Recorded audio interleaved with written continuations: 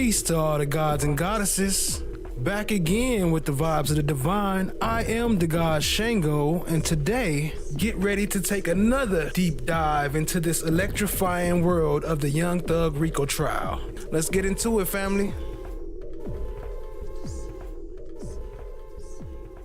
Excuse me, sir. Excuse me, sir. Excuse me, sir. RICO is not a crime. It is a category. What is the It's a category crime? of that they forced Jeffrey Williams into it. Did you hear you say that? Man, can I get the water or something? I'm so high right now, y'all. I'm about to go to sleep on y'all ass.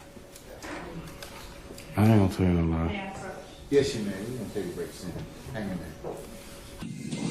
I just saw the look in your wife's eyes. I met her by accident because, and I'm just telling you straight up. You know you're doing it right when you walk into a jail in our city and people are calling us by our name. Yo, Quinn, call my mama. Yo, shit, call my mama. That's how we roll when we're in the city plan. Make sure you hit the comments and let us know how you think the case is going to turn out. You at your own hotspot? I am not going to go back. I mean, this case has been going on for how long? 6 months, at least the trial part of it. And obviously I'm parachuting in and I'm just going to have to pick up from here and move forward. I cannot go back and reconsider every evidentiary ruling that's already been made. And I don't think that's what you're asking. I think you're saying because this witness is still on the stand. But What are you fucking I don't know, nuts? Mr. Botts, if you were about to say, let's reconsider everything, but we're not going to be able to do that. On Mr. Copeland. Okay. All right. All right. I want to speak on the state of Georgia. The Fulton County government is attacking my family. They are attacking my family. And I want to know, what I'm trying to find out is, who's the puppet master on this? Because it's bigger than Miss Willis to me. We've got an old order from Judge Glanville. I'm assuming, He's still our chief judge, and it probably, does it just say through this trial? Take that off the table. I will tell you that my overall objection is that I'm opposed to any of these documents coming in for a couple of reasons. And I know what the state has described them to be, that these are correspondences between the state and Mr. Wright in regards to this evolving, allegedly, plea agreement. I'll state for the record that the one thing I do have is an email, the initial email from the state to Mr. Wright. Mm-hmm. I don't see, and we've not been provided, and the state can let me know whether they have them, any responses, email responses from Mr. Wright that would kind of inform us as to what are the discussions that are going back and forth. So I don't know what Mr. Wright's responses are. If he, for example, sends some suggestions as to this is what I want changed, or this is what my client says. So I just don't, I can't address that.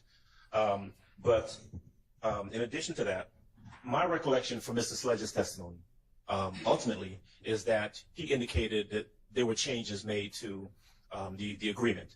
That he suggested changes, or he told his attorney that some things needed to be changed, and the state declined to change.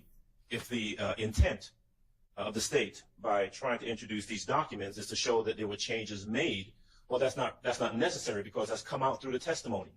Now, if they want to, if their intent is to say that there was a specific change made to maybe a specific section, that can also come out through testimony. If this witness, Mr. Wright, and I presume he does, that he would know that Section 8, and I'm using that hypothetically, Section 8 of the agreement was changed from this language to that language, and he can testify to that. But I don't think that the wholesale admissibility of all of these documents is really necessary to prove the point that the state is attempting to make. Mr. Sledge was on the stand. He could have been confronted if the state's intention is to give him different versions and say, well, didn't this change from version number 1 to version number 2? He could have been confronted with that. Well, I mean, she could have maybe tried, but I'm not sure that would have been successful since these are conversations and correspondences between Miss Love and Mr. Wright, not between Miss Love and Mr. Sledge. So I don't know that. I mean, I think he even said, I don't know what got said between my attorney and her. I just know what I my attorney and I said, so that wouldn't have gone very far. So do you have an evidentiary objection to these, or just, I don't really want them in? Well, they're not, I don't believe that they're prior, it's not a prior inconsistent statement. I don't know if they're trying to introduce them as impeachment. If that's the case, then I would suggest to the court that they are not prior inconsistent statements of anyone. And I would say they're not relevant, that under 403 it's a waste of time. Okay. It doesn't prove any point that's at issue in this case. Certainly this witness can testify. All right, well, at this point, those are overruled. Are we ready for the witness now?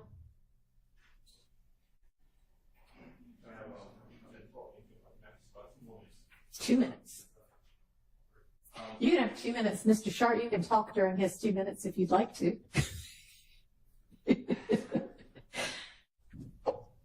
Your Honor, I was just trying to support Mr. Adams here a little bit because we're essentially with these different documents. The documents didn't even come through on my email, so I was sent them afterwards. But we're just trying to identify the changes, so it's just taking us a minute to go through all. You get 2 more minutes. I didn't get an answer to that question. Maybe I didn't direct it to the state. Okay, well, I don't know whether they've got the responses or not. I don't know whether they want to use them or not. But he is on the stand, so if they don't end up using them, maybe y'all can get them in if you want to. Well, but we don't have them if they exist. And I guess I'm asking the state to indicate whether or not those items exist. Were their responses? I think that when Mr. What up, family? Hold up. Let me hit her with the quick early one. Shut the fuck up! Miss Love ass. What up? Okay, let's do the early morning roll call. What up, Danielle? What up, Wilma? What up, Lady Chameleon? What up, Loa? I see you, family.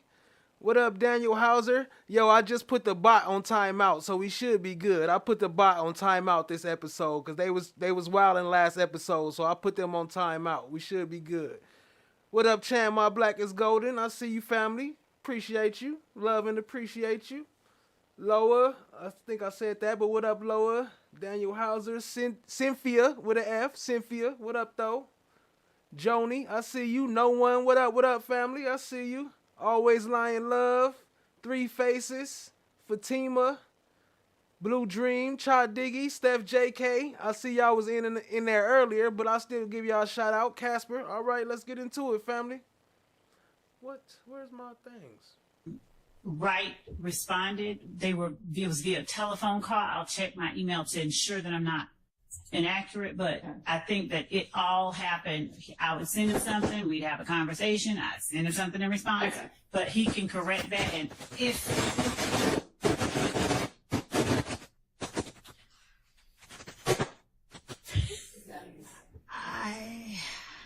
Y'all remember that? That was funny telling her to shut the fuck up! Everybody Lady Justice is blind. Everybody can get it. I won't touch it. But I'll check my emails for all emails from Mr. Wright. She'll check while y'all are doing that last bit of review.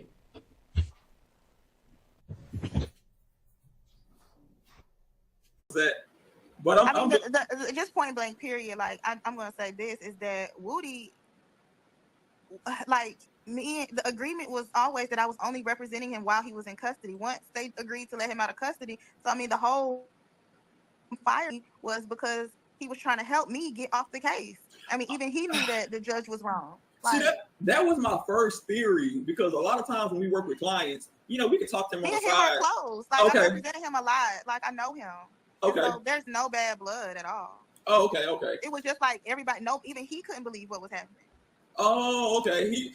The way his demeanor is, and he, dramatic with it. She lied. Yeah, yes, right. Mm-hmm. Yeah. I'm Judge Whitaker. I think you've been before. What up, Brian Cook? I see you, family. Appreciate you joining. For me before in unrelated matters. I'm the judge taking over this case now. So go ahead and have a seat.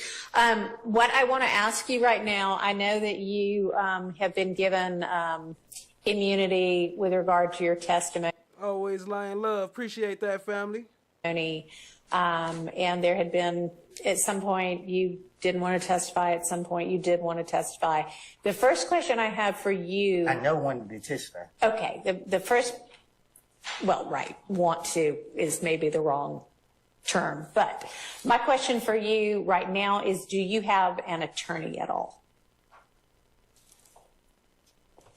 I don't know. You don't know whether you have an attorney. I would think that would be a no then, if you don't know whether. I was talking to Melanie, but. Melnick? Yes. Okay. Didn't he ask to be relieved as your attorney, and did you sign something saying that's okay, you can get out of this? I don't. You don't remember? Okay. Does anybody? Daniel Hauser, what up, though? Miss D, what up? I see you, family. And Miss DD, I see you, too. What up, what up? Know whether that actually occurred? I don't believe it occurred. I believe that Miss Two T's, what up, though, family? Appreciate you joining. Miss Bumpus, I know she was stand-in. she was stand-in, and I believe something was said on the record to the effect that Miss Bumpus was relieved. But yeah, I know she was. There was nothing about Mr. Melnick to my knowledge. Okay, maybe we. There was. Miss Bumpus actually said yesterday, I believe, during her testimony, that Mr. Melnick had directed her to tell Mr. Copeland that he could either exercise his, well, choose not to testify. Right. Or if he chose to testify, according to Ms. Bumpus. Yeah, I remember she said, there's this paper I'm supposed to get him to sign. I'm trying to figure out whether it got signed. So I never got Mr. Melnick off my case. Okay, so he's still your attorney then? I guess. Okay, all right. Well, then that's the answer we've got for that. All right, so I'm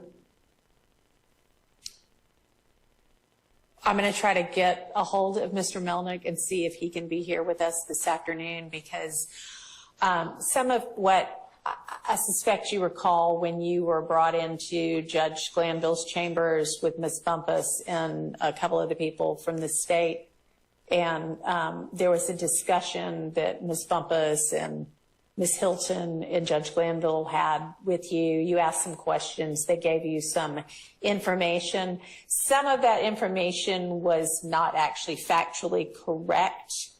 And I want to make sure that you have the opportunity, understanding what it is that the immunity order means, understanding what the potential consequences are if you do testify or if you don't. We're basically going to kind of start over and do that over. So if I don't testify, Huh? So if I don't testify, how long you going to hold me in jail? So, I mean, that's still an issue that you can be held in jail through the end of this trial. But I'd rather have Mr. Melnick here to advise you about the potential drawbacks of. See how smooth she is? This the new Glanville right here. Glanville was rude, chewing on the mic, smacking and all that. Didn't care. She the same as Glanville, except for she's nice and she's so soft with it, and seems like she's working with you and friendly until they come to them rulings, and then she pin your ass to the ground. So yeah, she's the new Glanville. Let's get into it, family. We got a lot of that coming up tonight. Let's go. And benefits of what, if there are any, This of any trial of right your. here? To the end of this trial? Yes. Not the other people. Not as far as I believe, but the state, what, did you want to do some further research on that? Yes, just to advise the court of. Okay, so I just wanted to know, first off, do you have an attorney? Because if you do have an attorney, then your attorney may have some information, advice, and research for me about that. So I want to make sure that I tell you the correct thing about that, okay? So we're going to take a lunch break in a little while, and why don't we plan to have you back here on standby at least. I don't know who was in communication, but we need to reach out to Mr. Melnick, see what his availability is. So just be on standby in case I need you here like at 2 or 3 this afternoon. 2 or 3? Yeah, because we're about to take a lunch break before too much longer. So you're okay to leave for the next couple of hours, but stay where whomever reached out from the state can reach you to let you know whether you need to be back here this afternoon or potentially tomorrow instead, okay? All right. All right, thank you.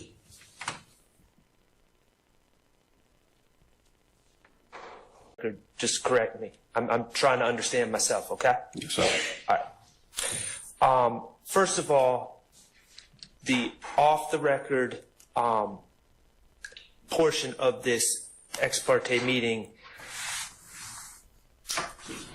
you said that Ms. Weaver, the court reporter, did come in to the judge's chambers, the judge's back room and chambers during that discussion, correct? Everybody was coming in initially. Okay. And that was before what we're... Everybody was coming in initially. What up, I am Shout. I see you, family. We just tapping in. Let's get into it. Y'all hit the like, hit the subscribe, tap in, share with a friend. Deeming the off-the-record conversation, correct? And Ms. Hilton specifically requested Ms. Weaver not to take those communications down, correct? I wouldn't say she directed Ms. Weaver, but she did say she wanted to talk to Ms. Bumpus before we went back on the record. She made the request, Ms. Yes. Hilton. Okay, and that was to remain off the record was requested by Ms. Hilton and Ms. Hilton alone. Yes. Can I get a little clarification there? So this is after the restroom break, right? Or whatever kind of break it was? Yes, Judge. Okay, and when Ms. Hilton said, I want to speak off the record to Ms. Bumpus for a minute, was Judge Glanville already in that room by then or not? He had stepped in and then ended up stepping back out. Okay, and so, all right. Yeah. Thank you. And you indicated that during this off-the-record portion,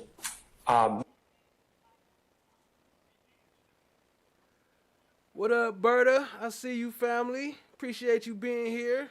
What up, CS? Appreciate you joining. What up, what up, what up?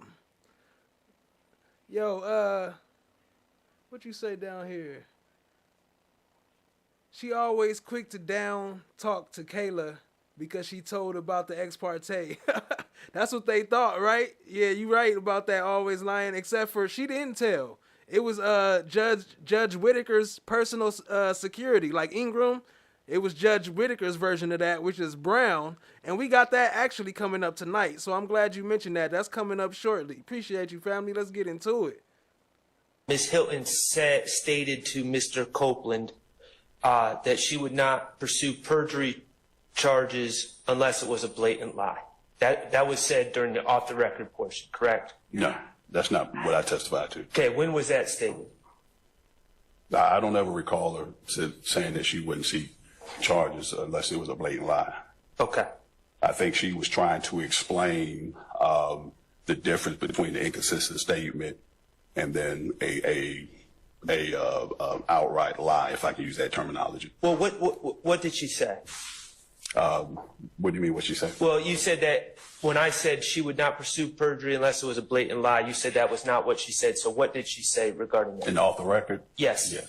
Her statement or comment to Mr. Copeland was that if you did get on the stand and you took claim or took credit, this is me paraphrasing, for something that you did, then knowing that you didn't, knowing we know you didn't do it, then she would see perjury charges for that. Okay.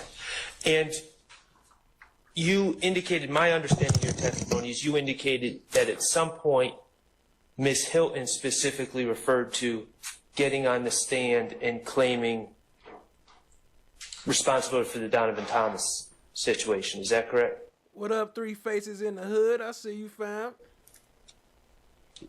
Yeah, if he took credit for something he didn't do, yes. But specifically, it was stated the Donovan Thomas situation, correct? Yes. Okay, and that was out of Ms. Hilton's mouth? Yes. Okay, so Ms. Hilton specifically, during the off-the-record portion, referenced Mr. Copeland taking... What up, Anthony? I see you. Credit or taking responsibility for the killing of Donovan Thomas. Yeah, it didn't come exactly like that, but yes, it just yes. And Ms. Hilton specifically said that if Mr. Copeland did that, she would seek perjury charges against Mr. Copeland, correct? If he got up and he took credit for something he knew and he didn't do, yes. Well, you keep going back to you didn't do, but in the fact is in that off the record portion of the conversation, it wasn't just generally something we know you didn't do. She specifically said it was both. Killing. Okay, so it was specifically something we know you didn't do, and she also said specifically for claim responsibility killing of Donovan Thomas.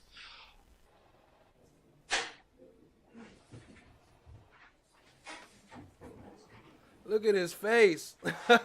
What up, Tall Glass? I see you. Appreciate you joining. Okay, counsel's about to get you. Plans and pins. What up? What up? I see you, family. Appreciate y'all coming to tap in with the fam. To take your seats and gather your thoughts, please. Okay, before we call in our jury, it has been brought to the court's attention that Mr. Copeland's counsel, Ms. Bumpus, would like to be released. Is that correct, madam? Okay, all right. Sir, Mr. Copeland, is it your desire to release your counsel at this point in time? She's fired. She's fired? Okay. So do you wish to represent yourself in these particular, in terms of any issues you may have in this particular? Do I got a choice? I'm sorry? Do I got a choice? Yes, you do. And what are those? And you can keep your lawyer the job right now? I don't want her. All right. You could certainly hire another lawyer, or the court could appoint you a lawyer.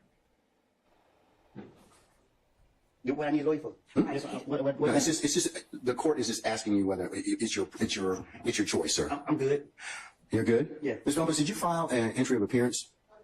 All right. Did you, under the Uniform Superior Court rules, file a motion to withdraw pursuant to the Uniform Superior Court rules? I mean, I know you've given oral notice, but usually has to be in writing, and he has 10 days to object. Second. I was never his counsel. Attorney Glanville was his counsel, and I was stepping in as a courtesy for judicial efficiency. But if the court's desire for me to file a motion to withdraw. Well, given the fact that you have represented Mr. Copeland at this point in time, it would seem appropriate that you do need to, in fact, file a formal withdrawal. Even though you didn't enter one, you de facto entered this case by your representation of him, or you telling the court that you did, in fact, represent him. So at this point, I'm not inclined to release you until that's done. Can I get that done now, Judge? Okay, all right.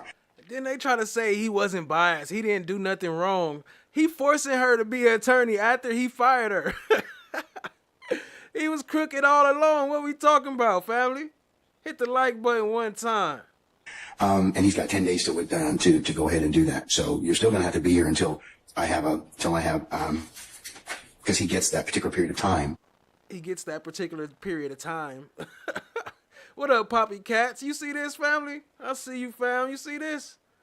To go ahead and decide whether or not he'd like to hire a lawyer. That's the whole reason for the 10 days. Well, I don't want to hire another. Oh. You get that right as a party. Okay. Right? You do. Yes. You get that right to hire a new lawyer. You get the right to do a couple things. One, to decide whether or not you will release her. Okay. Two, you got to decide whether or not you want to get another lawyer to be with you. Okay. You have the right, but we don't give you the right. You have the right, but we gonna make her stay. What up, Sue? I see you. I appreciate you, family.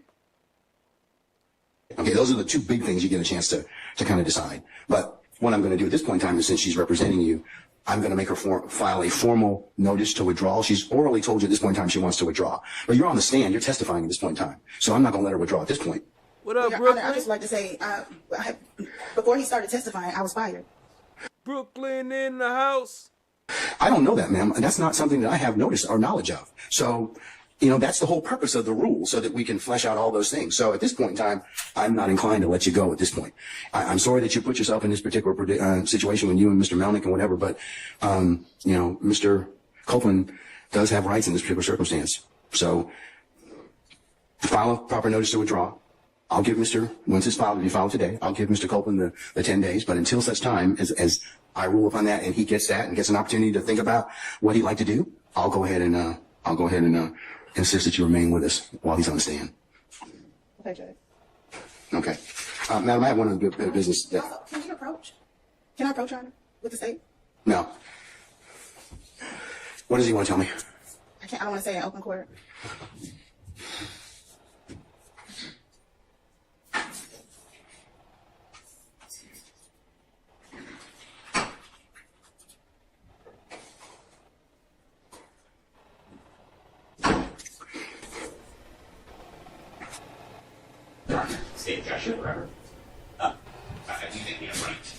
Look, they tried to have an ex parte meeting right there in front of everybody. Oh, hell no. I mean, Kayla called that one, but they was about to do it right there in front of everybody. Hell no. Case law to that effect. I want to object on the grounds that we are now being excluded from a conversation about material witness in.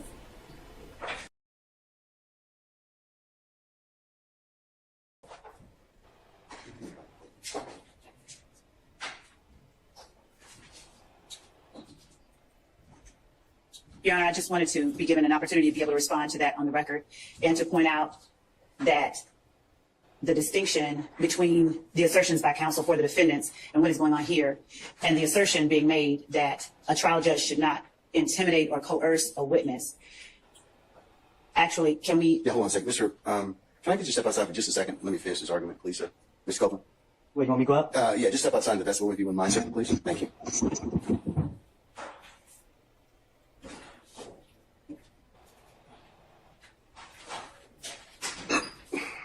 All right, Ms. Copeland's left us. Then the parties to that matter are the state and Mr. Copeland. Chan Black is Golden said this trial was doomed from day one. That's a fact.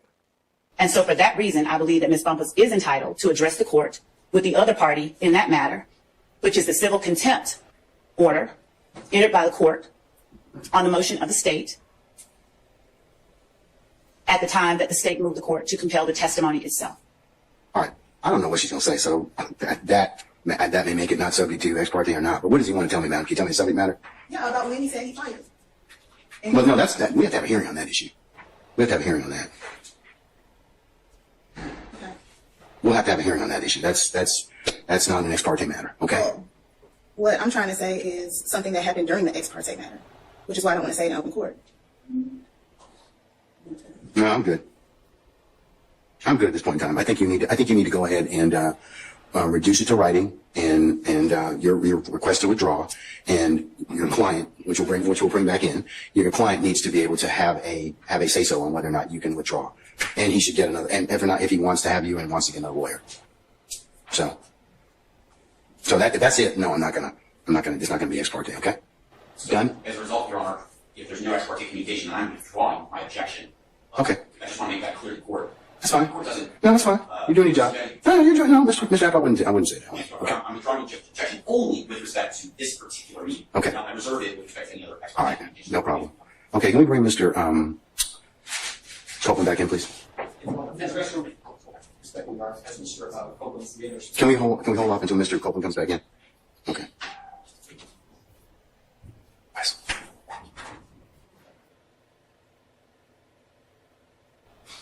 Just to court on record, it's my understanding from last week's proceedings that Mr. Copeland was actually represented by Mr. Jonathan Melnick, and that the court required Mr. Melnick to be here on Monday. And Mr. Melnick indicated that he had non-refundable airline tickets and that he would have someone appear in his place. What up, Shauna? I see you. And once again, I have put the chat bot on timeout, so you don't gotta worry about them timing you out. Y'all could go crazy with the emojis when I ask you to spam, but we good. So I believe Mr. Melnick is still this gentleman's attorney. We don't know that. We really don't know. I don't even know if he's in an appearance for the purposes of this, the circumstance thereof, but I'm dealing with it from the standpoint of Mr. Copeland is on the stand. He's a witness. He's had counsel. He's going to continue to have counsel. So that's the reason. What up, Laugh? I appreciate you, family. Yeah, I was going to go tomorrow. I was saving this for tomorrow, but I'm like, man, I was missing my fix for today. Like, shoot, it wasn't nothing happening today, so I had to put something together for y'all and just go ahead and pull it out early. I still go live tomorrow, but we're going to make it happen. Appreciate you, family. Let's get it. And I'm stating it is at this point in time. Okay, sir? But thank you for putting it on the record, okay? All right, so Ms. Bumpus, follow your motion. But until such time, you're going to need to remain as long as Mr. Copeland is a witness. And once we've had an opportunity to hear that, then I'll go ahead and do that. But it's not timely to begin with because he's on the stand, he's testifying. Okay, so whatever arrangement you had with Mr. Melnick, I'm sorry that's put you cross purposes with not being able to be released. I don't know what difficulties it causes you otherwise, but I apologize on behalf of the court, on behalf of that. But yeah, we should be good. We should be all right. We should be safe from the timeouts. I blocked that. What up, Lady L? I see you, family. Appreciate you. Hey, right, we did want What to up, Andrea? as well that Mr. Copeland has I see you, Andrea. Appreciate you. satisfied at this point his contempt by testifying. So if he remains and testifies, then unless he wanted to, there would be no purpose for him. So long as he remains and testifies, that's the only if he pleads the fifth or fails to testify will he be subject to being placed in custody. So at this time he has purged his or satisfied his contempt because he is testifying. So long as he remains in this posture, then we believe the contempt will be completed and he would not need an attorney. So, but I can't. Well, but that's his choice. That's what the rule gives him 10 days to do. We're kind of saying, well, make that choice right now. We're telling him here in open court to do that. So that's what the court's concern is at this point in time. But Your Honor, I was representing him for the civil contempt, not as a witness. I just seen that closer. Is that Shauna or Shanna? I think it say Shanna. What up, Shanna? Queen B, if that's your name. I see you, family. My bad if I said it wrong. So that once he purged himself, I should have been released. Who I'm like, who they know, like not one person has said what actually happened. Oh, really? Oh, okay. Really? Okay. Wow. Well, this is gonna be interesting then. It's gonna be interesting, but I mean, I don't think the 25th is gonna happen. He shouldn't even get in the first place. And I know this is not you saying this, so you don't got to doubt my statements, but it seemed to me that when you were first trying to get off the case, he didn't want to let you go because he already had in his mind that he was trying to keep you there for this show cause hearing. So he was trying to punish me. Yeah, that's what it was. That's what it was. Yeah. I mean, to be clear, that's exactly what it was. He didn't want to let you go. And then when the other lawyer stepped in and said, hey, Judge, you got the rules wrong, as usual, and that's me saying it, not you, he was like, well, you can go. But then he handed you a paper. I already knew. Hell no. Moment in silence. R.I.P. to the judge, cartoon wise. Not for real. She bodied him with one blow. She just caught a body.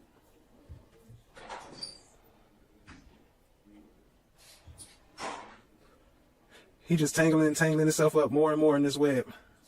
All right, Ms. Bumpus. Go ahead, man. You take the podium, please. At this point, the court is still of the opinion that you need to file a motion to withdraw and give your client an opportunity to respond to that. So once you do that, and he has the opportunity to respond to it, I'll counter it. In fact, for unless he decides immediately that he wishes to not hold your require your services, but usually he gets 10 days. So. And how would the court know if he's deciding immediately? Well, usually he's hearing. I mean, we have either the time passes and there's no objection is filed and you get it immediately. It's granted, or I set it for a hearing and he says yes. I either don't want you as attorney or I want to have you as attorney. I'm going to get new counsel, or I've gotten new counsel. And so Jonathan Melnick is just able to be released. Shout out to FFS with the boop. He said we getting this started already with the rain. Drop the FFS. Drop the slime umbrellas. We should be good. We should be all right and safe today, family. Like I said, I got the chat bot turned off, so we should be all right. Appreciate you, family. Show some love to FFS. See, I don't know what the arrangement was between you and Mr. Melnick. I have no idea. That's not my purview. All I know is that Mr. Melnick was here on Friday. He said he was going on a vacation. I don't know if he even properly entered an appearance in this case. I know that his leave wasn't appropriate in this case because he asserted himself as and represented to all concerned that he was in fact Mr. Copeland's attorney. So, and then Mr. Melnick said that he would have counsel for Mr. Copeland on Monday, and that was you. And then you appeared on Monday. So I do think that you do need to properly withdraw and give your client an opportunity to do to have the full range of options. So until that's done, now Mr. Melnick may come back and may decide, well, yeah, I'm going to pick up and I still represent Mr. Copeland, but I need to. I'll take up that issue on it. Let's present it before me, okay? All right. I'm going to set that, madam, for the morning of the 25th of June at 9 a.m. All right. That's something I do. Judge, Can I speak? Hold on, sir, neighbor. You want your lawyer's not in here. She's not my lawyer. Well, but you still have the opportunity to decide that, okay? All right. Your client wanted to say something, and he said, you're not my lawyer, but as I told him, I was about to tell him that he has the right to decide that issue, and he has to be given due process to decide that issue. So that's why I want that done in this case, okay? Okay, all right. So, at this point, anything else? As in respect to Ms. Bumpus? You didn't give me time to say that. Okay, I'm sorry. What else did you want to say? Mr. Melnick told me that she was only going to be here for 1 day, and that she was going to make sure that after she's done then, it was going to be. See, I have no knowledge of those discussions, and shout out to FFS for the one gifted. Appreciate you, family. Starting the sprinkles early. Appreciate the love. Because they asserted themselves as your lawyer, you have certain constitutional protections as being represented by an attorney. I don't know what was said to you. I don't want to know what was said to you, but I'm just looking at who showed up and what they told us, meaning that me and the other parties here. So I don't know, and that's my kind of pause in this particular circumstances and I need to find that out. Hey, and peep game, no, look, y'all see how he forcing him to keep an attorney, and then new Glanville, Whitaker, she gonna come in and do the opposite. It's coming up. Watch, she gonna do the opposite. She gonna have him on the stand testifying and not even tell him that they fired his attorney, that he was disbarred, and they already knew. So filing withdrawal would help the court in this particular circumstance. What up, Big Yes, Low? Mr. I see you, family. Appreciate you joining. Health, educate, and inform the court. Uniform Security Protocol does indicate 10-day requirements made if the client consents to attorney withdrawal. It's coming up, family. I tell you what, Mr. Copeland, I'm going to send our jury to lunch. I'm going to let you talk with Ms. Bumpus afterwards, okay? All right. And then during lunchtime hour, and then you can. Oh, wait a second. And then after that time, I'll go ahead and make a decision. Oh, how I missed that. I missed the 5 gifted. Shout out to FFS. Getting it cracking. Y'all going ahead and start the spamming. Get the spamming started. Drop the slime brothers with the FFS up in the chat. Appreciate you, family. Raining early. At that point, okay? Yes, sir. All right, okay. All right, is that sufficient, madam? Yes, Judge. Okay. All right. All right, summon our jurors, please. Do I get up? No, sir. Not yet. I'm not interested in them looking. They can look. I'm sorry they pissed off. Justice is now actually blind. Lady Justice is blind. Everybody can get it. Okay? Lady Justice is blind. Everybody can things are working. And so It says the exact same thing. But Yeah, and my understanding of those cases, and it used to be, especially before our new evidence code, that every time there's a hearsay objection when there was an officer on the stand was, it's to explain his conduct, and that's hardly ever relevant. This is not just in. Shout out to Cha Diggy. Y'all drop some blue hearts in the chat for Cha Diggy. Appreciate you joining, family. Investigating officer, but B, if Ms. Love, I know you had said some things up at the bench that I think are relevant in responding to this issue of whether, I don't know if it's so much his conduct, but I'm sorry. The practice that he goes about in deciding to sometimes not, I guess, bring an indictment against somebody that had been arrested. Yes, the decision, the way that he does his job. I mean, yes. I just want the court to appreciate this thing. Then are we allowed to bring in people who've been exonerated by DNA from the Fulton County District Attorney's Office under Michael Sprinkle murder case that has been found to be innocent? Do we get to bring in individual people who say that they were wrongly charged and their murder case after indictment was dismissed? Do we get to bring in people who have pled guilty but will explain, I only pled guilty even though I'm innocent? Because this is just opening up, to me, the DA's office reputation. I could put my reputation in this courtroom as well. I could have a lot of people come in and say, I believe beautiful things But we don't do that. And that's Which is why, as you know, up at the bench, I instructed Ms. Love to focus and tailor her questioning so that it focuses on what he did in this case. okay. I thought we were still talking about general. Okay. And I agree with you. Whatever he did in this case may or may not be relevant, but right now he's talking about, I don't indict everybody that's brought to me. Sometimes law enforcement doesn't do a good job, so I have to pick up the pieces. I don't see why that we're doing that. I don't know why Ms. Love asked that question anyway, but I mean, it's Ms. Love's case. Well, it's the state's case being led by Ms. Love. But one thing that I think it is. You had it right. It's Miss Love and Miss Fonny's case. Madam Fonny. This is not the typical case in that the defense actually in this case has a couple of people, I think, who were once indicted for the murder of Mr. Thomas, who no longer are, and we have this other set of people now indicted. And there has been very much suggestion through defense questioning of witnesses thus far, and I don't know, I suspect will be an opening and a closing as well, which is entirely appropriate as a defense counsel to do, but to poke holes in the state's case by saying, you know, these people, law enforcement thought it was them, XYZ, and all of a sudden, you know, it's not. So y'all actually have somebody you're pointing to and saying, this is who ought to be being prosecuted, but they're not. And it's because of, I don't know, whatever reasons y'all come up with to argue. But that, I think, takes it out of the general, well, conduct's never relevant. Because Hey, what up, Steph JK? See you, family. Y'all drop some ice cream emojis in the chat. Show some love to Steph JK. Appreciate you, family. Hey, Loa, we need a emoji for you. What's your emoji? You gotta pick one so we can show some love to all the mods. We got the blue hearts for Cha Diggy. FFS got his own personalized emoji now.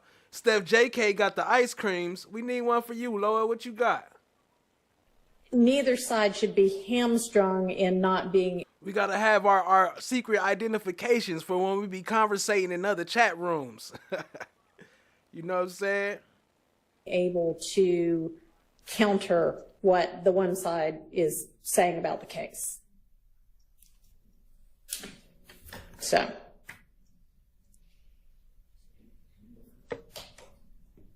If it's tailored, then we can do it question by question. But right now, it's very broad. Yeah, I agree. And I do not want Mr. Sprinkle sitting up here saying, you know, hey, I'm brilliant, and when I decide, you know, somebody should be prosecuted, it's because I know. Or obviously, he's not going to do that. But anything like that, because his thoughts about it aren't really relevant. And Your Honor, that is the point that I was actually trying to stay very narrowly focused on, because it's not about his thoughts, but there has been a persistent assertion by way of cross-examination and whatnot regarding it. I won't say impugning, but it kind of is why certain decisions were made. There have been questions posed that have been stricken that have amounted to they were just after this person, or you ignored this person. And even when we have witnesses that have testified and, you know, backed up and been given immunity and said certain things. I'm the gatekeeper. All right. One other thing that you might hear behind me is this bell that starts jingling. All right. And if you hear a jingling sound like a bell, please don't think that I'm doing anything creepy up here. All right. I have a service dog behind me. His name is Jack. I think some of you may have seen him already. He lives the best life ever. Jack, what, you knew you was coming up or something? How you know? Right when I clicked Jack, then Glanville pop up talking about Jack. What up, Jack? I see you, fam. He's pampered. He's really, and he is a Labrador Retriever. He's about almost 2.5, 3 years old at this point in time. So, but if you hear that bell, that's him moving around. All right. He doesn't bark. He rarely gets interested in what's going on, so he might come up here and look, but that's about it. All right. Don't bring him any food either, okay? All right? He is spoiled rotten. So please don't try and throw any food back here behind me or anything like that. He doesn't need anything else, okay? But if you hear that bell, hear that sound, that's what's going on behind me, and he'll get up when we have breaks and whatever else. So, but that's it. You hear the bell? That's Jack. All right.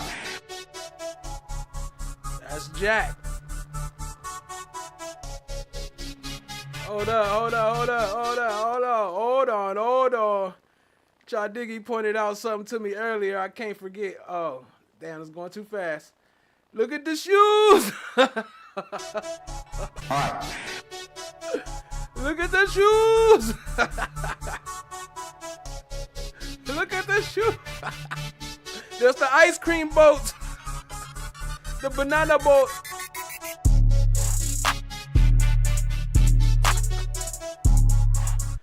Here go that 13th juror they be talking about. You know they always be saying she the 13th juror. Legal concept.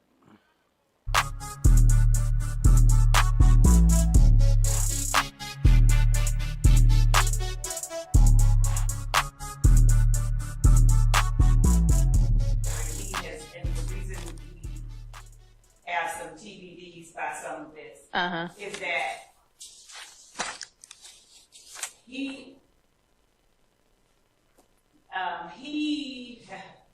has not been the most cooperative person. And he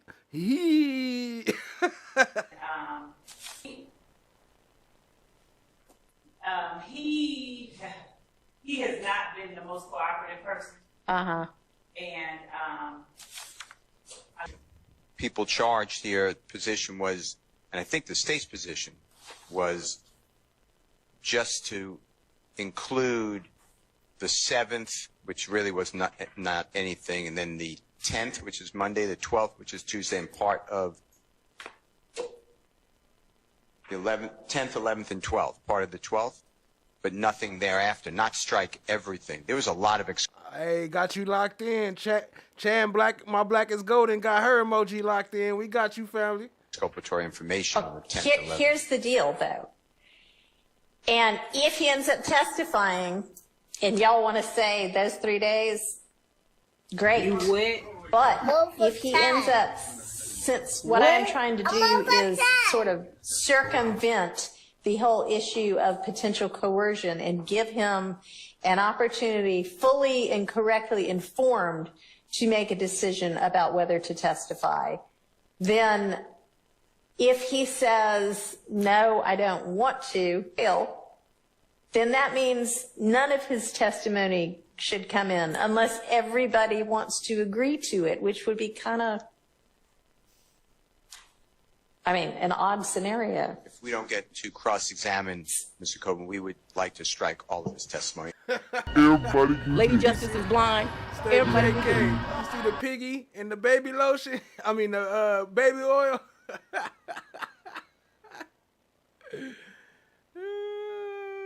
Had to get the baby oil and had to bring the little piggy up in there.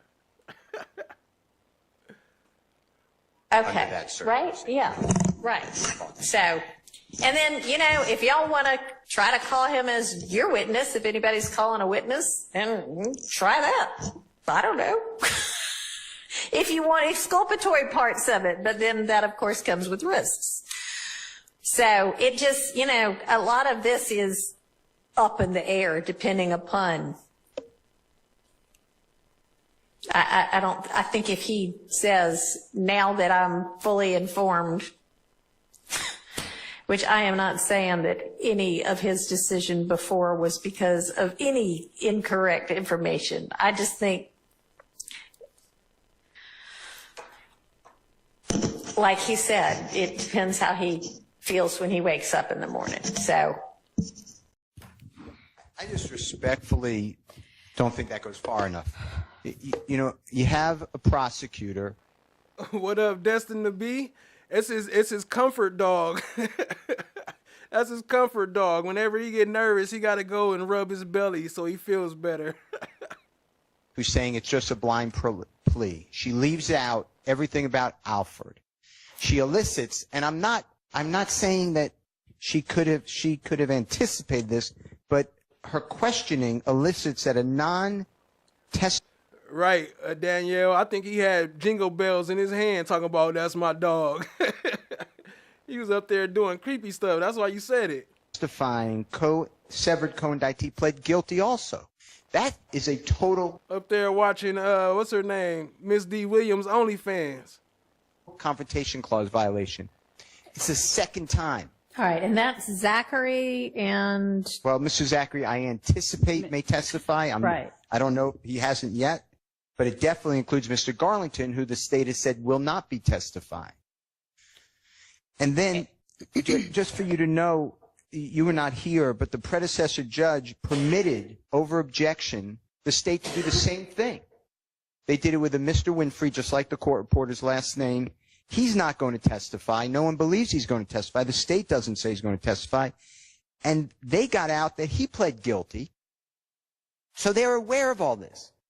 And in fact, the state elicited in that case that the gentleman, Mr. Winfrey, pled guilty to avoid plea. It was vacated by the Supreme Court of Georgia. Yeah, I remember you. So, and Didn't then he enter another one after the fact, though, anyway? 5 years later, Alfred plea and said I'm specifically innocent. Yep. I mean, what are those? it was a farce. Right. And then the predecessor judge wouldn't even let me examine the witness, and Miss Love said that the witness I could call in my case in chief on direct. So the reason I'm bringing that up is this is not new.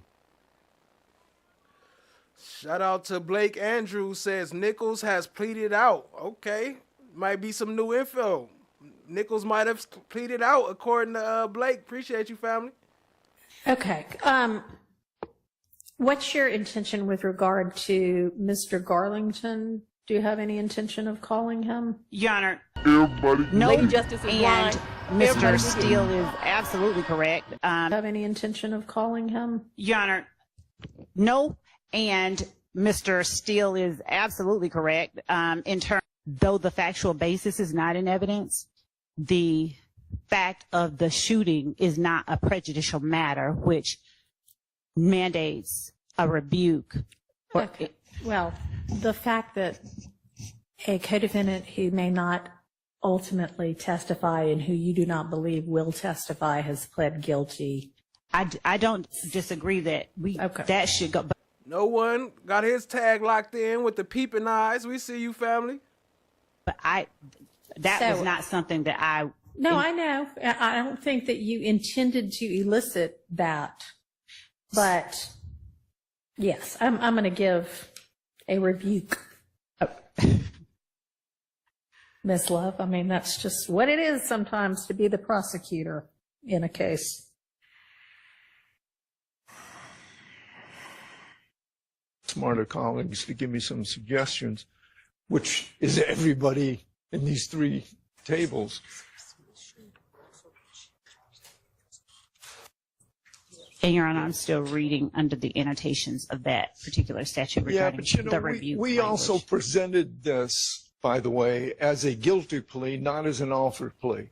And yeah, she seems a lot better. She acts a lot better, as in what she just did by rebuking Miss Love, but she's still on some bullshit, because she's still letting them do what they want to do, if you know what I'm saying.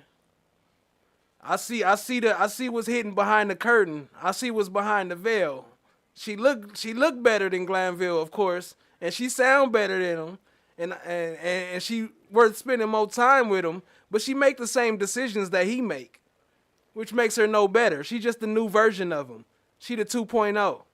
we read a factual basis from something that's not in evidence. It is so highly prejudicial that we all made a motion for mistrial. A rebuke is in order under What up, Sapphire? I see you, family. 17875, and I think the court in front of the jury can say, and I hereby admonish the state for bringing up these matters that I have just told you to disregard. And the state should not do that again. Lady Justice is Your blind. Honor, what the Everybody can get annotations say is All right, Ms. Love, I'm going to give some sort of an admonishment. And I mean, sometimes you need to just, keep your powder dry and not argue every single thing to the nth degree. I've already said I'm giving it. So, I mean, I can grant a mistrial if you'd prefer. Oh, no. I do not Okay, want a then mistrial. maybe stop arguing at this point. Yes, Your Honor. Okay. Now, in terms of her having presented it as a guilty plea, an Alford plea is still a guilty plea, so I don't find there to be anything wrong with her having references in a guilty plea, but, we already talked about the whole factual basis thing, so I won't rehash that, but, okay.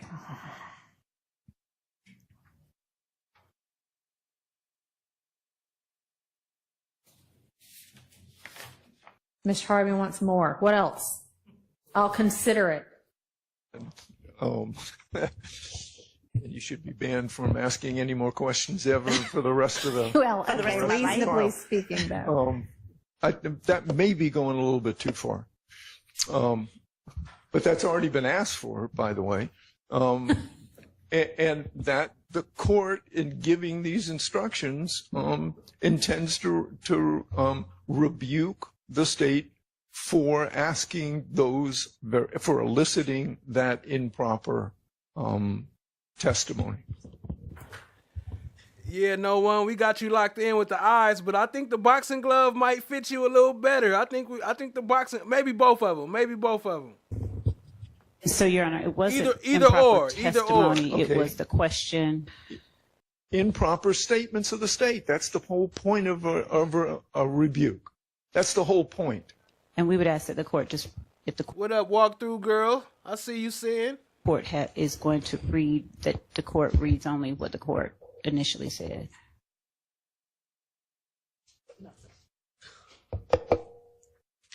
I'm listening. At the time he pled guilty in 2017, because I understand. Let me request that the court consider including in its admonition the following language, if the court deems it to be appropriate. Somewhere in there, the presentation of that evidence that I've described was improper and was not in keeping with the law, and the prosecutor's Diggy says, stop playing. Hit that subscribe button. Show us some love. ethical obligations. Accordingly, the state is admonished for their behavior and is instructed to refrain from asking or presenting any improper questions or evidence moving forward. All right. Yeah, that's Harvey client that he talking about. So I'm gonna have to look into that. If anybody got it, send me the quick email. I'll pull it up. I'll do a little bit of it, but not all of it. What was that last sentence? I like the first sentence. I'm sure you do. Instructed to refrain from what? Refrain from What's good, Mary Lou? I see you, family. asking any improper questions or presenting improper evidence. All right. Well, they're not presenting evidence, so. And right. should Cigarette. conduct themselves Cigarette within Romaine, I see you. their ethical obligations All and right. legality. Thank you. I'm not going to do that. All right, I got some more. Got some more? All right. I think this is going to be enough. All right, ladies and gentlemen, I've got some further instructions for you with regard to some of what you just heard. So I gave y'all an instruction that if this witness provided testimony that was inconsistent with a guilty plea admission, that you could accept that guilty plea admission as substantive evidence against any of these defendants. But then What up, Stacy Lane? I see you, family.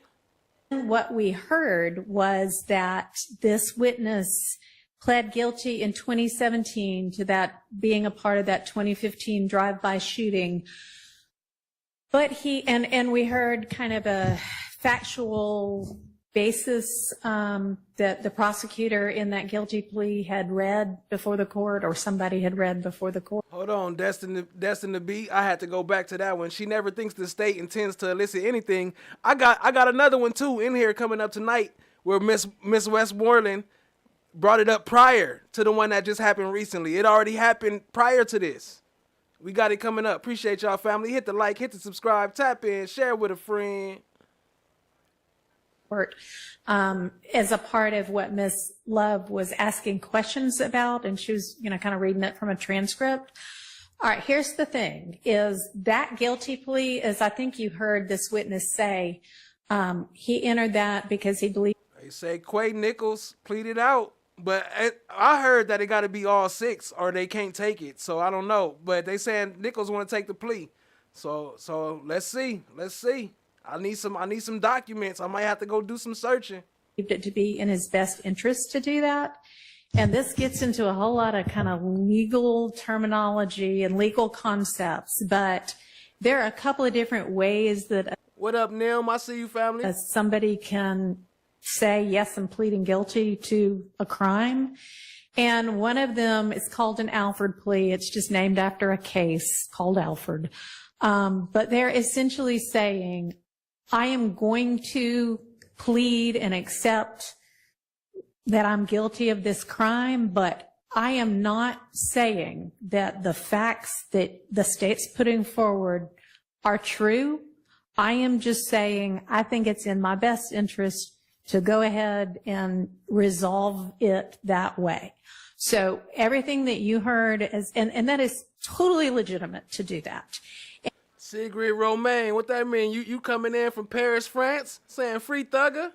All right. Appreciate you, family. And let me also say that Mr. Wright, who was representing this witness at the time, he let the court at that time in 2017 know, hey, this is an Alford plea. He's doing this because it's in his best interest, he believes, to do this. And Mr. Sledge was under no obligation after his attorney said that to, even if he got an opportunity to say anything else, to say, yeah, what my lawyer said, to add anything. Yeah, what up, Tony? I am live. What up, Tony? I see you, family. Appreciate you joining.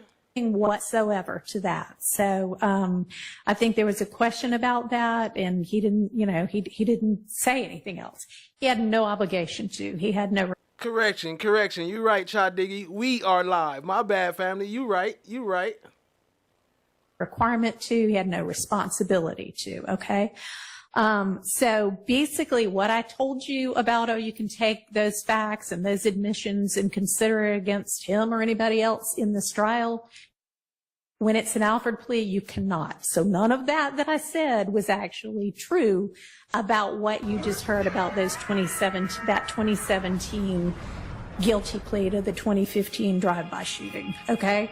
So let me think what else. Oh, and you also need to completely disregard that anybody other than this witness right here, Mr. Sledge, might have pled to anything that had to do with that drive-by shooting. All right. So just entirely erase that from your minds. And I also, at this point, am going to admonish and rebuke you, Miss Love, to pay careful attention to how you ask questions and to what you put before the jury. You should not have put that factual rendition before the jury as anything that this witness admitted to at the time of the 2027 guilty plea. And I'm going to instruct you to refrain from asking improper questions. Yes, Your Honor. Thank you. All right. Anything in addition that anybody needs to put before the court right now with regard to those curative? Shout out to Destin to be you. So for all the new ones here, excuse me. So for all the new ones here, I got that Gaither throat right now. If you want to use the chat points, you get chat points by just being active in the chat. It counts by a time limit of how often you chat. Also, here's the chat points up top. If you want to redeem them, you can use that Gatekeeper as we've seen pop up. We see the bobblehead love already on the screen, the Lovezilla. As soon as I take them down, people pop them back up. So most of y'all don't get a chance to use them, so I might need to take them down faster. But yeah, that's how you use it. Appreciate you, family. Instructions. All right. Go ahead, Miss Love. no sign, Rudy Gang. Around. Got the block line. Ladies that thought like a stop sign. There's a whole lot of there's a whole lot of gunfire. Now, this was probably not the smartest video to make. It's probably not a good thing to be putting out there. But this ain't no crime. It ain't criminal. It's not illegal to do that. What they showing here, why is this even in here? It's not a crime. So, Your Honor, the state initially flagged this because we had referenced that Instagram post that says Rudy Gang, and his shoes and his comment is in similar reference to that of someone who had passed away. And so the state intended to introduce this just to show referencing that. Understand the court has previously admitted the photograph where he says that, so I understand if the court views this, would not want us to play this, but that's why the state intended to use this video. Okay, so I would sustain a cumulative objection. Okay. Next. I mean, honestly, it's clearer in the first one than it is here, I think. But yeah, whatever, y'all choose your case. Which one is the state choosing? We'll make that decision and let them know. Okay. Next.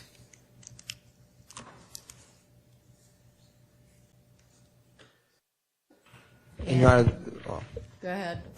the state was using this for the gang hand signs. Yes, Your Honor. Okay, so y'all already got that. Understood, You Your can Honor. Pick between the two, but only one of them. Yes, Your Honor. Next. You know, on Rudy Soul, I'm gonna pop. Cause I'm about to work my moves. That's what I do. They look like Rudy. Your Honor, the state, given the court's prior ruling, and we will. It's going to withdraw. Yes, Your Honor. Yes, Your Honor.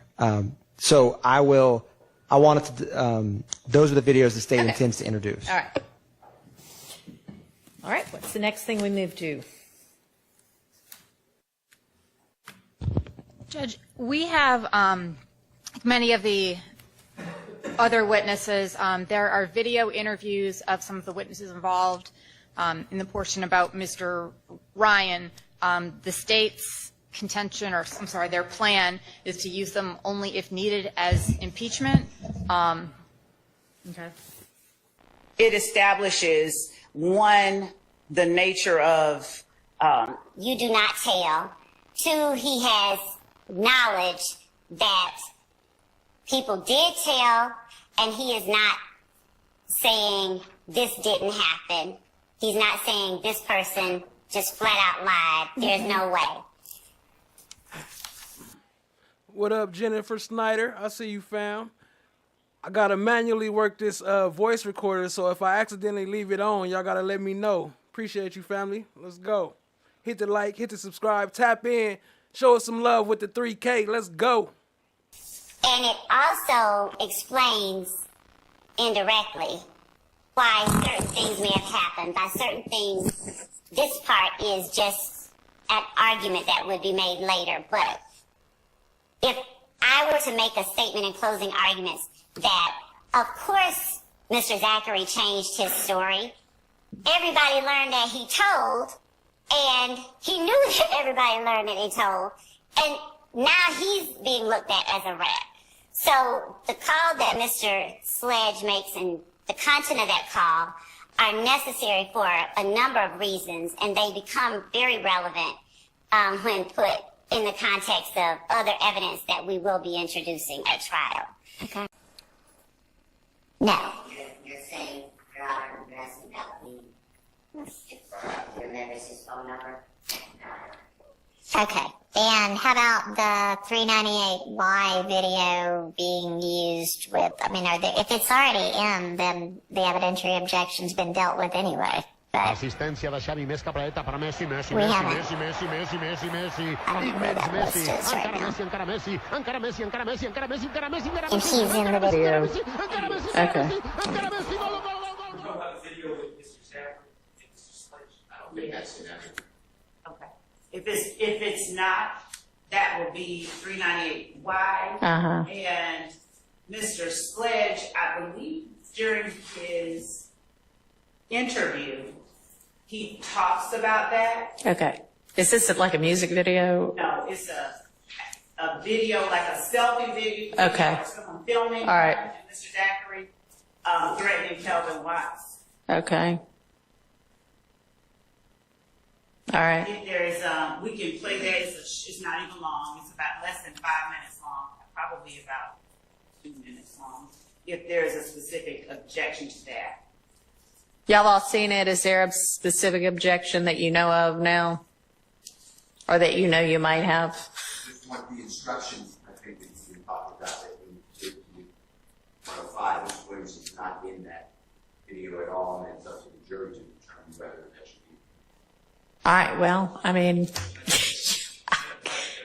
I keep asking for an instruction or a proposed instruction, and so far nobody has been forthcoming with one. So, and I've told y'all until you get me something to consider, there's not much that I'm going, the burden, the onus is on y'all at this point.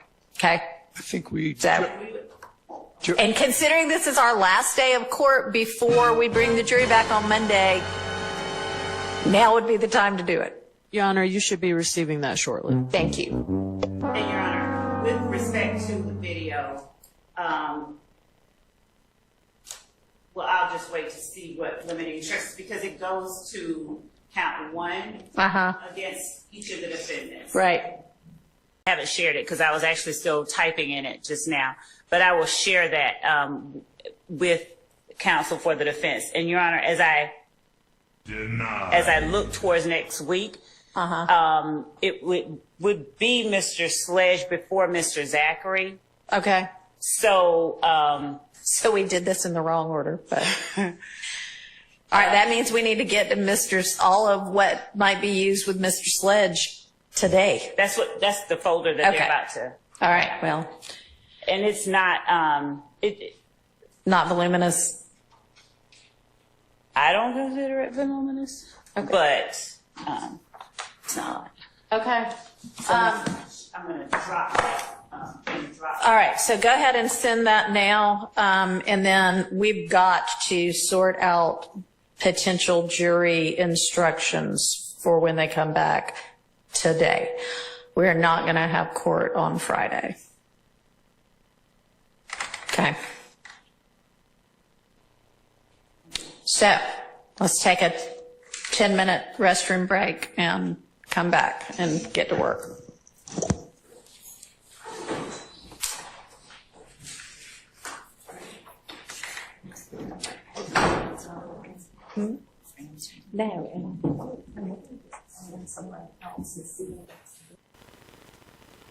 Motion, Mr. Banks, and on behalf of everyone that is here, I'm going to just take up the issue of the recusal. I'm going to defer the issue of the motion to quash at this point in time, okay? So I'm not going to take up anything. I can't do it anyways because the rules require me to go ahead and deal with the motion to recuse to begin with. So I've ceased any other business, and that's why I had Mr. Chamberlain reach out to you last night and counsels for you all to be here this morning so I could take this up. Your motion actually was filed last Friday at 10:40 p.m. It didn't appear in the system, however, as sometimes Odyssey happens, until sometime on Monday evening. So when I started to read Mr. Steele's affidavit last night, we were put on notice that there was possibly another affidavit out there and another motion. So that's why we had to call you, okay? So that's how we got here with this. Did you all attempt to send me independently a copy of that, or? We did not, Judge. Okay, no harm, no foul, no. So no, I just wanted to know if you had attempted to do so, because we would have certainly, had we known that, pulled you in on Monday morning, which would have been the closest time that I could have heard your particular motion. So just from a time aspect, I just wanted to account for that. OG Cappy, what up, family? I see you. Appreciate you. Taking a look at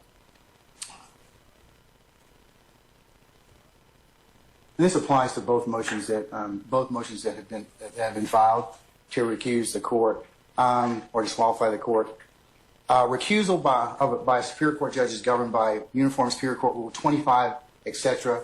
Rule 25.1 provides that all motions to recuse and disqualify a judge presiding a particular case or proceeding shall be timely filed in writing, and all evidence thereon shall be presented by accompanying affidavits, which shall set fully assert the facts upon which the motion is founded.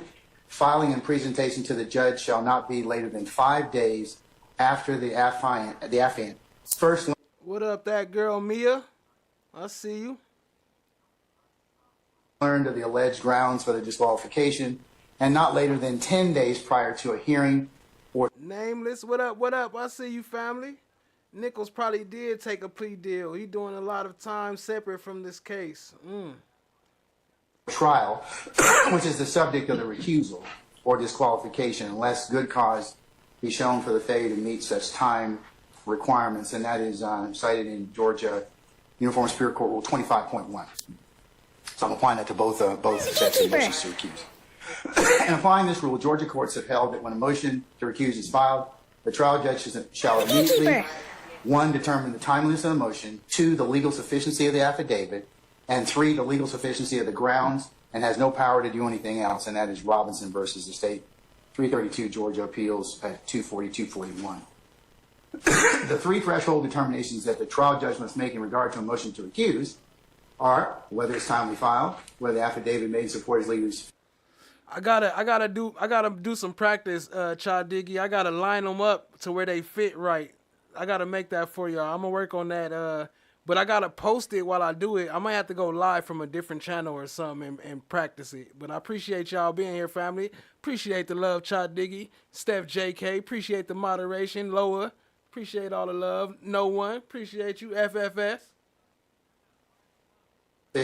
And whether some or all the facts set forth in the affidavit are true, recusal would be warranted, and that is Dacker versus the state, 300 Georgia, 74-77, 2016.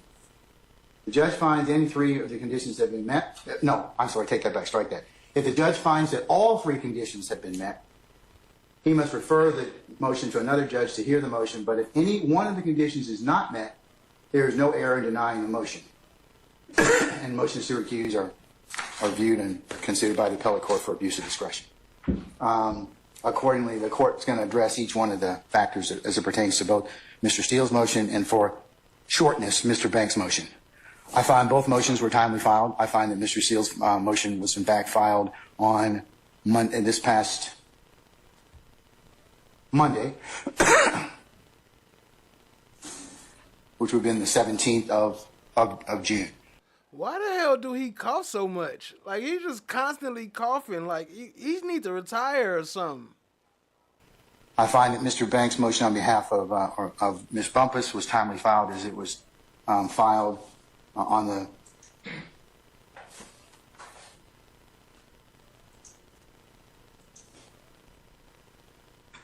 filed on the 14th of June at 10:40 p.m. Secondly, I find that in addressing the legal sufficiency of the affidavit, that means, was it sworn? Was it sworn before a notary? Is in proper form? I find Mr. Williams and Ms. Bumpus's motions to be, or I should say, affidavits to be in proper form. The third thing that the court has to review, and like I said, I reviewed, is the legal sufficiency of your grounds of the motion.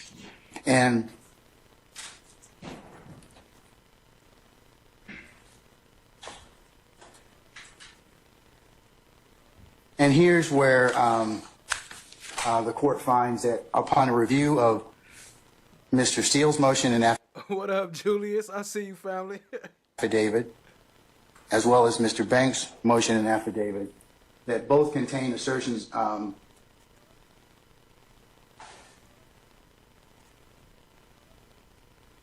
bare assertions and legal conclusions which aren't sufficient for the court to What up, Andrea? Appreciate you joining. Grant your motion at this point in time and refer it to another judge for it to be heard. So I'm going to deny the motion at this point in time. I invite you all to look at Baptiste versus the state. Just because adverse rulings have been made doesn't mean that the court stops the trial. So I'm going to make that. I'll reduce both of the motions to recuse to an order, and I will I will file that so you can take whatever steps you need to necessarily after that. But I don't get into anything about the affidavit itself, argument on that. I just have to read it. Those are the only three things I do. And then if I find it to be not sufficient on its face, I go for it. I just make the ruling at that point in time, let you all take it up. No, I won't grant a motion for a certificate for immediate review. And that's where we are at this point in time. Anything else, Mr. Banks? If I could just briefly be heard, Judge. Sure. Please. And I'm not trying to... I understand the court's ruling and we'll proceed as we see fit. I do take issue with the court's characterization about the legal insufficiency of the affidavits. Well, that's why when it was reviewed on appeal, sure, it can certainly be. I mean, the appellate court will review my ruling for for abuse of discretion. Certainly understand that, Judge. And in stating that, Judge, I would just say that one of the issues that is raised in our affidavit, because our motion to recuse is to recuse you from the contempt proceeding, not the underlying criminal case in which Your Honor is presiding. And so we really don't have an issue or standing to even challenge that. And so to the extent that there is a contempt proceeding that is set for the 25th, Your Honor, you are a witness to that proceeding. And so because you were a witness. I don't believe you. I'm not going to get into any argument. Okay. I can't. So that's your assertion at this point in time. And like I said, when that is taken up, I'll consider. I also remember I still need to rule on the issue of the motion to quash. So I may, depending upon what I decide to do at that point in time, other things. You know, we tapping into Whitaker, but I just have to show you a little bit of Glanville so we can see the difference, that she is different in the way she act. But the rulings ain't different. These may be ripe, okay? Do you want to hear about the motion to quash, or you want to take No, not yet, sir. I'm going to take up the motion to quash after I finish, we finish the direct of the current witness. Okay. And to other issues. Steph JK said, I got it. Here you go. There go the chat prompts. We got them locked in. That have been raised, as I've told some of the other lawyers here, there is a transcript of what occurred in the ex parte matter. I will, in fact, I'll authorize defense counsel. I'll do a privilege review and see what needs to be disclosed in terms of impeachment and/or Brady, and for that, and I will do that. And then so if that pertained or if that issue affects you, then certainly that may be something that at the appropriate time you'll be able to have a look at. Well, I appreciate the court's time. We would certainly rely upon our brief and our motion, and that's a part of the record. Okay. All right, but I will reach out. The court will reach out to you on two things. One, the ability to take a look at the ex parte.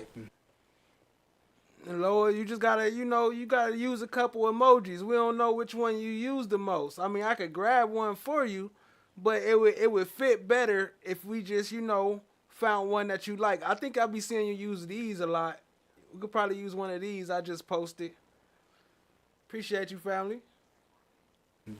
Transcript and review it for the appropriate parts that the court will authorize. And then also for the, I'll re-notice you because I know that it's supposed to be done this Tuesday, but I doubt that we'll probably have it this coming Tuesday. If I just may say, again, Judge, I know I've already said it as it concerns the issue about you being a witness to the proceeding. We don't believe that that's a bare allegation. We believe that. Lav said it sounded like a cigarette smoker's cough. You might have a point. That might explain why he be needing them comfort breaks so often. Because, when you be needing to smoke, you be like, man, I need a cigarette. Fuck this. I'm about to take a break. Yo, shout out to Cha Diggy with the 5 gifted, family. Hold on, let me pull it up while they rocking. Oh. Shout out to Cha Diggy. Shout out to Justin Mia, or May. Teresa Henry. Alexandra. Who else? Who else you got? Nim? Was it Nim?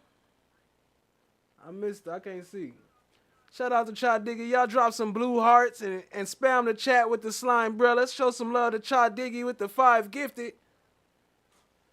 If you got a membership, show her some love and say thank you to Cha Diggy. If you got a membership from FFS, say thank you to FFS. Appreciate y'all, family. FFS just dropped a 5. Going crazy.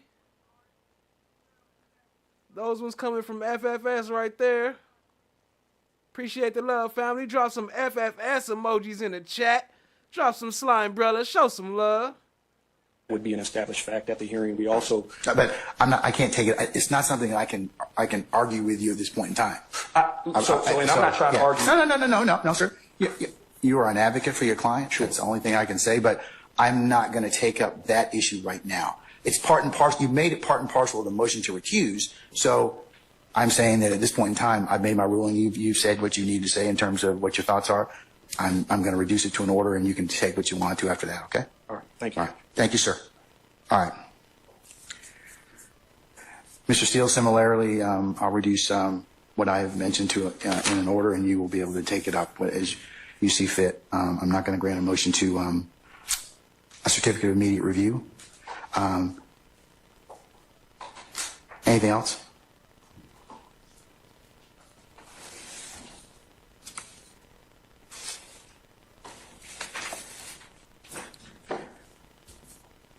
I have read Baptiste versus State. I've read all the cases that I believe are applicable, best I can. But specifically, if the court would reconsider, and if nothing else, the Honorable Keith Adams and my joint affidavit in paragraph 12, we assert not a bare assertion or a legal conclusion, but we make facts that we specifically adopt from the Honorable Attorney Winchester, Collins, Banks, Nove, and Mormon's motion, where a person that they represent was in a meeting, ex parte, with the court and others, and the prosecutor and a witness, and specifically, they wrote in a pleading and under Parrish, which is P-A-R-R-I-S-H versus State, which is 362 Georgia Appeal, 392 Division 1, 2022, the lawyer's pleading on behalf of the client becomes a statement of the client. And they said that this court got involved with speaking with Mr. Copeland and assisted in Mr. Copeland testifying against Mr. Williams. So I've added this court to the witness list. I plan on calling the court as a witness in the trial. I've added lawyers Hilton and Love from the district attorney's office to the witness list. And when I cross-examine Mr. Copeland, when that day comes, I'm going to ask him about how much pressure, if any, the court put on him. And you're going to be the one instructing the jury. And I just can't imagine how that's fair to Mr. Williams. So I just ask you, I'm not abandoning anything in the joint affidavit from the Honorable Attorney Adams and myself, but if you would just look at just even paragraph 12, again, if you didn't consume it entirely, I don't believe that meets a legal conclusion or a bare assertion. I ask the court to recuse. I've read your affidavit, Mr. Steele, and I've consumed everything. Disgusting. Come on, man. You an Army dude. Don't they teach y'all better manners than that? Everything on it, and Army that doesn't dude? change my ruling at this point in time, respectfully. I also, on the transcript, I'd like the recordings and the transcript, and I object to the court going through it and deleting it, because to me, the way I understand it, there is zero privilege. So I don't understand I'm not going to, Mr. Steele, I can't argue with you about anything such as, I've made my ruling, okay?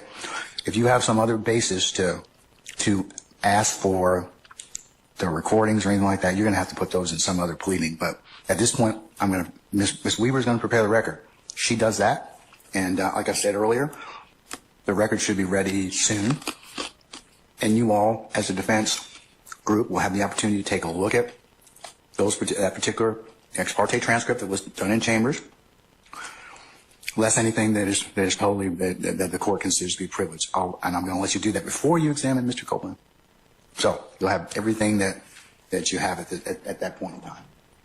What up, Bahira? I see you, family. Bahira Ra'esa Bay. What up, what up? Appreciate you joining, family. Ra'esa. Thank you. All right. Okay. All right. Let's turn now to the statements or interviews from January. That finishes our business today, man. You don't want to stick around? No. Okay. Well, okay. Thank you, Mr. Banks. At all. Okay. All right. Okay. Yes, you may be excused, sir. What up, Miss Mama? I see you. Appreciate you, family.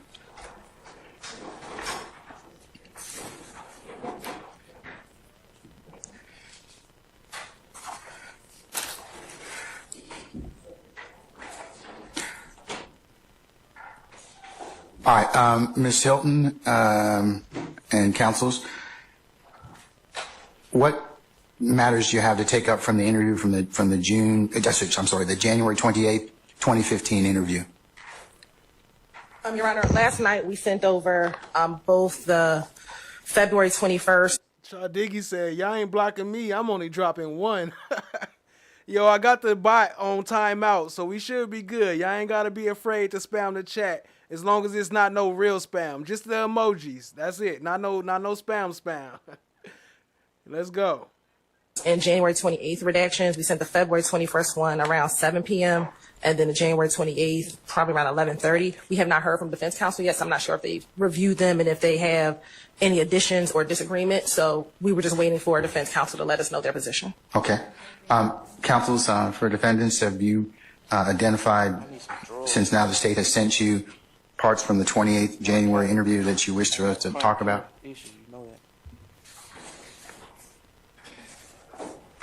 Mr. Sharp? Welcome to the Copper fam. That girl Mia. Appreciate you joining, family. You know, we've been talking about that spam in the chat thing, too. I want to show y'all. Let me see. Let me pull it up for y'all. Good morning, Your Honor. I have not had a chance to digest their proposed redactions. I'm happy to talk to them about it. I've been working feverishly on getting together the redactions that we believe are warranted. Again, I'd be happy to talk to the state about that. I'd also be happy to go through them one by one with the court, however is favored. But I can't say at this moment that we've cross-referenced the two lists. Okay, all right, so that's what we're supposed to do this morning, though. So does anybody else have flagged or wish to be heard on the interview for January the 28th? Sure. We're going to cover them independently. Like the January 28th, we'll cover the February 21st, and then we'll cover. So I'm going to give credit where credit is due. Like I told y'all last time, I'm kind of a nerd. This right here is the channel where I originally got the idea of spam the chat. What the hell? Where'd you go? What happened? He was flying, man. Look at her chat right here. Look.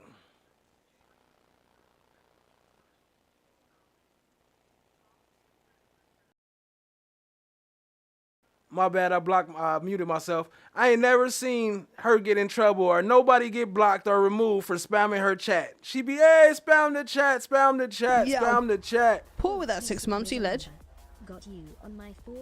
But she got some dope content too. I'll show some love. So yeah. I ain't the only one. We do this. Let's go. It's a gamer thing.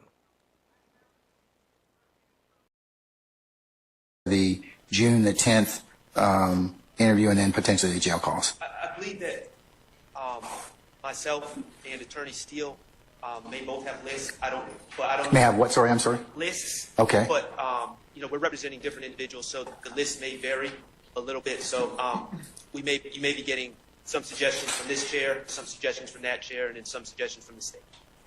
I understand. Yeah. Okay. Well, there you go. You got 3 options. You got to pick one. I personally kind of like the candy. We can rock with the candy, but I think you should have the final choice. Loa.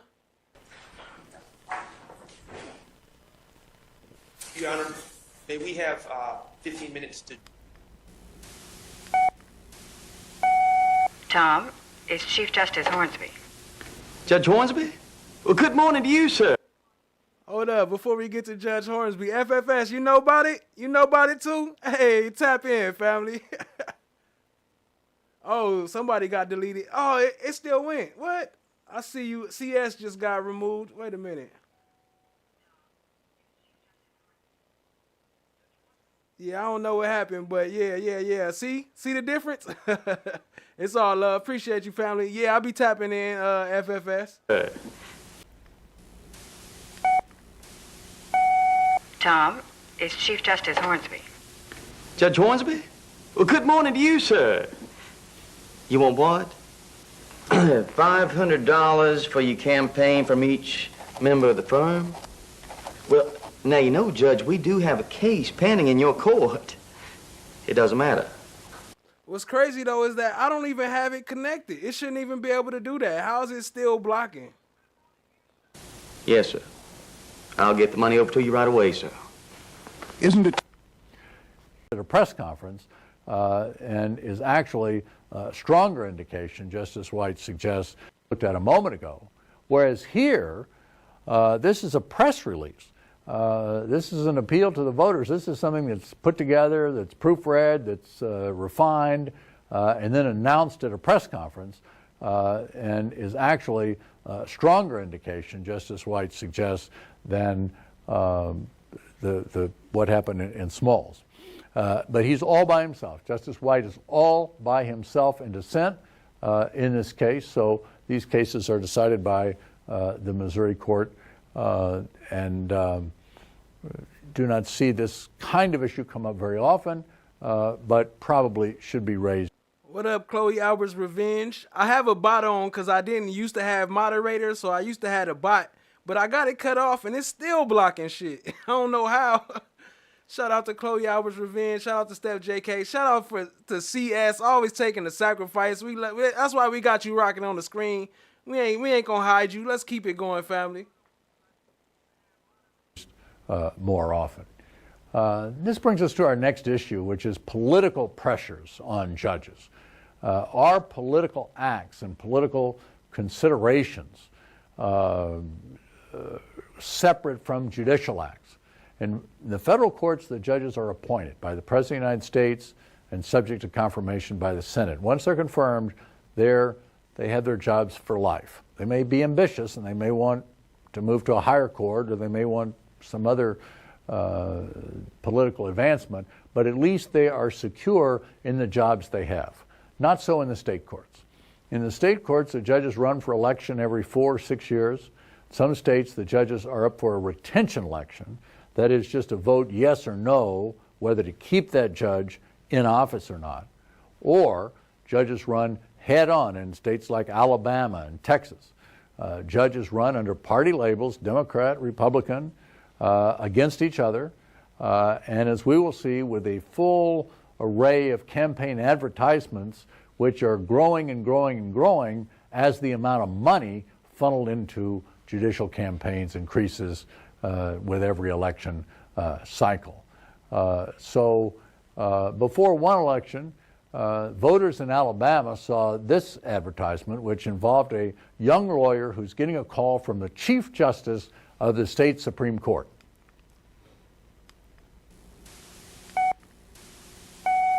Tom, it's Chief Justice Hornsby. Judge Hornsby? Well, good morning to you, sir. You want what? In all candor to the court, I believe that the state is arguing as if it's a first argument to you because they know you haven't been here for 19 months. These arguments, I've heard them so many times, it's countless. I understand. Right. And for the state to argue it's not bad faith, I'll give you an example. Here she go, Miss Westmoreland with the bad faith argument. And look at her hair, though. I love the fro. She rocking it. It ain't the tall fro. It's the natural fro. I love it. She killing it. Example of these arguments, I've heard them so many times, it's countless. I understand. Right. And for the state to argue it's not bad faith, I'll give you an example of things that we've been through before we had the opportunity for you to be presiding. Can I ask you a question before you do that? Sure. Is this something that is not already included in one of the numerous motions for mistrial or to disqualify these prosecutors? I don't think so, actually. You don't know? I said I don't think so. Okay. But I'm not sure. Go ahead, But this share is it. specific about discovery, disclosure, All right. and timely disclosure. The state's been caught before. Specifically, I remember a late discovery disclosure that once it was disclosed, it actually had a comment on there that was supposed to be internal that said, "Do not serve yet." They did it on purpose. And how many times can you say, oops? How many times can you repeatedly, systematically make the same mistake as an experienced litigator and say, it's not bad faith? Okay. Your Honor, I'm asking that, Shout out to Loa locked in with the maple candies. Appreciate you, family. Now we know how to communicate. We got you with the maple candy locked in. asking that the rules be enforced. Because if they're not really rules. They're just aspirational. All right, I understand. And we are instructed ad nauseum by our appellate courts, they probably won't like my use of that term, that exclusion of evidence is an extreme, extreme sanction, and that Shout out to CS, our sacrificial lamb. We appreciate you, family. prior to a trial court instituting that as a sanction, the solutions that need to be thought about include a continuance, which is not going to happen here because we've been on a continuance for a while here anyway. A continuance here, it's, no, they cannot bring it up next week. What up, Nameless? Appreciate you joining. I see you, family. Who else was that up in here? Somebody else was... Oh, what up, Becky? What up, Becky? I see you, family. Appreciate you joining. It needs to be way far down the road, which they are representing that it's going to be anyway. So it'll give y'all time to look into whatever it is. And I understand what you're saying, and I hear you. And the answer to how many times can it happen? Maybe 0 more times. Okay? Not trying to keep us from moving on, but related to this. Yes. My understanding, I'm sitting way back here. My understanding is the state admitted some court exhibits to include the affidavit and the search warrant for Mr. Boyer's phone records. Is that correct? Yes. Could the state, we still don't have those. Okay. So could the state send those to us? Can y'all share those by email, or should I have copies made of these?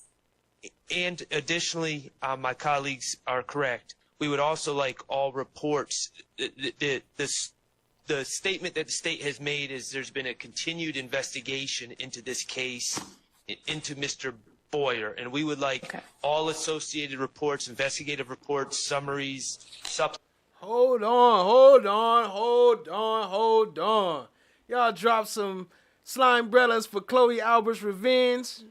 Drop a CH, a AR, drop something, show her some love. Drop some emojis, drop something, show her some love. What up, Bowlegs? I see you joining. Appreciate you, family. Chloe Albert's revenge says, it's the beginning. No stopping it now. The bots, the AI, we're in the beginning of our machines turning on us. F the Walking Dead, worry about Terminator, Tesla, Skynet. Oh, facts, all facts, all facts. Now look though. Let's see, no stopping it. Now the bots. Y'all show her some love. I gotta think about that one for a minute. I was about to say something, but I'm gonna hold that. I'm gonna respond in a minute. supplements involving the continued investigation since our client's arrest. Reasonable. Ms. Lab, you understand? Yes, yes. Everything with regard to the police investigation of Mr. Boyer and any kind of involvement of his in any of the crimes indicted in this case. And let's ask for it before the end of the day and make sure you have it before, it should be by like sometime mid next week. And if it is going to be any longer than that, you let us all know why.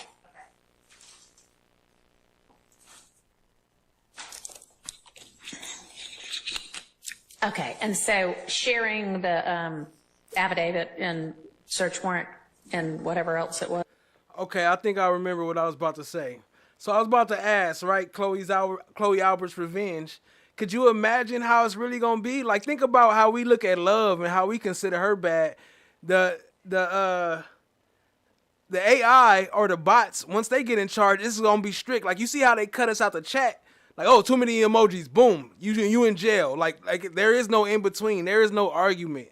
You violated, you locked up, you gone. That's crazy to think about. Skynet, Tesla, that's a fact. Is that something y'all can do electronically, or do I need to get copies made? I'm actually checking to see if we brought over physical copies of both the warrant and the affidavit.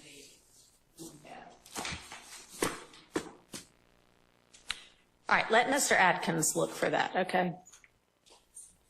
Huh? Yes, it is. We can provide physical copies of Perfect. the affidavit. We do not have a copy of the screenshot of the number of times the number shows up in the Okay. All right, but you put that on the record, and y'all to see, and y'all are welcome to walk up at the next break and look at it, but it essentially is just this one line that shows however many, 500 and something times, okay? And she's going to share hard copies of 2A and B.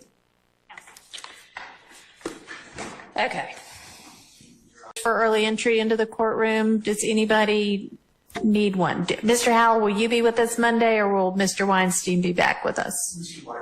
Okay, and he should have one, and our defendants are already with us, so. Speak into your microphone, please.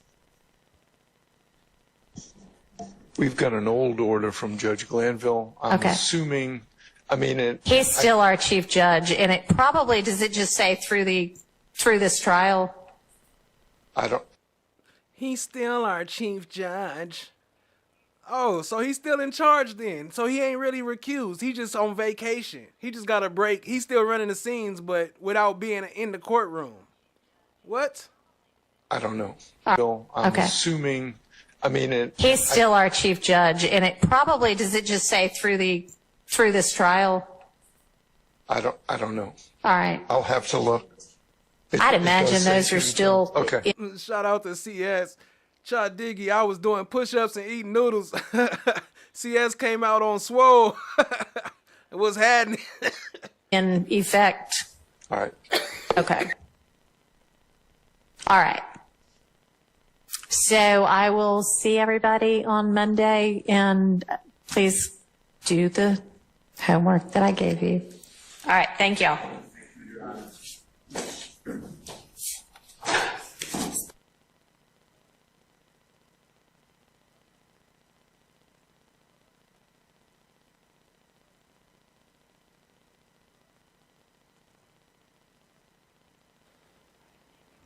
Look at them. Look. Turning over things to the defense.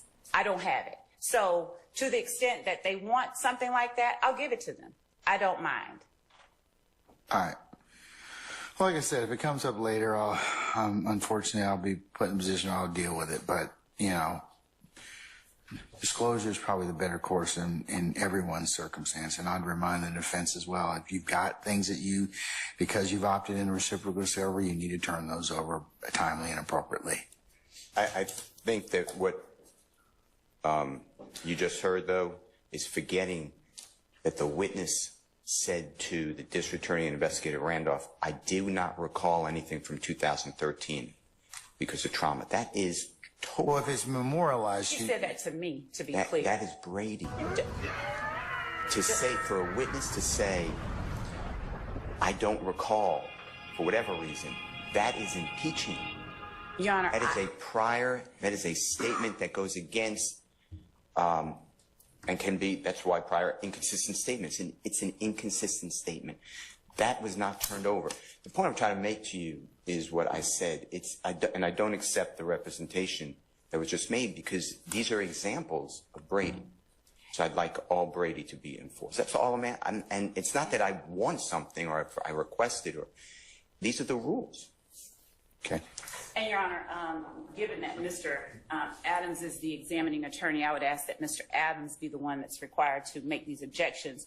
But Your Honor, I will point out to the court that prior to Ms. Bennett ever taking the stand, I made everyone aware that she was claiming that she blocked out a whole period of time. On direct, I asked her, did you say you blocked out? She has testified that she said things did not happen. She never told us that. She never told us that.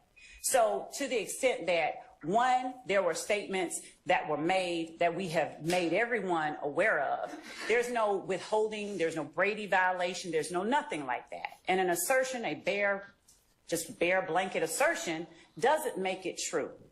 Secondly, if there were a statement given to me in the presence of an investigator, not only have we provided all of our witnesses, made ourselves available to make the witnesses available to them.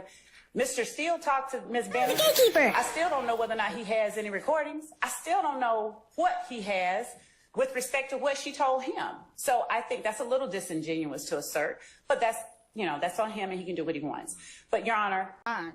This man is one of her normal deputies. So this is his time to shine, baby, okay? He is normally assigned to Judge Whitaker. He knows her. Whatever he says is going to be law. And, I don't need any more, I don't need any more judges feeling no type of way about me. I don't need that at this point. So I get up, I walk out, I sign my name on the paper, come sit back in. I still have my cell phone. I'm checking emails. I'm, putting my phone up, checking emails, whatever, texting, whatever. Nobody says anything to me about my phone. So we go on this 10-minute recess at I think about 3:30. Come back in.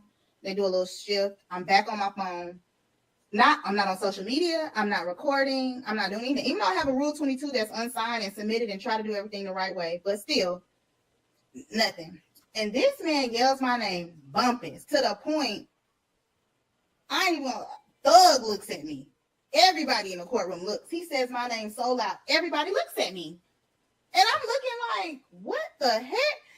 You can't have your cell phone. Get up and come out.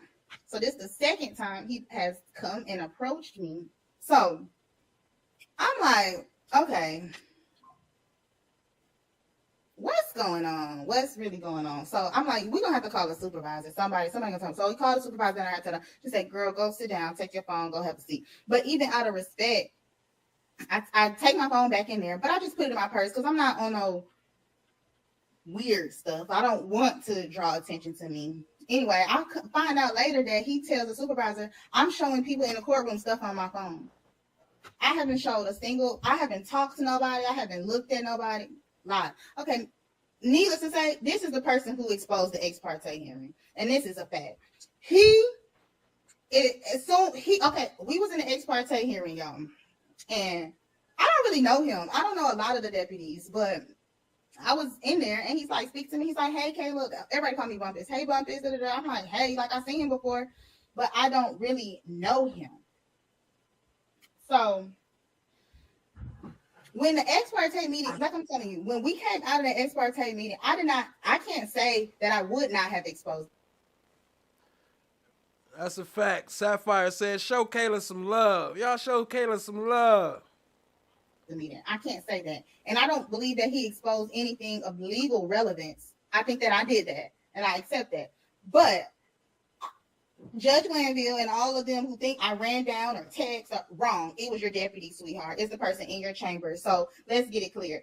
Deputy Brown, the person who put me out the courtroom, Deputy Brown, I'm gonna get a picture of him too. I'm gonna show y'all who he is. So, and I got so much more to say. So let's go back to ex parte hearing. We're gonna start right there. So we in the room. He's like the man. He is the deputy who told everybody to turn their body cam off. That's what I'm saying. I'm tired of people playing with me. So you played with me today. So now I got to tell the whole world that you are unprofessional. You had no bit. You're not a lawyer. You had no duty to tell nobody nothing, Deputy Brown. Just like you had no business messing with me today. So anyway, let's go. So I'm gonna put his picture up there when we go through stuff from the courtroom. I'm gonna say, that's him, y'all. That's him, y'all. Okay, so we in the I'm tired of people playing with me. He played with me today, so now he has to get exposed. I've been protecting him for a month and a half. I've been knowing who it was. I haven't said nothing, but FFS said they call her Bumpus. Why? I don't know. They call her Bumpus, but I call her Rumpus. I'm just playing. I was just playing. That was kind of corny, huh? Rumpus. At the end of the day, you embarrassed me today. You embarrassed me almost. Really, you embarrassed yourself because, and that's what I told him when I walked out the court. I said, thank you so much for the content, sir, because I'm going to let you know at the end of the day, I said, I can't wait to get on live about you tonight. So I hope Patrick Labat is watching. I hope that he knows his deputy is the one who went down and told, which I'm glad he did it. Whatever. Kudos to him. But at the end, that's a fact. I see you, Billy Gates. What up, though? End of the day, sir. So then, we in the meeting. He talked to me. He cool. He was real nice to me. So when everything went left after you got 5 minutes, Brian going to jail, I'm running out of court, that man wouldn't look at me. On the day on the next day after the ex parte, that man would not look at me. His whole energy, his whole vibe completely. Yo, no one, I don't know when the next court date, but supposedly from what I've heard, is that they can't make a decision until they all agree to either all agree to either quit or to go forward and take that mistrial. I mean, either take the mistrial or whatever, or don't. They all have to agree though. What up, Peach Just Me? Peach Just Me, I see you, family. Appreciate you joining. What up, Charles James? I see you, family. Appreciate you joining. He changed. He would not even look at me. People from the DA's office told me they were in a group chat and they had him as the suspect who leaked the ex parte meeting. Okay, that was number one. I had other deputies tell me who believed it was him, and I had people who knew for a fact it was him tell me that it was him. So I'm going to court tomorrow, and I hope Deputy Brown is there. I have no shame in my game because, baby, people finna stop bullying me. I'm so tired of people bullying me. I'm gonna make sure my Rule 22 gets signed. But what I'm trying to say is, the point of me even saying this is that if deputies and judges treat lawyers like this, imagine what they're doing to regular people who have no voice. So it's not about me being messy. It's about, what is your reason for messing with me? What is your reason for bullying with me? I'm sitting in this courtroom, I have no recording going, and I don't have no reason for you to be messing with me, and you just come and pull me out. That's embarrassing to me as an attorney. First of all, the spotlight already on me. Judges already looking at me. Other attorneys already looking at me. Whether it's good or bad, people are already looking at me, and now you are further. And then you allow this man, this judge, to mess with me for weeks when you know what you did. Hey, Deputy Brown, like, stop playing with me. And now, you know, I hope that everybody sees this, and that I hope Judge Glanville sees this, and I hope Judge Glanville issues me an apology, because you sat there and told the world she, when it was he, sir. Cannot access reports, but we left them with APD. Okay. Shout out to Kayla. She was like, nah, it was Deputy Brown. And you know what happened the next day after she posted that? They went and questioned him, and he confessed and said that it was him, and then he got removed from the courtroom. That's why we ain't seen him no more. So shout out to Kayla for that one. Why they didn't ask him nothing about that, though? That's crazy. He just assumed it wasn't nobody on his side. He was like, bring Kayla here. Bring her back. And you know where I got that clip from? I've seen that on Kayla's channel, but I couldn't find it. But then I went back and I got it from a secret police channel. It's like some secret police, probably Fanny or Phoebe or one of the fanny packs. But that's one of their channels though, on some bull, trying to make people look bad. But yeah, anyway, back to it. The state has stated that they don't have these reports. All right. Judge Limbaugh is writing for the majority, and he says recusal is not required. One, because we presume that judges act with honesty and integrity in making their decision. Judge Blackwell had said. They got another channel too where they be posting fake information about Woody. I'm sure some of y'all watched it, and they be talking a lot about Woody and Rich Homie Quan, but it be straight fake information. Crazy. It gotta be the state or police. Why would they even do that though? Why would you have to put out some fraudulent information if you ain't doing wrong? At one point that everybody is absolutely entitled to their constitutional rights, whether they're yellow, red, white, or polka dot, which maybe suggested a certain amount of sarcasm there. According to Judge Limbaugh, the judge did in fact give a fair trial, so he was true to his word. He gave a fair trial. What up, Peach Just Me?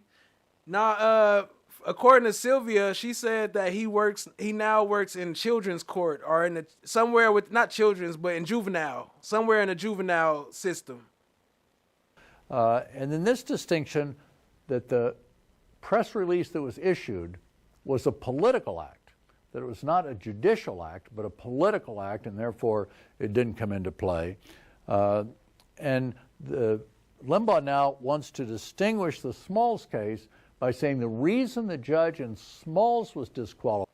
All right, Sapphire, appreciate you, family. Was because he wouldn't follow the law. On now for so long.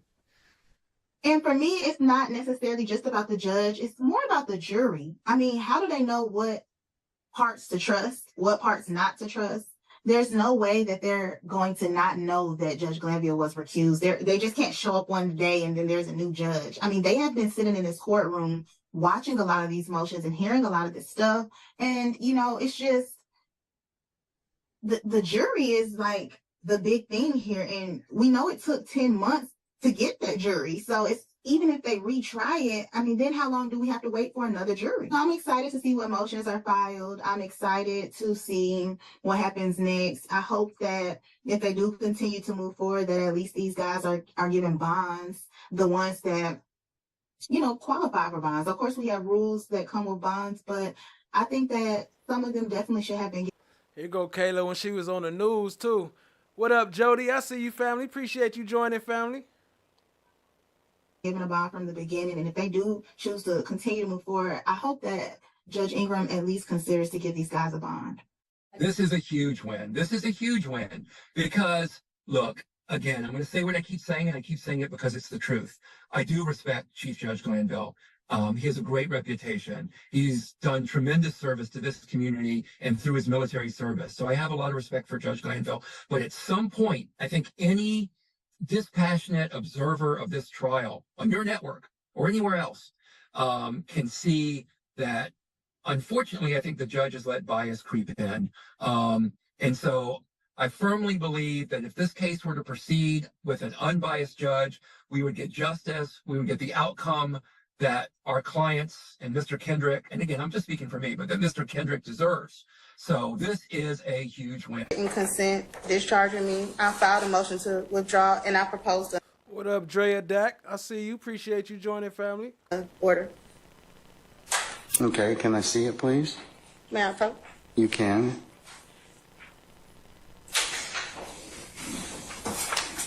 Look, y'all see that? Kayla wasn't trying to take one step further than she would. She acted like it was a line, like don't cross that line.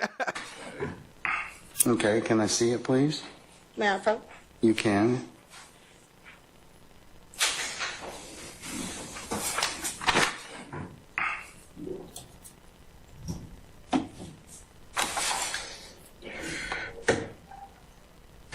Okay, What's your IG? Laugh, always have fun. What's your IG? Drop it in the chat. Just don't put no @ or nothing. Just put the name. I'll mark this as the next court's exhibit in order. Do you have a formal order that you're going to prepare with the style of the case and the case number? Yes, Judge. That's just his signature. I prepared an order and I filed a motion with the clerk's office. I'm waiting on a file stamp. All right, okay. Mr. Copeland, let me hand you.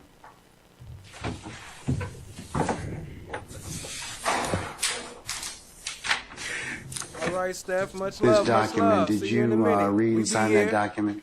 Yes. We barely halfway through. We gonna be here rocking for a minute. That's why I started early. Y'all hit the like, hit the subscribe, tap in, share with a friend.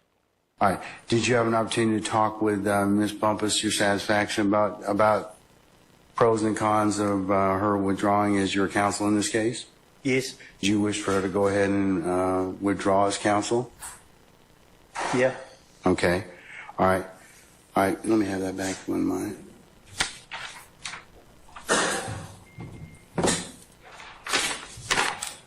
Okay, I'll mark this as the next court exhibit in order, madam. We got it. We'll just mark it as the next court exhibit in order.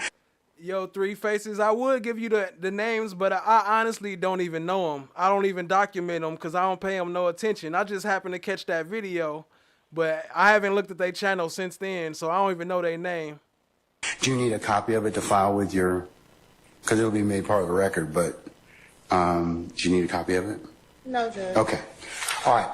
All right, so I will go ahead and authorize you to withdraw as his counsel in this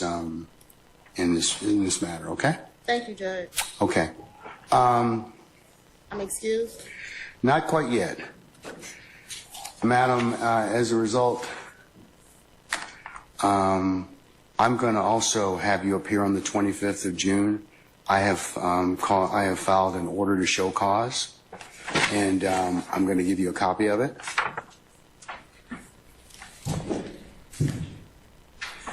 You can read it, acknowledge it, just that you received a copy of it, and we'll see you on the 25th of June at 9:30 in courtroom 1C. All right. So you need to be here for that day, okay? Okay. All right. We'll see you then. I need some drugs. Narcotics. I got chronic care issues, you know that. What up, True Washington? I see you, family. Appreciate you joining. Tapping into some more of this They might kill me. I'm scared. shenanigans. Thank you.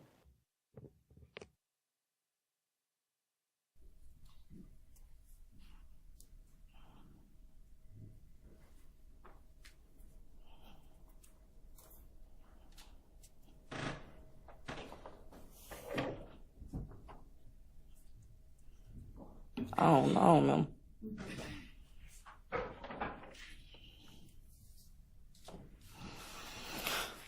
Do you remember ever telling Detective Gaither and Detective Dennis in August that Donovan Thomas was a member of the gang? I lied.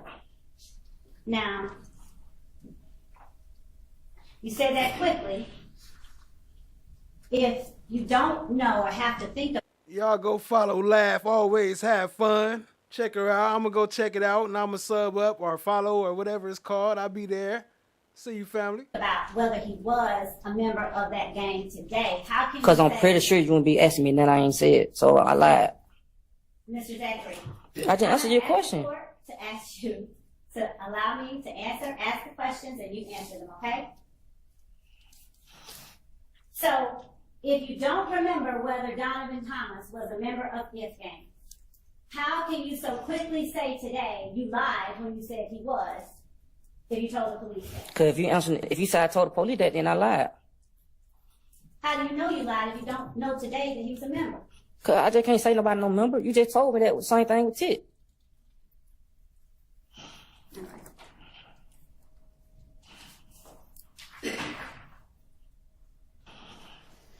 Bentley, did you know Bentley having a spot on Cleveland, on Oak Drive? See how backwards she is? She confusing me. She started her question with the name. Bentley, did you know a Bentley? Like, what? Organize your question, Dumbo. Yes. And where on Oak Drive was that? I don't know. I just know it was on Oak. How often, if at all, did you go there? Every day.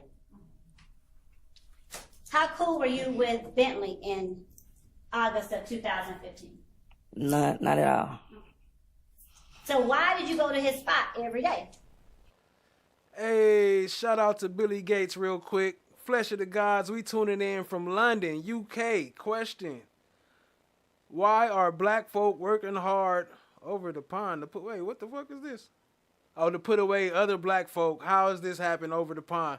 I don't know what over the pond mean, but yeah, that's a good question. I don't know why these black folk treat us like this. It's two different type of black folk, to answer your question.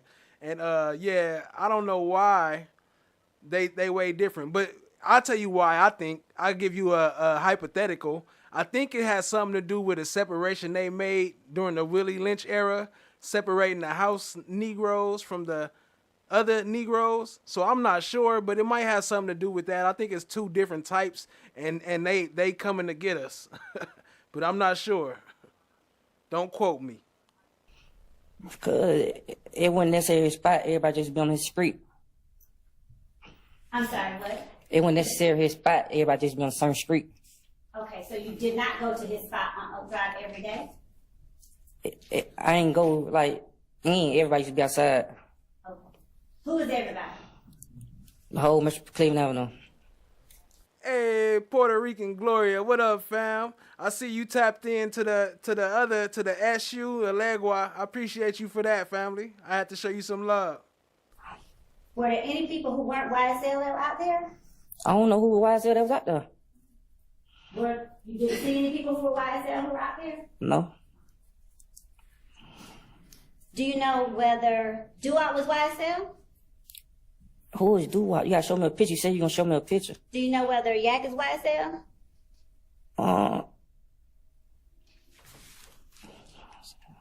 Yeah, I think he signed to him.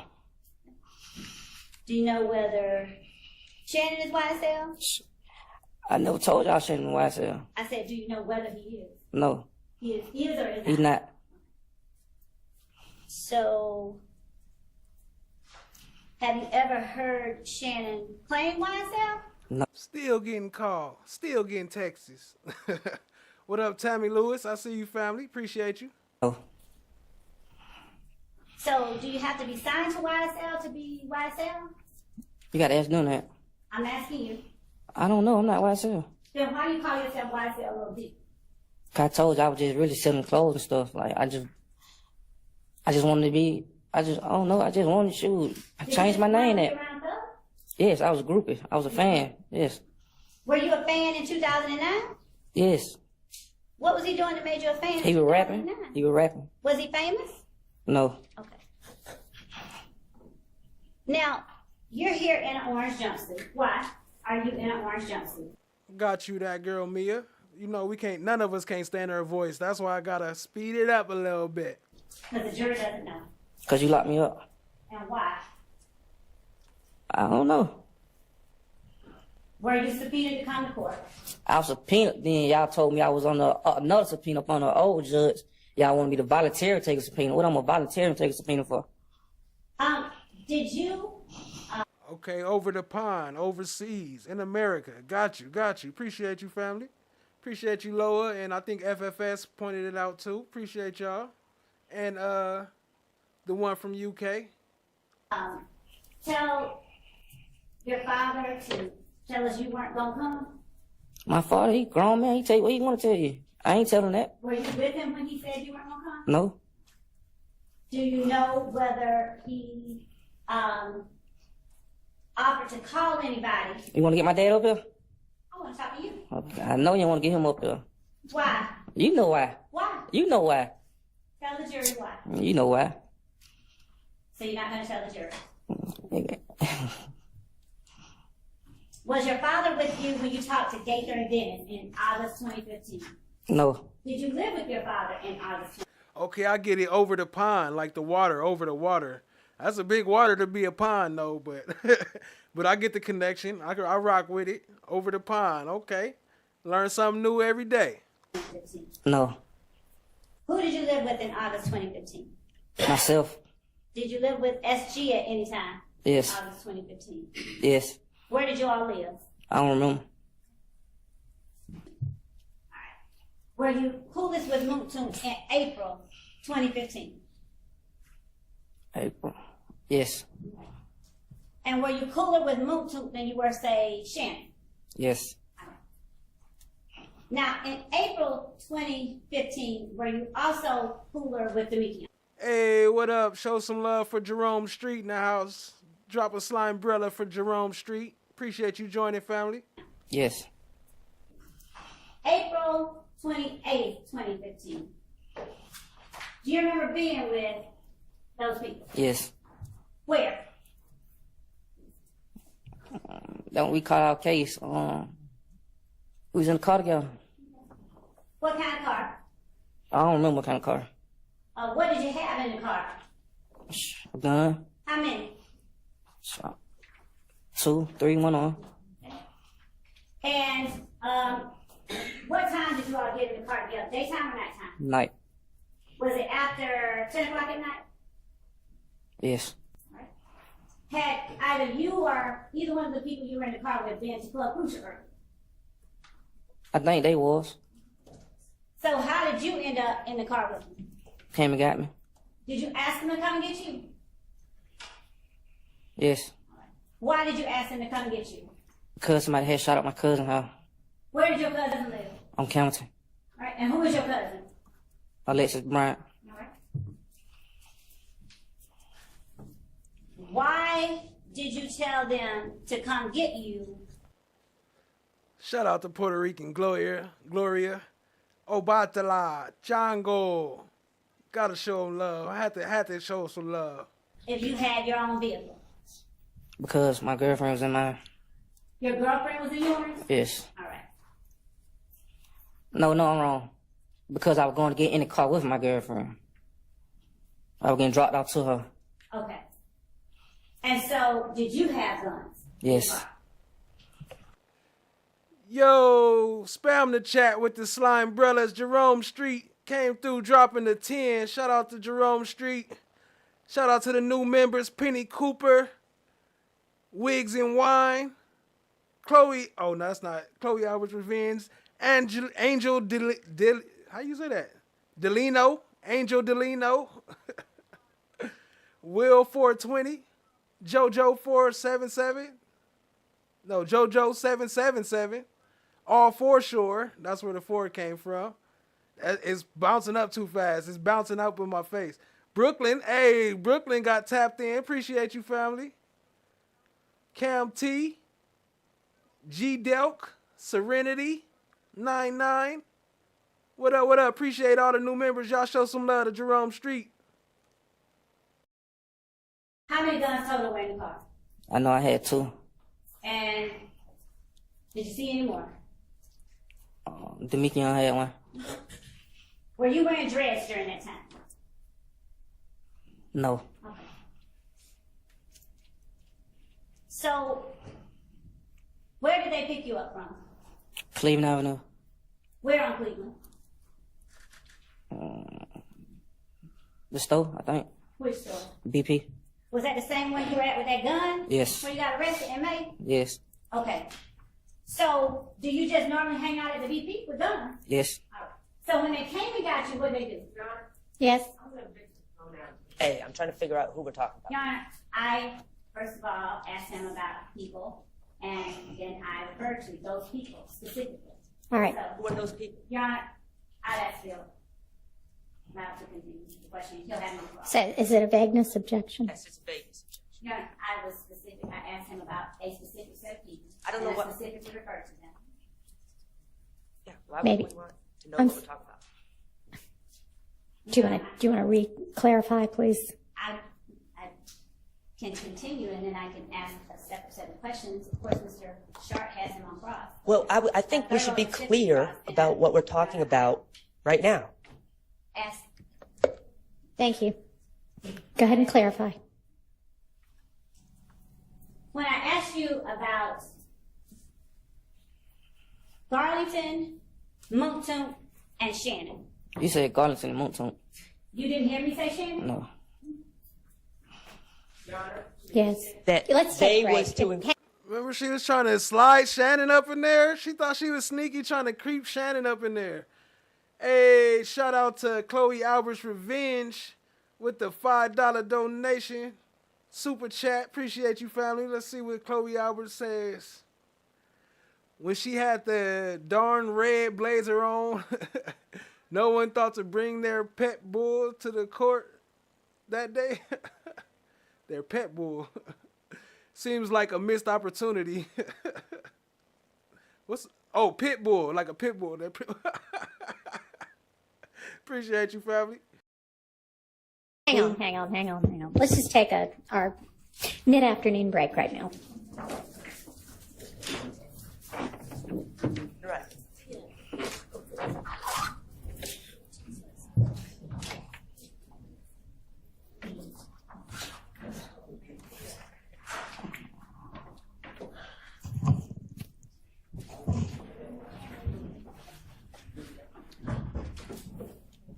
Some of our jurors, please. All right, thank you, sir. Thank you, madam, I should say. I'm sorry. Can I tell you what I do remember? Is that about the shooting on the highway? No. Then no, not right now. Okay. Pasa. Or let me ask you this: do you remember what you told Detective Gaither in January of 2015? No, I was going to tell you what I remember from when Nut was killed. Okay.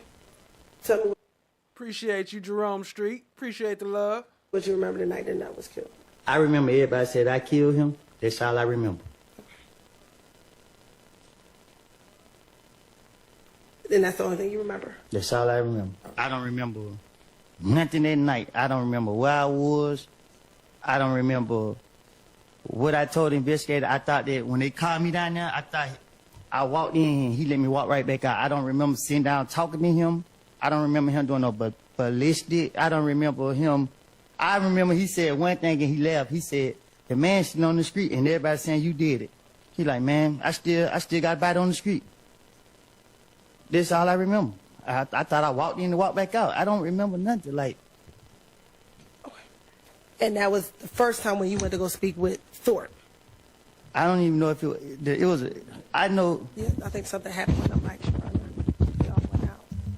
With whose mic? All of us. Yeah. Of course. I don't have a way to. Yeah.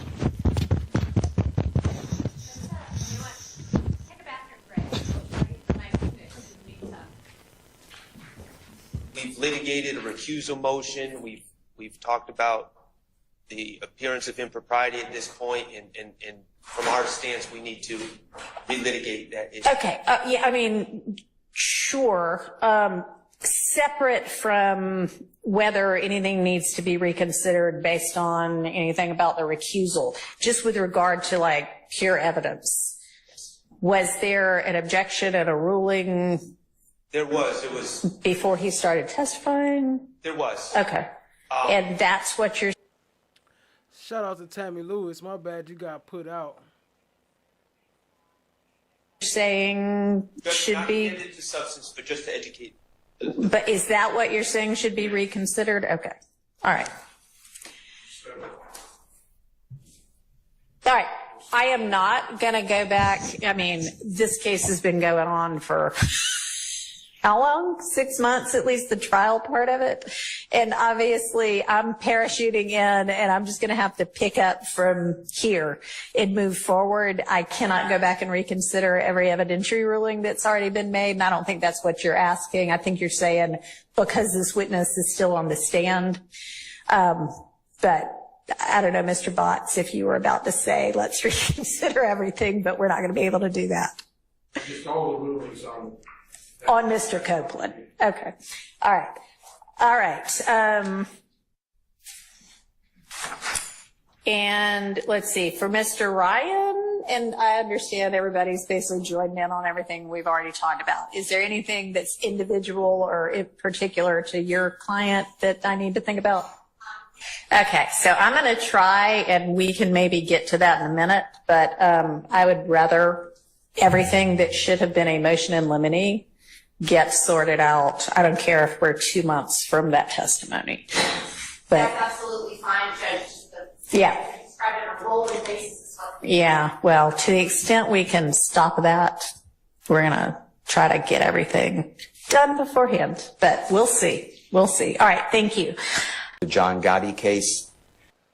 Spam the chat with the slime brellas for Miss Mama and spam the chat for Chloe Albert's revenge. Chloe Albert says, pet like bullfighting, but honestly a pit bull would probably chase her ass too. We just need her running. I'm going to pull that up in a minute. Appreciate you, family.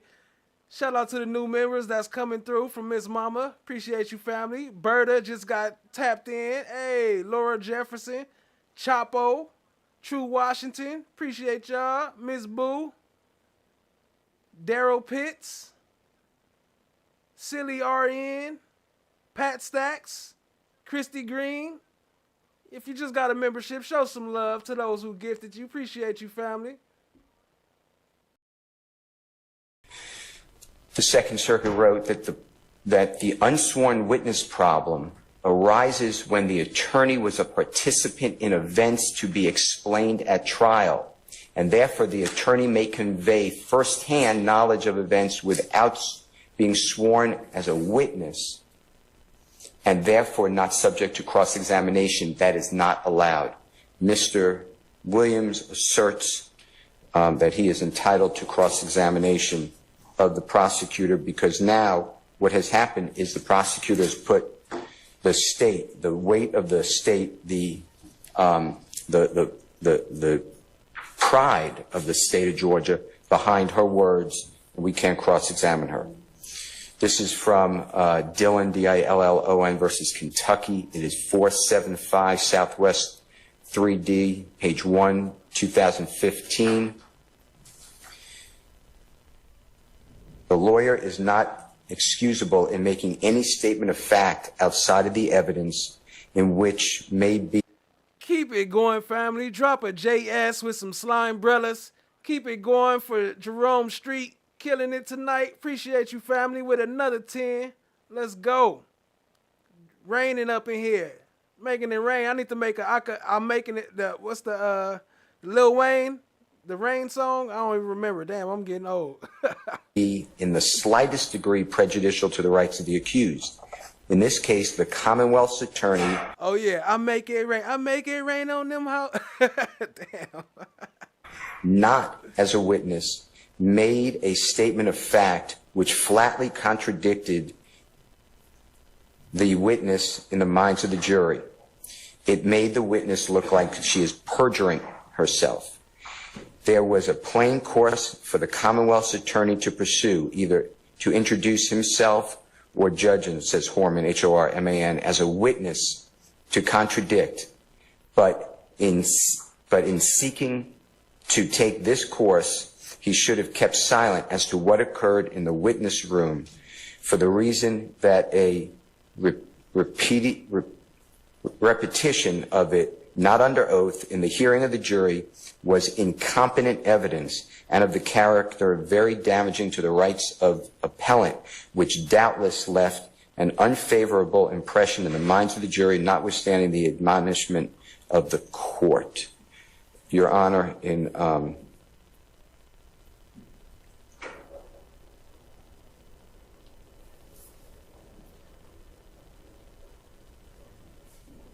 the Rule 3.7, comment 2, a lawyer shall not in a trial assert personal knowledge of facts in issue except when testifying as a witness. Generally, a lawyer must be prohibited from acting as an advocate at trial where the lawyer is likely to be a necessary witness. I'm raising that early. This is a very serious issue, but here, I don't know how we got here, but all I know is I sit there and I see text messages between the prosecutor and a witness that are now in evidence, and the prosecutor saying, "Didn't you tell me," etc. I'm not going to repeat, of course, but that is my motion, and my motion is that for whatever reason that was done, the state of Georgia has caused one of their prosecutors that now has to be lifted from this case. If not, I am moving for a mistrial because I cannot cross-examine an unsworn witness. Lastly, Your Honor, this is a separate issue. I would like the phone of Ms. Bennett to be returned to her because I believe, based upon what I'm hearing, that there is exculpatory information on that phone. That phone is being held by the Fulton County DA's office. I have not seen the process that this court ordered, but I did see a video, and I will tell you that according to the video that I saw, I may be wrong, but according to the video I saw, Ms. Bennett did not have her phone on her when she's arrested, so it should not have been put in property, and it's not in property, it's with the DA's office, and I'd like to look at that phone if Ms. Bennett allows me. I don't have any other way to do it. But without having it, I can't ask her for it because she doesn't have it. So those are my issues. I want to raise them today because they're ripe, and I don't know how we're here, but that's my issue. All right. Your Honor, as this is a matter that Mr. Steele has brought up before this court orally, we would ask that the court require that he reduce or place his motion in writing so that the state may properly respond. We would ask that the court require that Mr. Steele, in his written motion, provide any legal support he has for the assertions he is making to the court, regardless of the fact that he said, "I just wanted to put the court on notice." He has moved this court. I believe that this is not a proper motion to be made orally, that it is one that should and necessarily needs to be made in writing, and the state given the proper opportunity to respond in writing with legal support for the state's position. And I'd ask that the court allow us to properly address this motion before this honorable court, either on next week while the jury is in recess or at any other time that the court deems proper. And they cite Dr. Adam Dunbar and Dr. Kubin. Dr. Kubin hasn't been here yet for you, but Dr. Dunbar has. Threatening nature of rap music. So my Chad Diggy said, are we subbed up? Is y'all here subbed up? Are y'all just here just creeping in the bushes? Y'all hit that subscribe button. Stop playing with your boy and show some love one time. Appreciate you, Chad Diggy. point, to answer your court's question directly, like why can't the jurors just do it? The court is telling. And Tall Glass, I see you going in back there too. Shout out to Tall Glass. Appreciate you, family. Why that's what they're saying, a jury's determination of it. I mean. And Finding Good, what up? I see you creeping in. What up, family? Evening. Crosses the line, but they still get that privilege of deciding that. No, the point here is it protected speech? That's what the case. That's what I just read to you. You need to decide whether a jury gets to hear that evidence, and you only do that if it's not protected speech, if it is a true threat, if it is something that the state is saying, or is it just simply music? I think it's two tracks. I don't understand your argument, okay? I really don't. It's two tracks. It's either First Amendment or it's not. And you make that decision. Okay? All right, that's what we do. All right. Okay. But you have to make that decision. Okay. That's a fact. Tall Glass defense have begged for a fake trial. Begged for a fake trial from the beginning of mistrial. I never imagined this would end like this. But you know who was trying to get the mistrial first? The first two mistrial motions was from the state. The first one was the Woody thing, and the second from leaking the Woody information. The second one was from a juror. They said that they saw a juror. So the first two motions for mistrial when the case first started was from the state. So they've been trying to get a mistrial from the beginning too. So they could start over because they wasn't ready. I hope I've answered that. I mean, your question just is right there. And what is a true threat? That's the next case. United States versus Bagdashian, Bagdasarian. It's 652 F3rd. What up, Rainy Rain? I see you. Appreciate you, family. 1113. Comes from the 9th Circuit, 2011. And this is horrible. President Obama, Honorable President Obama, was elected. Shout out to JS. Drop some slime umbrellas for JS. Drop it, show him much love. We love you around here, family. Appreciate the love. Damn, blocking my play button. It's on page 3 of 22. It's on the background on the left-hand side. On October 22, 2008, when Barack Obama's election was looking more and more likely, Bagdasarian, under the username California Radio, joined Yahoo Finance, American International Group message board, on which members of the public posted messages concerning financial. Mary Lou, to check your points, you put exclamation point free thug, no spaces. Exclamation point free thug.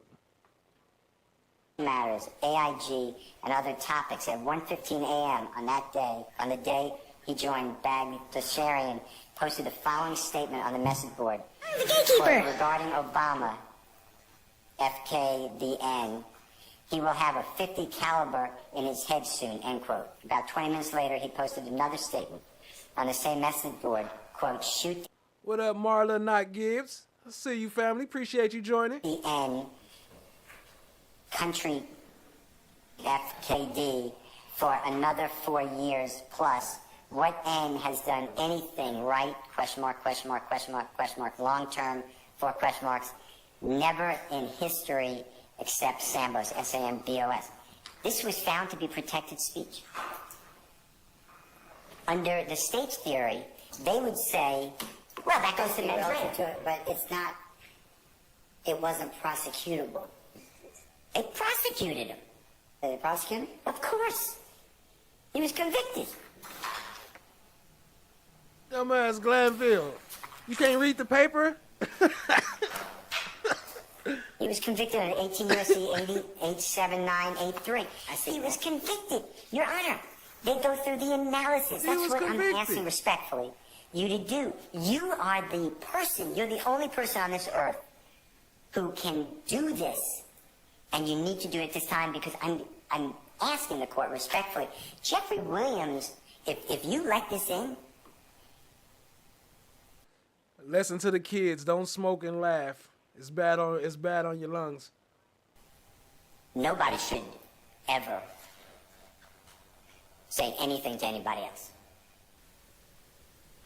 Because the state of Georgia went through with all their Oh, wait a minute. Didn't nobody tell me that I still had the voice on? I got the voice over here tripping. My bad, y'all. I'm getting a little excited. I'm seeing these coming through. Let me skip down and catch up with y'all. Let me calm down, take a woosah, give me a glass of water or something. I'm getting a little excited. Let me skip down. I'm missing some stuff. Shout out to Jerome Street with the 20. Appreciate you, family. Y'all drop some slime brothers for Jerome Street. Let me get back focused for a minute. resources and picked out little, they don't give you you have not listened to the whole song of any of these. You don't know the context. You don't know the next line. The words are good as the company they keep. The state is telling you this is mens rea. It doesn't, they can't say whether it's mens rea. The jury makes that determination. What they should be able to say is Jeffrey Williams told KC that he wrote this song about the killing of Mr. Thomas. That is competent evidence. That is the confession. That is the co-conspirator admission. That is the admission. There you go. Rainy Rain said something. Appreciate you, family. I didn't know I had it on all that time. I can't hear it. It sounds regular to me. But what they're doing is not that. The state is making the determination. Judge, we have these violent lyrics and we have these violent allegations. So therefore, we want to merge them together and let the jury decide. And that's exactly what the U.S. Supreme Court says cannot be done. Because that's not America. Okay, and you're right. I have to let it in. I have to decide whether to let it in, whether or not it's going to go for a proper purpose. So you're right about that. I don't have any issue with that. Well, first, is it protected speech? And the state, my point, I sat here intently listening. There's wonderful people and lawyers representing the prosecution. They never gave you the information to be armed with getting it in. They need to bring it. I moved to exclude it as protected speech. So we need 15 subscribers. I guess we jumped the gun a little early last time, which me personally, I don't mind. I like to speak it in existence. First we talk about it, then it comes. So I'm good. We still celebrating this 3K, but we can make this part 2 to wrap it up. We need that official, to make it official. We need 15 more subscribers. So if we could just get 15 of y'all to just tap that subscribe button, we'll hit that goal. And we appreciate y'all for that, family. Much love. Oh, I got it up here, huh? Hold on, let me see. 15. I can't. There you go. 15. All we need is 15. We almost there, family. Show us some love. Hit that subscribe button. I make Jack dance for you. I'm not asking for any category of... And shout out to Finding Good with the 5 gifted, family. Appreciate the love. I don't remember what Mr. Carlson said, but it was far-fetched.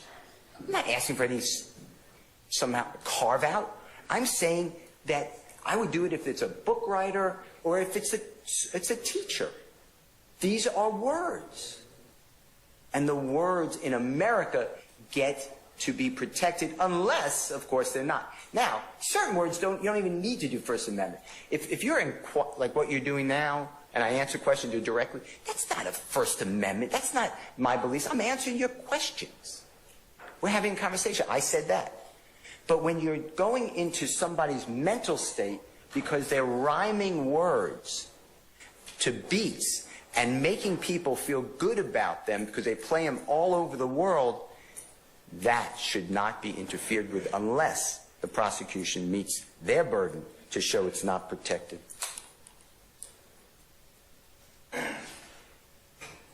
So this is a great case about, is it a threat that Ms. Hilton talked about. The last case I gave you, Your Honor, which was the Counterman case, they have great about incitement. You know, when you're inciting people to do things, go out, I'm going to tell you this, go out and go to January 6th and go to the Capitol. Those are not protected speech. If it's to incite somebody to do a crime, I agree with that. I'm not trying to say that criminality somehow gets immunity because you said it in a rap lyric or you say it in any setting. I'm saying we still celebrating Jerome Street. We've been celebrating for part 1 and part 2. This part 2 of the celebration. Yeah, we celebrating. We ain't got to wait for the exact number, but I would appreciate y'all helping us hit the exact number. But we at the 3K. I'll take it, family. Let's go. Estimate up. Good vibes only. in this setting, in this case, without a connection, I think you called it nexus earlier, maybe not today, but earlier, unless there's some sort of direct connection to show, hey, this is the confession, that's the state's theory. So it should not be used. Your Honor, moving on, there is a trend here.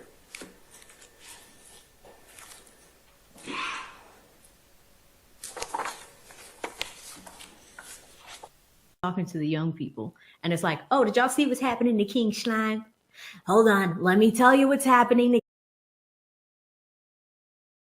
Hold on. Let me move love.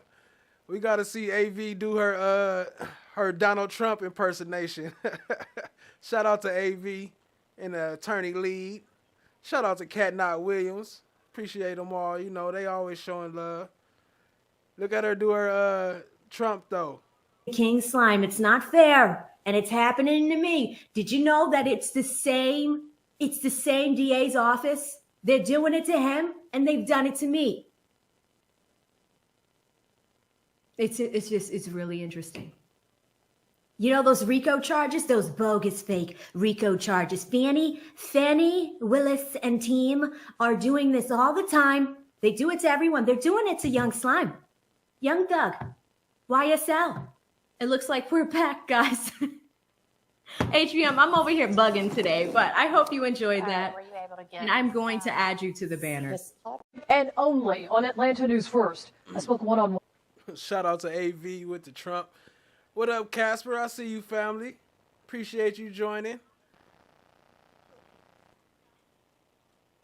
With the father of Atlanta rapper Young Thug, whose court case was canceled today as a decision over a mistrial looms. Jeffrey Williams admits he's frustrated and shares some unfriendly views on Fulton County DA Fonnie Willis and why he's voting for the very first time to oust her.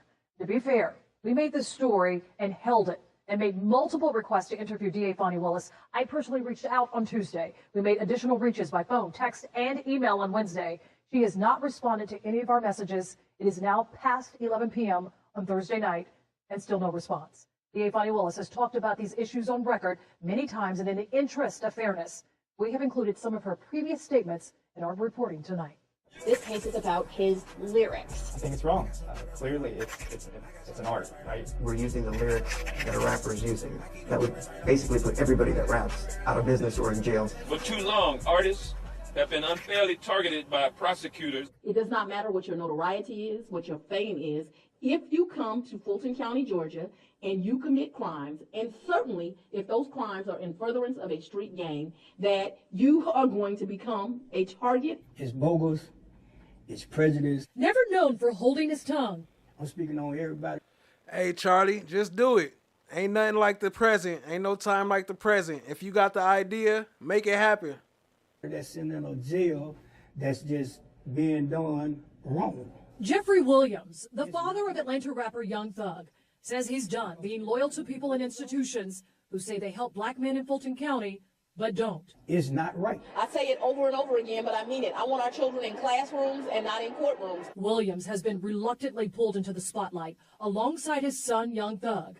The rapper is at the center of a very high-profile trial where prosecutors claim his music and crimes are linked. That his record label, YSL, also known as Young Slime Life, is a criminal operation with gang connections. My number one focus is targeting gangs, and there's a reason for that. They are committing conservatively 70. Shout out to Laugh Always Have Fun. Appreciate the super sticker, family. Y'all show some love to Laugh Always. Appreciate it. 5 to 80% of all of the violent crime that we are seeing within our community. Drop some slime umbrellas for Laugh Always. Give her a slime umbrella or two and put a L. L.A. To One of make the two. Funny Willis look better. She's using it as a tool to enrich the popularity of her game, which is the district attorney office. That's the game. Williams squarely points the finger back at Fulton County District Attorney Fonnie Willis, accusing the DA of abusing plea deals by pressuring young men of color If I collaborate, they give me a year. who don't have the financial means to fight back to agree to untruths. Are all of your answers to every question I asked from now on going to be, I don't recall? Yes. Which he says were used to build the case against Young Thug and YSL. We've got to take seriously the court system. We reached out to Willis for comment, but did not hear back. If you got something on a person, if you got something to do, to convict them or whatever, do your job. But if you don't just tear a person's life up just cause. I have some legal advice. Don't confess to. Rainy Rain Part 1 of the 3K celebration was shown 2 days ago, which would be Saturday. And Part 1 of this episode was actually probably like a couple shows ago. So I don't know. I'll have to pull it up for you. But probably like a couple days ago. But it got the same cover, so it'll be easy to find. Shout out to FFS with the 5 gifted. Y'all drop some love. Put the FFS emojis in the chat with the slime umbrellas. Appreciate the love, family. Crimes on rap lyrics if you do not want them used. Are you serious? Fed up, Williams says enough is enough. He now has 3 sons in jail in connection to the YSL RICO trial. Williams says the pressure, the legal fees, and the wait to see if Young Thug will be freed is taking its toll. But as a father, he's there. One thing my kids know that society don't know is that regardless of what, they're gonna be there. Williams' advocacy for his sons have included emails, letters, and petitions to try and change the course of his son's fate. But this November, for the first time ever, Dad is voting to fight for what he says is way bigger than Young Thug's freedom in Georgia's longest ever criminal trial.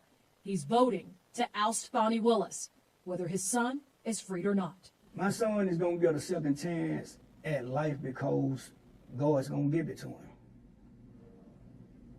By any means necessary, it's gonna happen. It's not his fault. He's good to people. I did ask Jeffrey Williams what is the first thing Young Thug plans to do if he is released from jail. He did not disclose much. Instead, he says it's up to Young Thug to decide what he's going to do if he's released. But his father has made it clear he wants this case thrown out so his 6 biological children and the 52 children he mentors can pick up their lives and get back to running YSL, a legitimate business, he says, that is registered with the state of Georgia.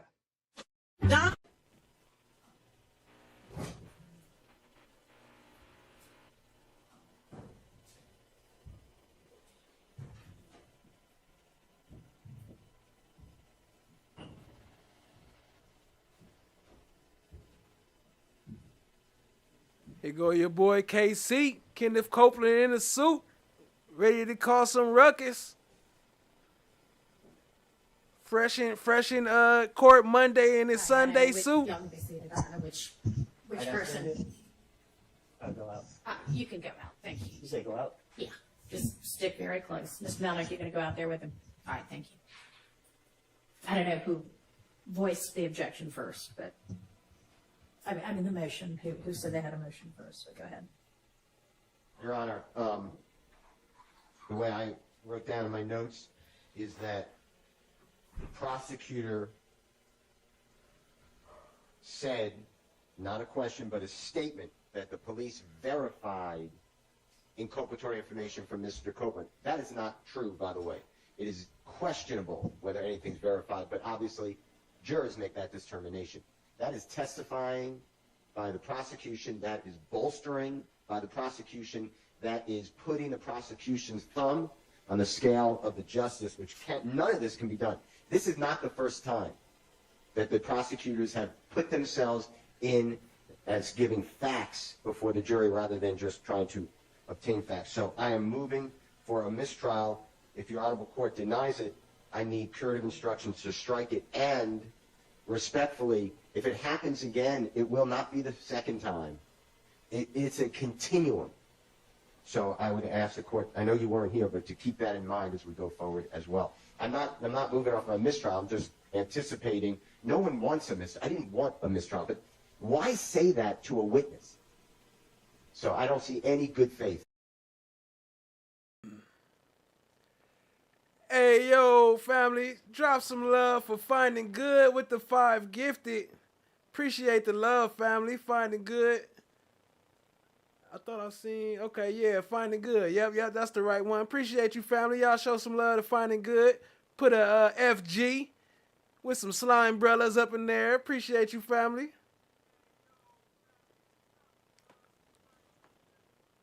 In that question. All right, thank you. Mr. Sharp. I adopt everything that my motion is the same. I adopt everything that Mr. Attorney Steele said. I'll also say that in Attorney Hilton's statement that the claims of Mr. Copeland were verified by the police. It's an improper expression of belief by an advocate in front of the jury, and that is improper. And I'll also add, Your Honor, not only do I not believe it to be true, but also there has been absolutely no evidence presented that any of this has been verified. All right. So, thank you, Your Honor. Thank you. Response? Oh, I'm sorry. Yeah, everybody joins. Okay. When I asked the question, Your Honor, what we will eventually get to with Mr. Copeland, I believe, is that he's the person who told the police initially on the night of the murder about certain facts that were verified. And when I say verified, that we have corroborating evidence to support it. So Mr. Copeland, when he talks to police in June of 2015, he told the police that Mr. Williams rented the car that was used in the murder from 11 more subscribers, 11 more. Come on, y'all, show some love. I just need just 10 of y'all. We'll get the number 11 on GP. Just 10 of y'all hit sub. Show us some love. Sub up. Can I stop you for just a second? Yes.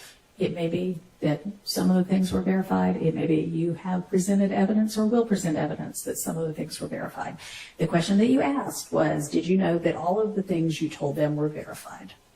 So that's the issue.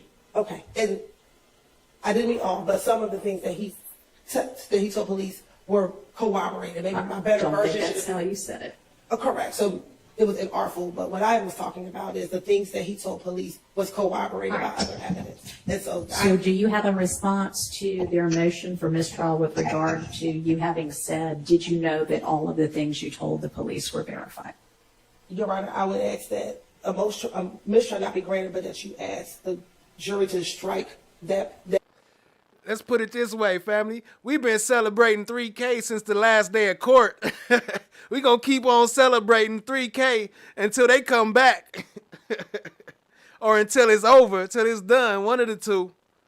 That question, and I can rephrase the question. All right. You need to be more artful from the get-go with your questioning from here on out. Understand? Yes, sir. All right. I propose to instruct the jury, remind the jury that nothing that any attorney says in questioning is evidence, and also to strike Ms. Hilton's last question entirely from their minds. Any further curative instructions proposed? No, Your Honor. How about from the defense? Talk in your mic if you don't mind for me.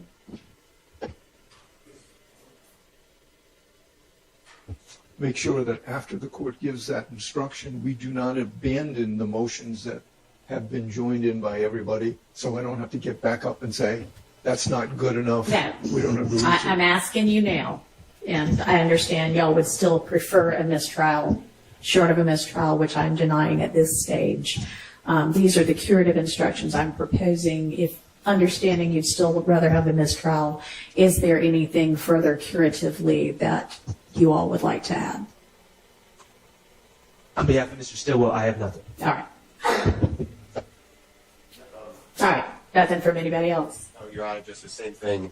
The rule is that before the next question is posed, we have to again ask for a mistrial, but you just said that that's preserved, so nothing further. Understood. All right. Thank you.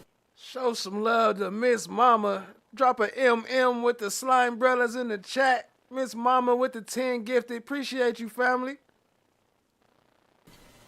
All right, we're ready to get the jury back in and Mr. Copeland back on the stand. You can do that first.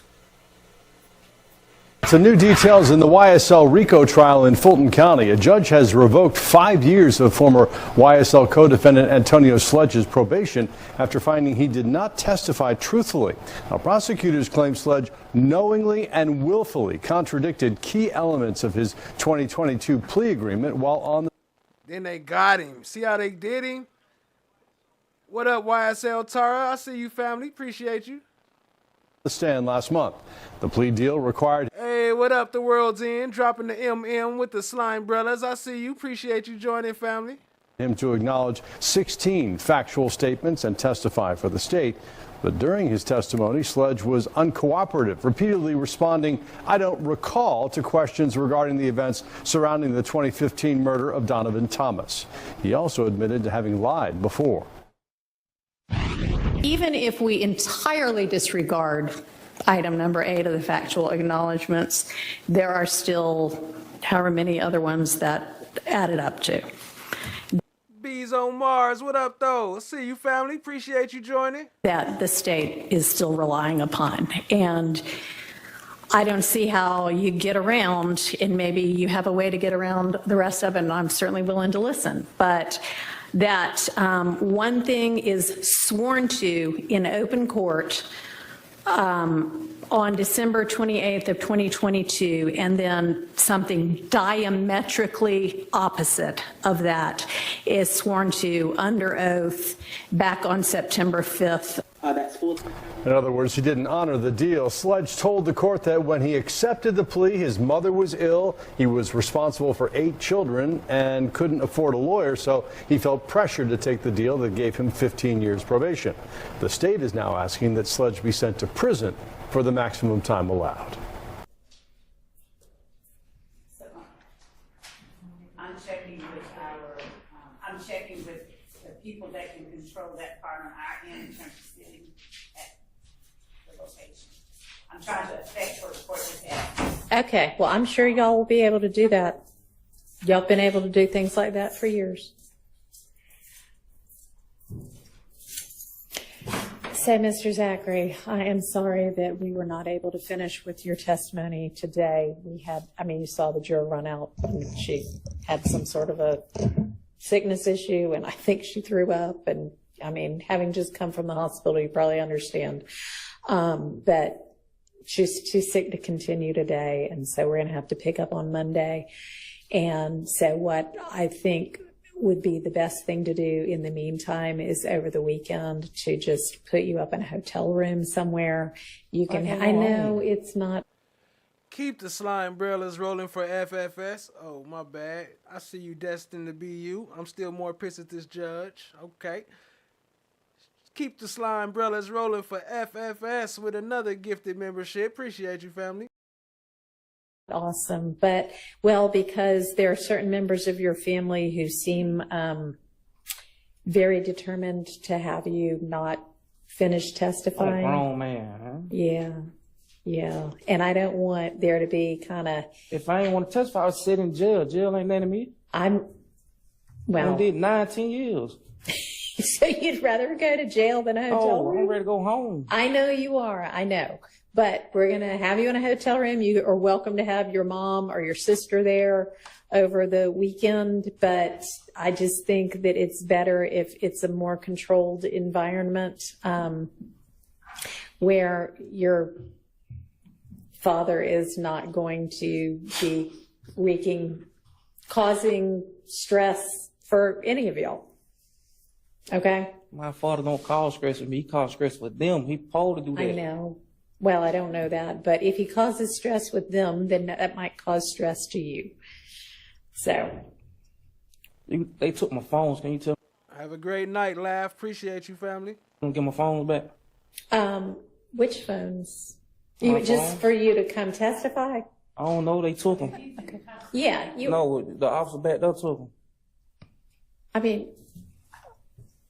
I think when they took him in custody. They took both my cell phones. I mean, I don't really. They ain't turn them into property. I don't really have a problem with him having his phones. The issue is him showing up for court. So it's fine with me if he gets his phones back. So is there anything else you wanted to let the court know? Yeah. I don't want that lawyer no more. You don't want that lawyer? Why you working for them? All right. Well, let me say this. When you come back on Monday, it may be that you want a lawyer. You don't feel like you need any kind of lawyer whatsoever. So what if things change on Monday? I don't need no lawyer. All right. Puerto Rican Gloria then switched up the profile pic. Okay, I see you. I see you. Looking beautiful. Well, Mr. Scheib, thank you for your service. Yes, ma'am. Good luck. Anything else? Hang on. I'm asking, actually, Mr. Zachary right now. Mr. Zachary, is there anything else that you need to... I can go now? No, because what's going to happen is that somebody probably from the DA's office is going to escort you to whichever hotel this is they end up putting... Can it be hard walking out the door? Can it be what? Oh, right, walking out the door. I don't know whether it's going to be that particular investigator or not. She know what... I don't know. Those cards is actually connected with Stream Elements, so it might have something to do with me cutting that off. That might be why they're not showing up. I don't know. But appreciate the love, family. It might be, it might not be. It's not going to be up to me. All right. What else? That's it. Okay. So they will get you in not too much longer. Okay. All right. And we'll see you Monday. Your Honor, at the risk of just generally being annoying, I would just ask that the witness and also both sides be instructed not to discuss the testimony over the weekend. Yeah. I think that's very important. So don't discuss what you've talked about before or what you might talk about later with anybody over the weekend. Just keep it in your own head, okay? All right. All right.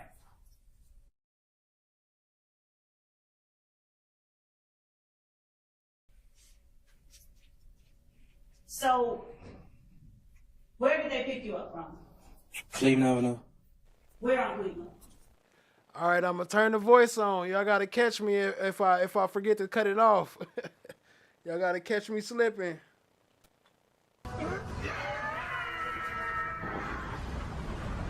So, BP.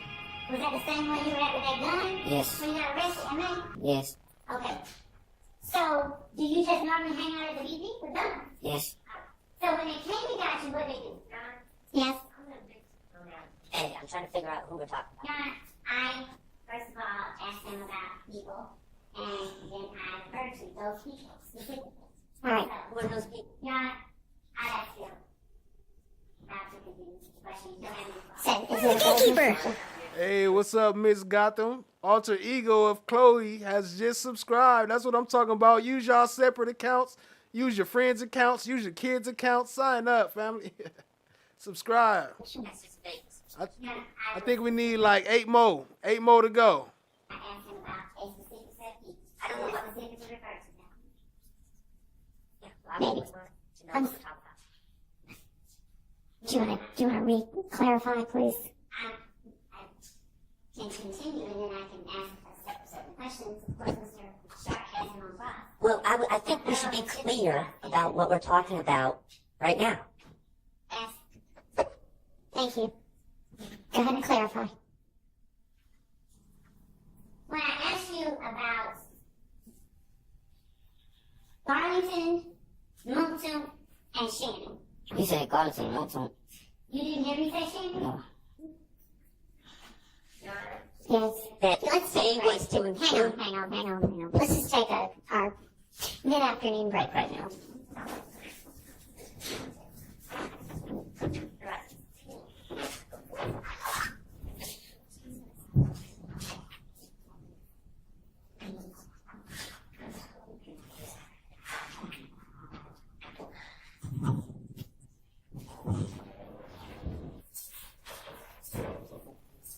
We there, family. We there. We got that 3K, family. Show us some love. We there now. All right, Mr. Sharp. Your Honor, what just happened was completely dishonest, disingenuous, misleading, and gross. And I objected, and I wouldn't have even thought about anyone doing this other than the fact that I've seen the prior behavior throughout this trial of this type of nonsense, where we try to trick a witness into think we're saying they, meaning 3 people, and then try to convince the jury that we're somehow including my client Shannon when it's clear that the witness is not following. That's what we're talking about. And it's disgusting, and I don't know how we cure it, but I'm going to move for a mistrial. I think it was completely intentional. Obviously, it was calculated. Obviously, when I asked for clarification, I would think anyone seeking the truth would gladly clarify. I'm seeking the truth. I would gladly clarify. No, it's sheepish grin and then... All right, I understand your objection, and I understand what you were saying past that objection. Miss Love, I think one thing... No, you need to listen. I think that one thing that needs to happen is when an objection is made and you are given an opportunity to respond and I make a ruling, even if that ruling is, please clarify, that you then need to obey what my order is instead of continuing to argue.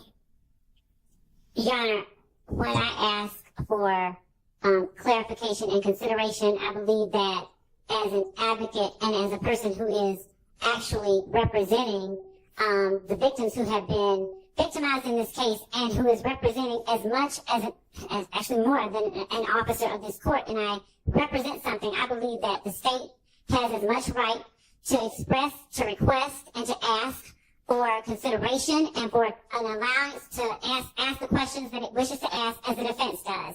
I believe, Your Honor, the objection that was made, and I understand what Mr. Sharp said, but there are a couple of things at play here. One, Mr. Sharp is well aware that Mr. Zachary has said that his client was with him. He has said it in the interview that I'm holding in my hand. He is not being honest with the court when he is claiming that Mr. Zachary had no idea what I was talking about. I literally said, Shannon... Shout out to Billy Gates. I appreciate that, family. Demekion and Moulton, and I asked him how close he was with each of them. Right, and then we went from that to his girlfriend, and then it was not unreasonable. And the objection could just be, vague, but it was not unreasonable to object to make sure that it was clear what the question was, who the they was in the question. And when I say clarify, that needs to be the end of it. And you need to ask a different question, rephrase the question, and let's move on. And there shouldn't be an issue with it. Yes, Your Honor, if the state is not allowed to ask for a clarification or consideration, I understand what you mean by that. Your Honor, when I ask clarification of my ruling, is that what you mean? When I ask for permission beyond what the court has instructed, I did not know that I should not do that, so I won't do that anymore. That's not what was going on. You basically, it seems to say... Thank you, Bahira. I appreciate that.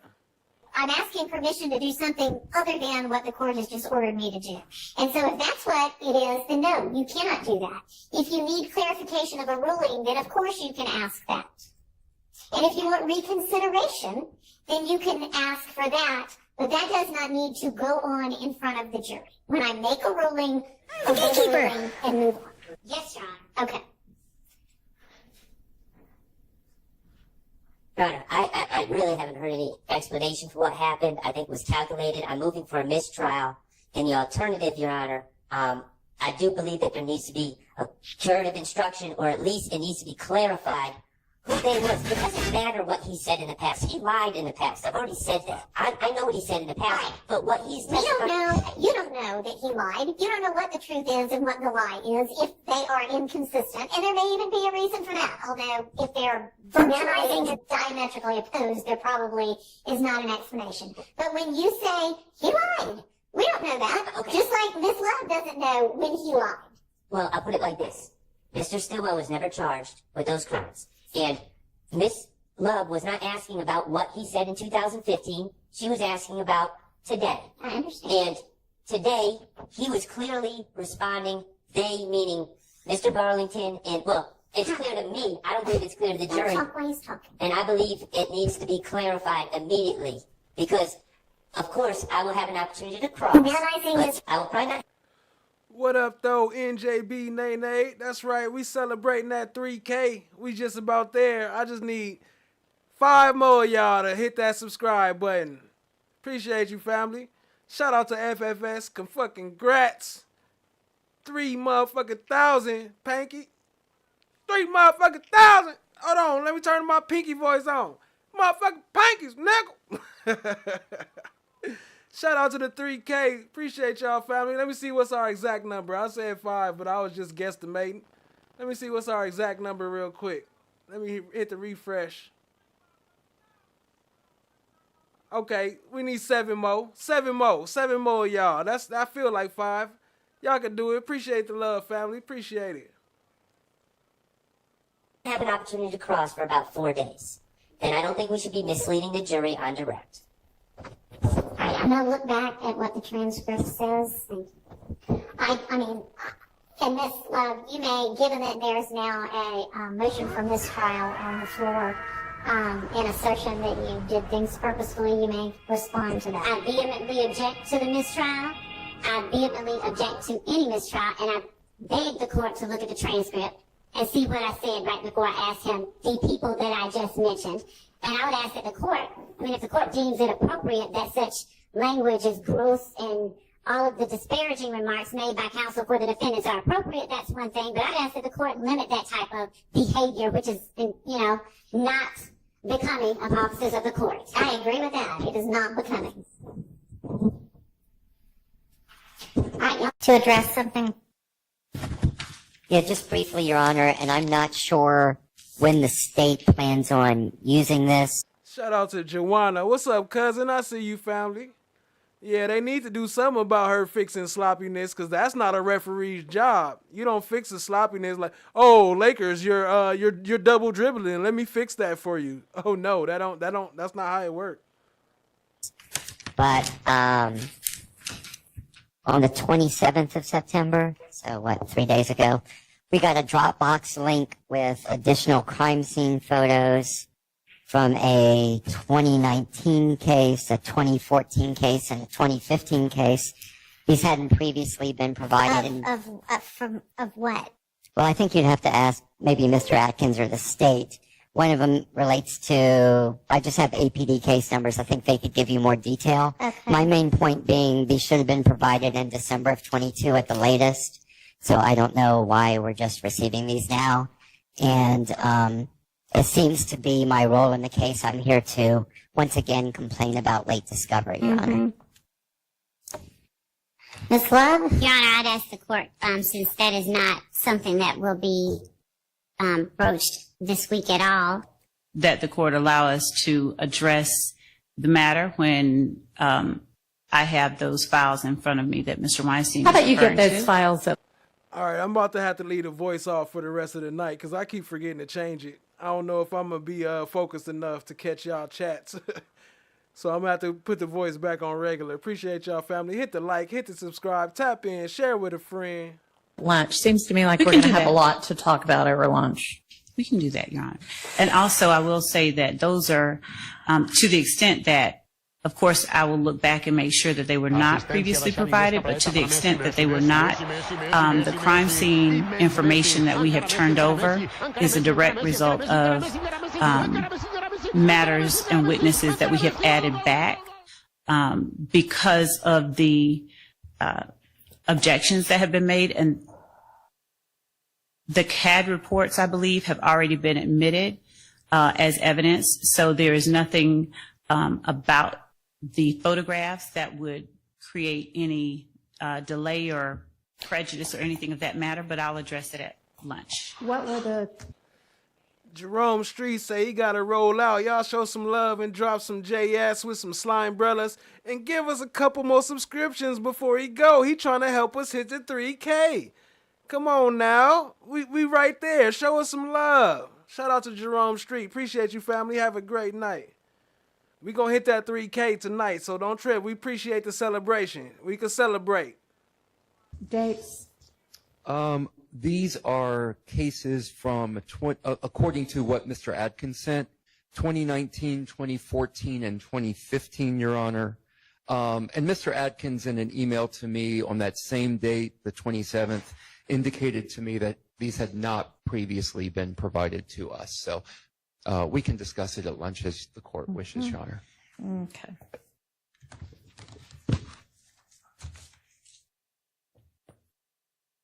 All right. Ms. Love, in your Sunday 6 p.m. email, you said that you were going to forward later in the evening to counsel and the court the portions of Mr. Zachary's interview that you were seeking reconsideration of based or because of, I guess, the way he testified. I'm not in receipt of that forward. Did you ever forward what the actual portions are? Your Honor, I think, no, I forwarded the transcript, the corrected transcript that I was seeking. But you didn't forward the portions that you... Shout out to Jerome Street. I love positivity. This is a great channel. No bias. I appreciate that, family. Good vibes only around here. All are welcome. Let's get it. Shout out to FFS with the super chat. Whoever got gifted and didn't sub, y'all see the rest. I don't know how to even speak negativity, but y'all see it. I feel it. So yeah, read it. Hold on, let me blow it up so you can see it. Appreciate the love, family. Let's go. You had that either I had ruled out or you had agreed would be out? I did not forward those. There were... And yeah, that's what you expected everybody to argue this morning without even knowing what those were. Could you please forward those at your earliest convenience so that we will know by lunchtime what it is that we're talking about? Absolutely. Excuse me. I didn't receive the transcript last night. Well, Child Diggy said that love is real tonight. That's a fact, fam. Appreciate y'all for showing all the love. She's agreed that she's not going to be using the transcript because... We officially passed 2,000 views. Appreciate the love, family. Let's go. Nobody's had a chance to look at it, so you don't need to worry about that. Thank you, But I don't know if somebody's going to be over here to assist you later in the morning, but as soon as somebody gets here, you need to get that taken care of, okay? Yes, Your Honor. All right, so is Mr. Sprinkle out there ready? He said that he needed 10 minutes from the time that I reached him, so. Tell him, text him now and tell him he needs to get over here right now. He is, Your Honor. He is coming. He Text literally. him anyway and say the 10 minutes, he can't have any more time. He needs to stop what he's doing right now and come on. Because we have the jury waiting. Yes, Your Honor. And then while we wait, I guess you can go ahead and forward us those portions of the interview that you think need reconsideration, since we'll just be sitting here doing nothing otherwise. Yes, Your Honor. Thank you. Redacted from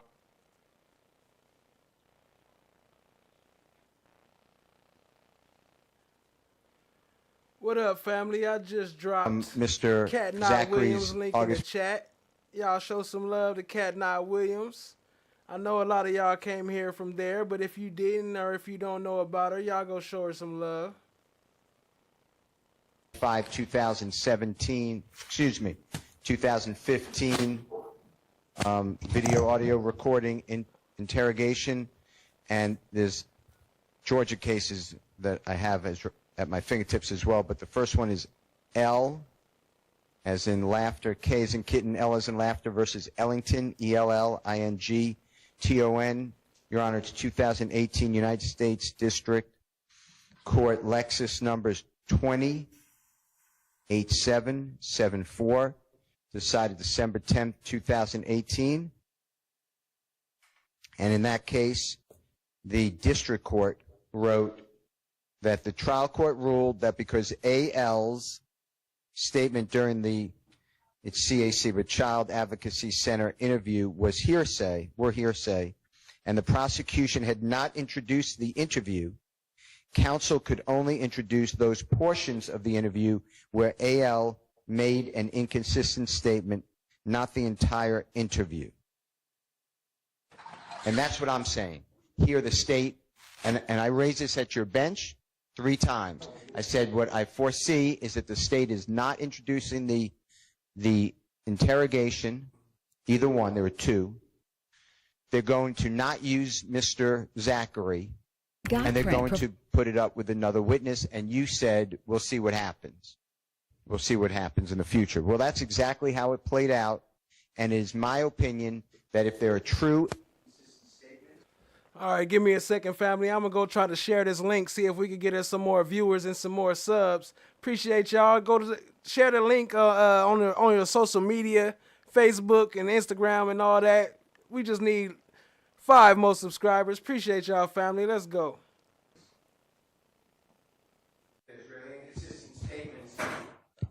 Then I understand that. And it comes in under 24.801 D1A, because it would not be hearsay, because it would relate back to OCGA 24-6-613, prior inconsistent statement.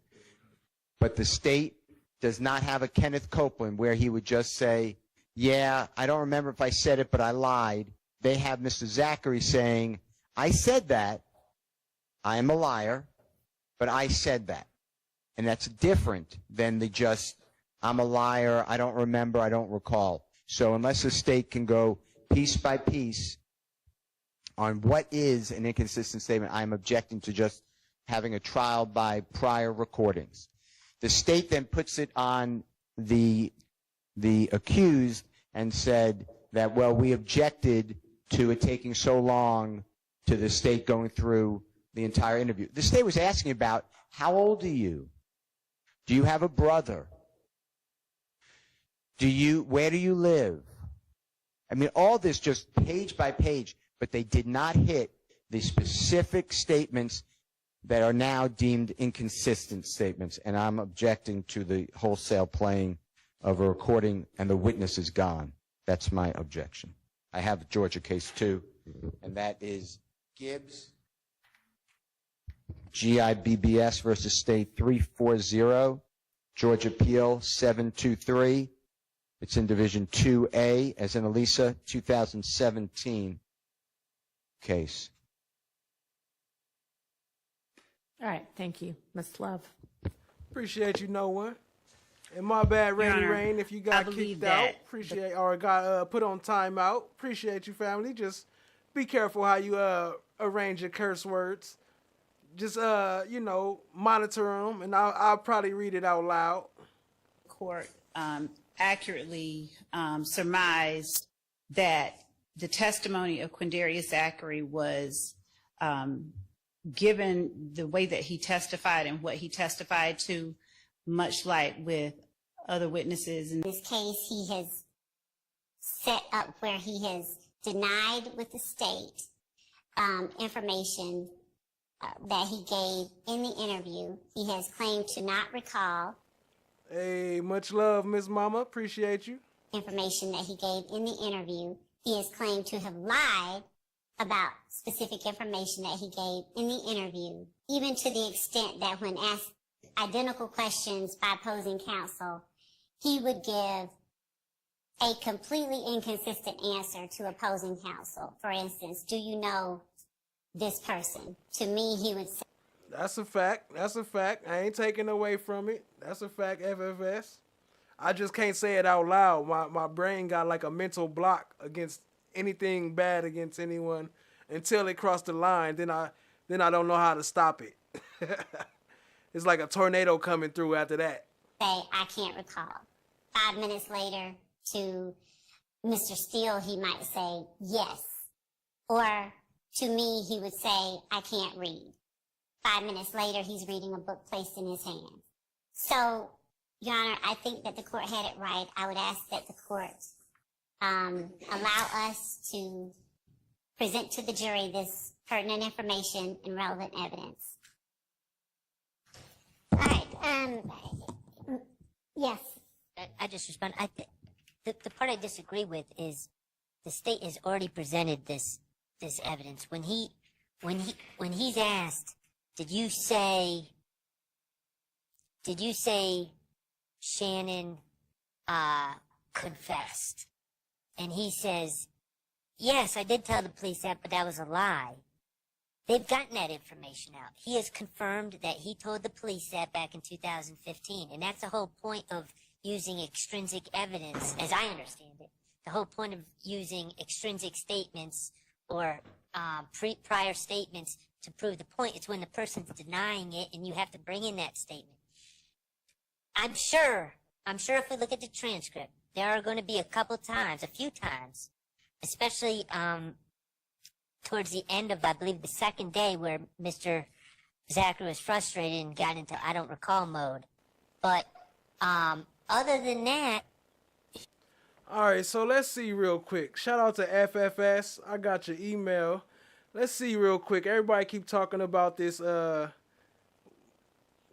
Nichols. Let's see what happened. Hold on. Let me open this up for y'all. Appreciate y'all, family. Hit the like, hit the subscribe, tap in, share with a friend.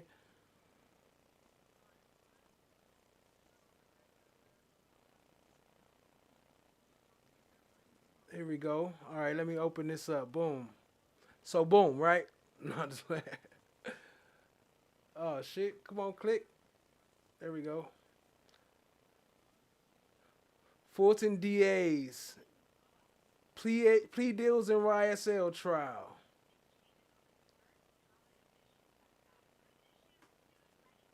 Let's see.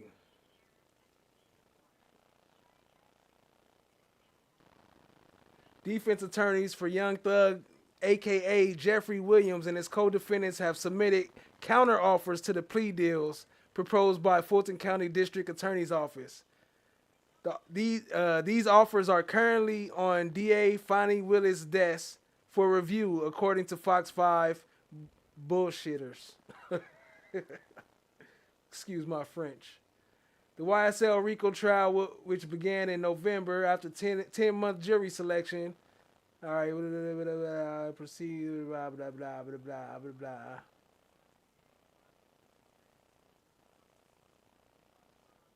Potential juror, blah, blah. Yeah, I don't know. I don't see that. That ain't the official yet. All right, well, that's a little bit. See, that's a little bit. He acknowledged what he allegedly said and said it was a lie, and this is why I lied. And I don't believe that lays the foundation for what the state wants to do.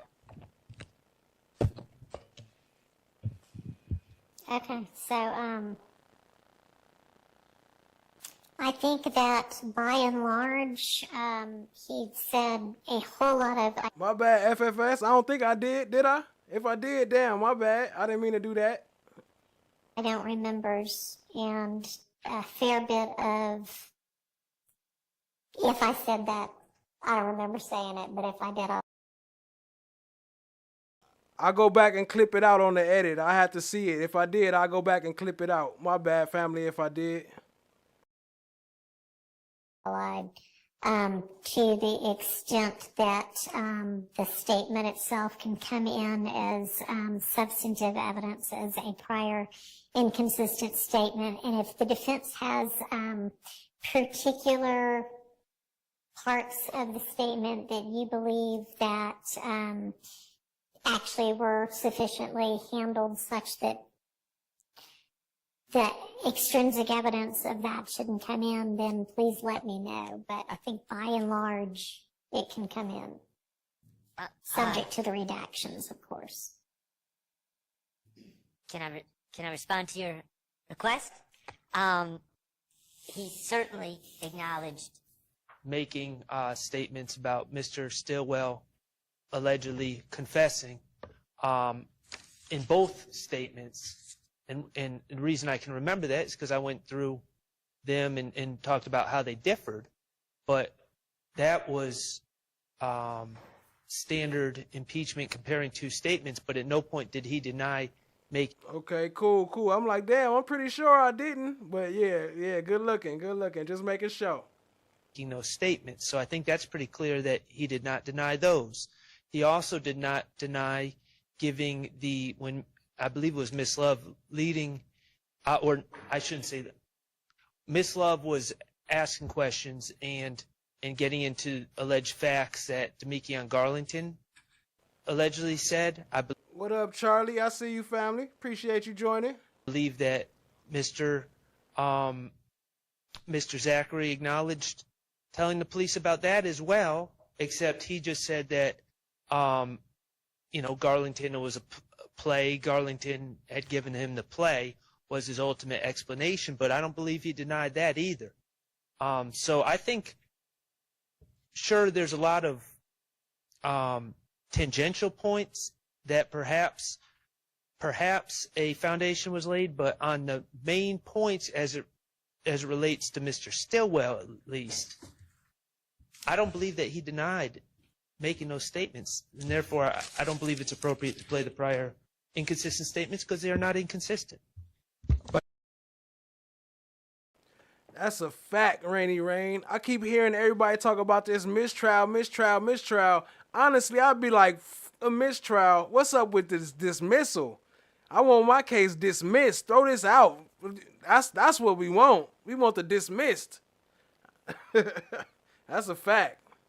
By the same token, Your Honor, he also did not deny having said in his previous interview that Mr. Kendrick had admitted to being involved in that murder.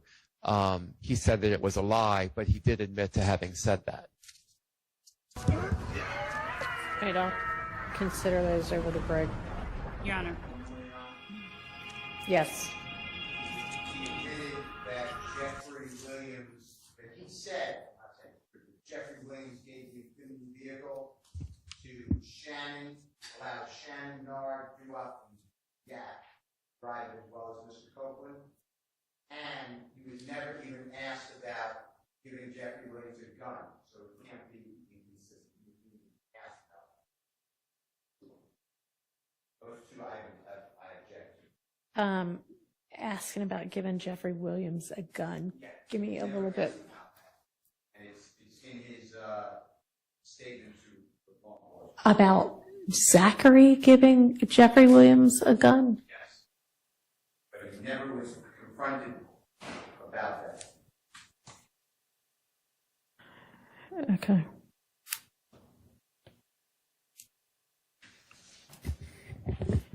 Yeah. Your Honor, now that I think about it, he also acknowledged giving the statement to law enforcement about yes, he acknowledged giving the statement to law enforcement about Mr. Copeland being at Big Boo's house and then saying, "Let's go."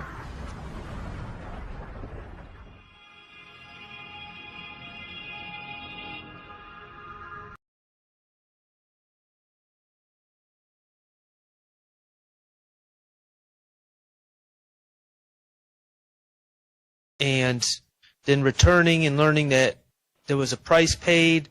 Dang, I was on pause on mute. Don't call me no names. My bad, family. I said All we need is FOMO. We right there. We right there, family. FOMO. I could feel it in the air. We right there, family. Help us get that 3K. We right there. FOMO subscribers. FOMO. I even bring Jack up for you and let him dance one more time for you. Let's go. FOMO. On the head, he acknowledged saying all that. He said he made it up, but he acknowledged saying all that, and he also acknowledged telling the police about what he observed at the Lil Wayne bus shooting when he was at Club Compound, and cars leaving from there. So all those things were touched upon on his direct and acknowledged by the witness. Your Honor. Yes, ma'am. Saying that he... Okay, that's the Charlie. What up, Charlie? I see you, family. Appreciate you joining. Told the police that, and then saying, but it was a lie, makes the prior statement an inconsistent statement. Additionally, he said to the state, I was high on, or I was withdrawing from 3 or 4 different drugs, depending on what time he was talking about it. So his intent was to suggest to the jury any way he could that anything he said about any, and I specifically asked because anything he said about either of the 3 defendants in this case that he talked about, he denied were true. Everything. Okay. Let's take our 10-minute break, which at this point will bring us back at 4:30. Your Honor, Look, she started taking as much breaks as Glanville after that first week. She said she wasn't going to take no time. She switched up on that real quick. this time the state would like to tender State's Exhibit 378, Yankee Delton to evidence, June 10th interview. Mr. Copeland as a prior consistent. 378 YD, and also that last question, we all heard this honorable court's statement that until a foundation is laid about asking Mr. Zachary whether Mr. Williams, the answer was, I don't recall that ever happening, or I think he said no. I think actually Mr. Copeland said no, that did not happen. And then Ms. Hilton said, well, you told that to a detective. He said, I don't recall I lied to the detective, and then we just abandoned it and went to, I'm going to introduce June 10th. So that's why I object. Ms. Hilton. If we hit the 3K, I'll make Jack put the subscriber goal in love mouth, in the bobblehead mouth. We just need FOMO, family. FOMO, and we there. In the underlying foundation about whether or not he was aware that Mr. Williams purchased the gun, his response was, no, that didn't happen. And then I confronted him by saying, didn't you recall saying in this interview that you told the detectives that? Yeah, He said, so you've established that it's a prior inconsistent statement, but what we were dealing with earlier when we were going through all of the statements is, does he even have any foundation to know that? And that was the foundational question, which doesn't appear to have been established. so that's fine. We don't have to delay. We will extract those 2 portions out of the interview. Okay, so you'll just take both of those out. We'll take both of those out and we'll move forward with the rest of the interview. All right. Strike then, if you don't mind, the last question and answer, if the jurors can even remember what it was, without reminding them what it was. Okay, well, we can strike it, but do you want me to do something to strike it, ask them to ignore it, or just move on? Sure. I will have a response. I don't know if we need to strike because it's a proper question that I asked. He said, I don't recall, and then that's it. I don't know if there's a striking of a question because he did say that in the interview. That's not a improper question. And if he says, I don't recall. Okay, well, the thing is you're supposed to have a foundational basis to believe he might know. Let's just find out what, after consultation, Mr. Steele wants to know. Sure. I don't recall. Isn't it true that you told Detective Copeland it's not a game, it's the whole clique, you know what I'm saying? The whole gang. They're after me. No, No, you did not say that. because I don't know who the hell Detective Copeland is. Excuse me. I meant to say Detective Thorpe. Dumbass. Detective Copeland. I don't recall. No, you the whole clique, you know what I'm saying? I don't recall. Let's just find out what, after consultation, Mr. Steele wants to know. Sure. I don't recall. Isn't it true that you told Detective Copeland it's not a game, it's the whole clique, you know what I'm saying? The whole gang. They're after me. No, No, you did not say that. because I don't know who the hell Detective Copeland is. Excuse me. I meant to say Detective Thorpe. I don't recall. All right.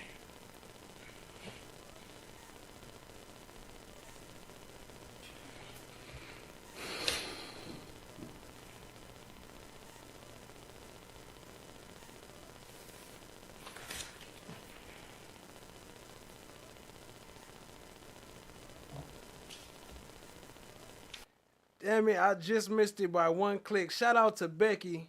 Let me pull you up because I missed the prompt. But shout out to Becky for just joining, becoming a new member. Appreciate you, family.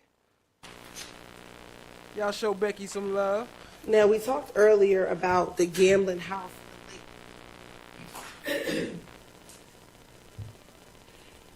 Did you tell Detective Thorpe during the same January 11, 2015 interview that the person who shot up the gambling house in Lakewood was Cal? I don't recall. Okay. And that when Kel shot up the gambling house, he actually shot up Thug's car? I don't recall.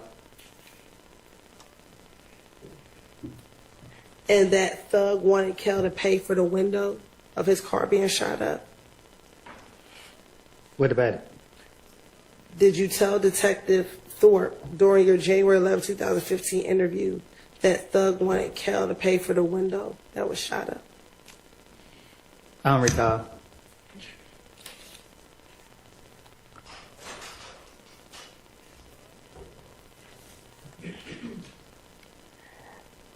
Also, in that January 11th interview, didn't you tell, excuse me, strike that, let me ask. Do you know if Nut was in a gang? I don't recall. During that same January 11, 2015 interview, didn't you tell Detective Thorpe that Nut was the big dog in the gang? I don't recall.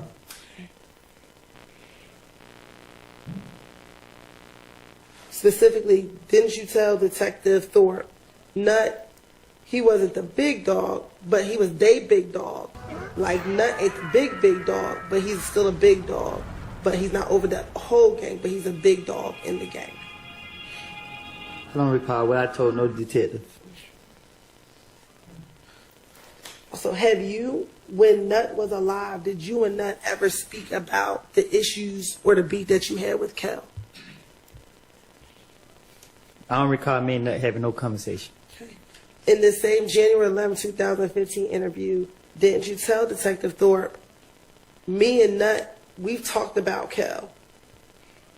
I tell Detective Thorpe anything to get him out for me. Okay.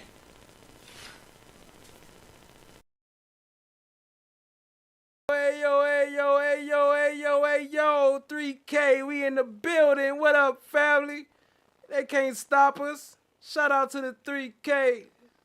Much love, family.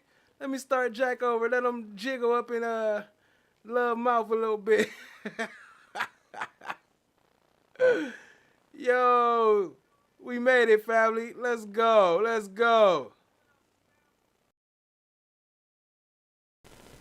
So, did you tell Detective Thorpe that you and Nut talked about Kel?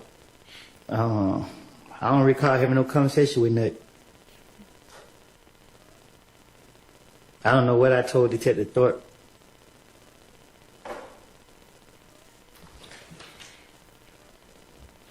When you went and spoke with Detective Thorpe on January 11th, 2015, were you concerned about if gang harming your family members? It's been so long, I don't recall. Hey. Didn't you tell Detective Thorpe in that same interview, I don't know what to say. What can I do? Where can I go? When I leave here, what can I do? Because I have a lot of brothers and sisters. My mama had 10 kids at the house. Yes, my sister, I got an older sister on Boulevard in Oakland City. I got a grandmother in Oakland City. My girls stay in Carver Homes. My other brothers stay in Carver Homes. But I'm afraid they might know she's down in Boulevard. I know they know Cleveland purchased for you. Do you remember talking about that? I don't recall. Okay. To your knowledge, did Mr. Williams ever tell Little D to purchase that gun for you? Huh? The gun that was found at the Dunbar Center? I'm listening. Okay. To your knowledge, at any point, are you aware if Mr. Williams or Thug told Little D to get that gun from you? Because it sounds funny in that. Okay. Do you need me to repeat my question? You said, did Mr. Williams tell me to get... No, excuse me. Let me rephrase. The gun from the Dunbar Center. Uh-huh. To your knowledge, did Thug tell Little D to get that gun from you? From me? Yes. He don't know. No, I don't know. No. Your answer is no? Huh? Your answer is no? I ain't never heard none of this stuff you talking about. Do you recall telling the detectives in your 2015 interview that it was your understanding that Thug told Little D to get that gun from you?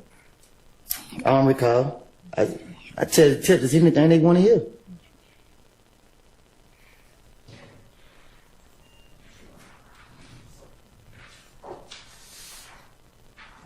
You went? Move outside. What? I'm outside. Everybody get Lady Justice is blind. Everybody get it. Shut the fuck up! Denied. Assistencia lasciami mesta preta para Messi. Your Honor, at this time, the state would like to tender Stacey Phillips loose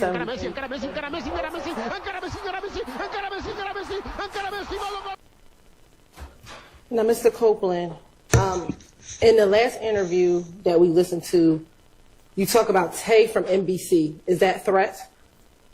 I don't recall. And is that the same Tay that Shell Kell shot back in 2015? I don't recall. Now, you also, in that same interview, talked about a different Tay from Simpson Road. Is that correct? I don't recall. Is Tay from Simpson Road nicknamed Savage? I don't recall. Why did you give Nut his stuff back? I don't know. I don't recall. Now, after that interview, you went to jail, correct? Huh? After that last interview we just watched from February 21, you went to jail, correct? What last interview? The one we just watched before lunch. Probably so. Okay. While in jail, did you call Max while you were in custody? I don't recall. Have you had the opportunity to listen to a jail call today with you and Max on that call? I don't recall. Your Honor, this time the state like to tender State's Exhibit 393. I accept B's on Mars. We for sure ready to join you on Mars. We can continue the party up there. Hey, we hit the 3K. Shout out to the fam. Appreciate the love, family. Let's go. Why? For a prior inconsistent statement. And it is what? The jail call from March of 2011. Okay. March. Do you have a date? March 11th, 2015. I'm sorry. Okay. All right, that's admitted. You may.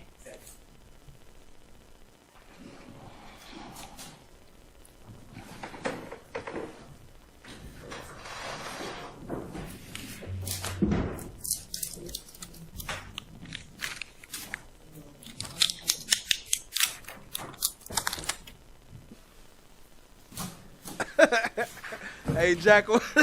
To cross-examination, I know, Mr. Steele, you had at one point suggested an interest in cross-examining Mr. Copeland as to everything that went on during the ex parte, and some of that is no longer relevant.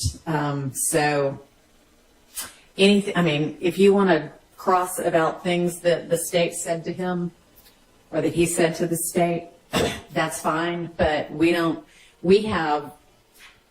Don't worry, that's just the good. That's not the Glanville cough. We good. I think both circumvented and... Y'all got me over here cheesing like a kid at Chuck E. Cheese right now. Boy, I'm smiling. I appreciate y'all, family. That 3K, it feel good. It feel different. It hit different. It hit different than that premature celebration. It feel different. I appreciate y'all, family. The whole coercion issue, and he has now been properly and correctly advised by this court and had the advice and counsel of 3 different attorneys that I know of. So that should no longer be an issue, and so that should no longer be relevant. So I would not permit. Yeah, I'm kind of excited. I might have said 300K a couple times, but hey, I'm speaking into existence. You know what I'm saying? You got to speak it into existence. Next goal, 300K. You feel me? Examination or testimony about that. All right. Well, of course it's okay because you are the honorable court. But I will make an attorney proffer. Okay. Because if you'll accept it, otherwise I could do it with Mr. Copeland. But I respectfully disagree. Okay. Mr. Copeland on the 7th of June 2024 stated, and in my way I understand the law, he doesn't have a Fifth Amendment, but he refused to testify. And correct. And he used the Fifth. Much love, Steph JK. Have a great night. If it ain't no court tomorrow, make sure you come back in the morning and finish the replay, because we turning up tonight, family. We still got some time left. Appreciate y'all, man. Fifth Amendment as whatever, his statement. He made it clear to me as a reader of the June 10th, 2024 ex parte meeting that he was not going to testify. Shout out to the beautiful Queen Bahira Raessa Bay. Appreciate the love, family. He said in court, outside the presence of the jury, that he was pressured. Please check the record with Ms. Winfrey. If he didn't use that word, he used a similar word. He would never have testified except for that ex parte meeting where Judge Glanville pressured him, as well as Ms. Hilton. So, shout out to the beautiful Queen Steph JK helping us hit the 3K. Appreciate the love, family. I believe that it does go to his state of mind while he started to testify. Your Honorable Court, correctly, in my understanding of law, told him what is his options and how long he's looking in custody, and told him, I believe, the decision's his. The legal decision, though, will trigger you to have to exercise your discretion and hold him in contempt. So I believe that the jury gets to determine that information. In addition to that, Judge Glanville was with us since January 4th of 2023. This jury is all selected from the very first panel. What up, YP Com Chick? I ain't got a chance to say hello to you yet. Appreciate you, family. To me, he was biased in front of the jury. I understand what you said, that, no statement. I appreciate what you said. No statement made. YP Com Chick, you wasn't here earlier when we was talking about the emojis. You got the blue hearts, too. So you and Chad Diggy, y'all both got the blue hearts. We're going to have to figure something out. But there is 2 blue hearts, so we can use the light blue if you want to do for that. We appreciate y'all, family. By the former court, disparaging of lawyers should be considered, or whatever the words were.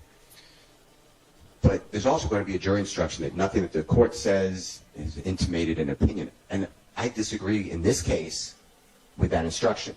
I'm going to object to that instruction. And I need the jurors to understand that Judge Glanville, I will make it clear. I will make it clear. I will make it clear. I am excluding this honorable court. But Judge Glanville pressured him. And I will argue to the jury that Judge Glanville was biased. And that is admissible because it all happened in front of the jury. And from just Judge Glanville's demeanor, and I'm not here to hurt Judge Glanville. In fact, I like Judge Glanville. But I don't know what happened in this case, but I like him before this case.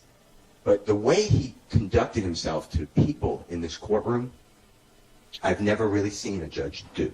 So I want to ask Mr. Copeland, it is very important to me to explain that he was taken against his desire. Hold on. Show ain't over yet. Hold on. Everybody just wanted to wait for me to hit 3K. I appreciate the love, but hold on. We still got some time. We still rocking and rolling. We still got to celebrate. Into Judge Glanville's chambers, that he was with Judge Glanville, Miss Hilton, his lawyer. I'll make it all perfect. If I don't, you could admonish me and the state can correct me, but I'm not here to snowball anybody. But to say that I can exclude statements of Judge Glanville and, most importantly, the conscious or subconsciousness of this witness, because I believe, and I have not spoken with him, Your Honor.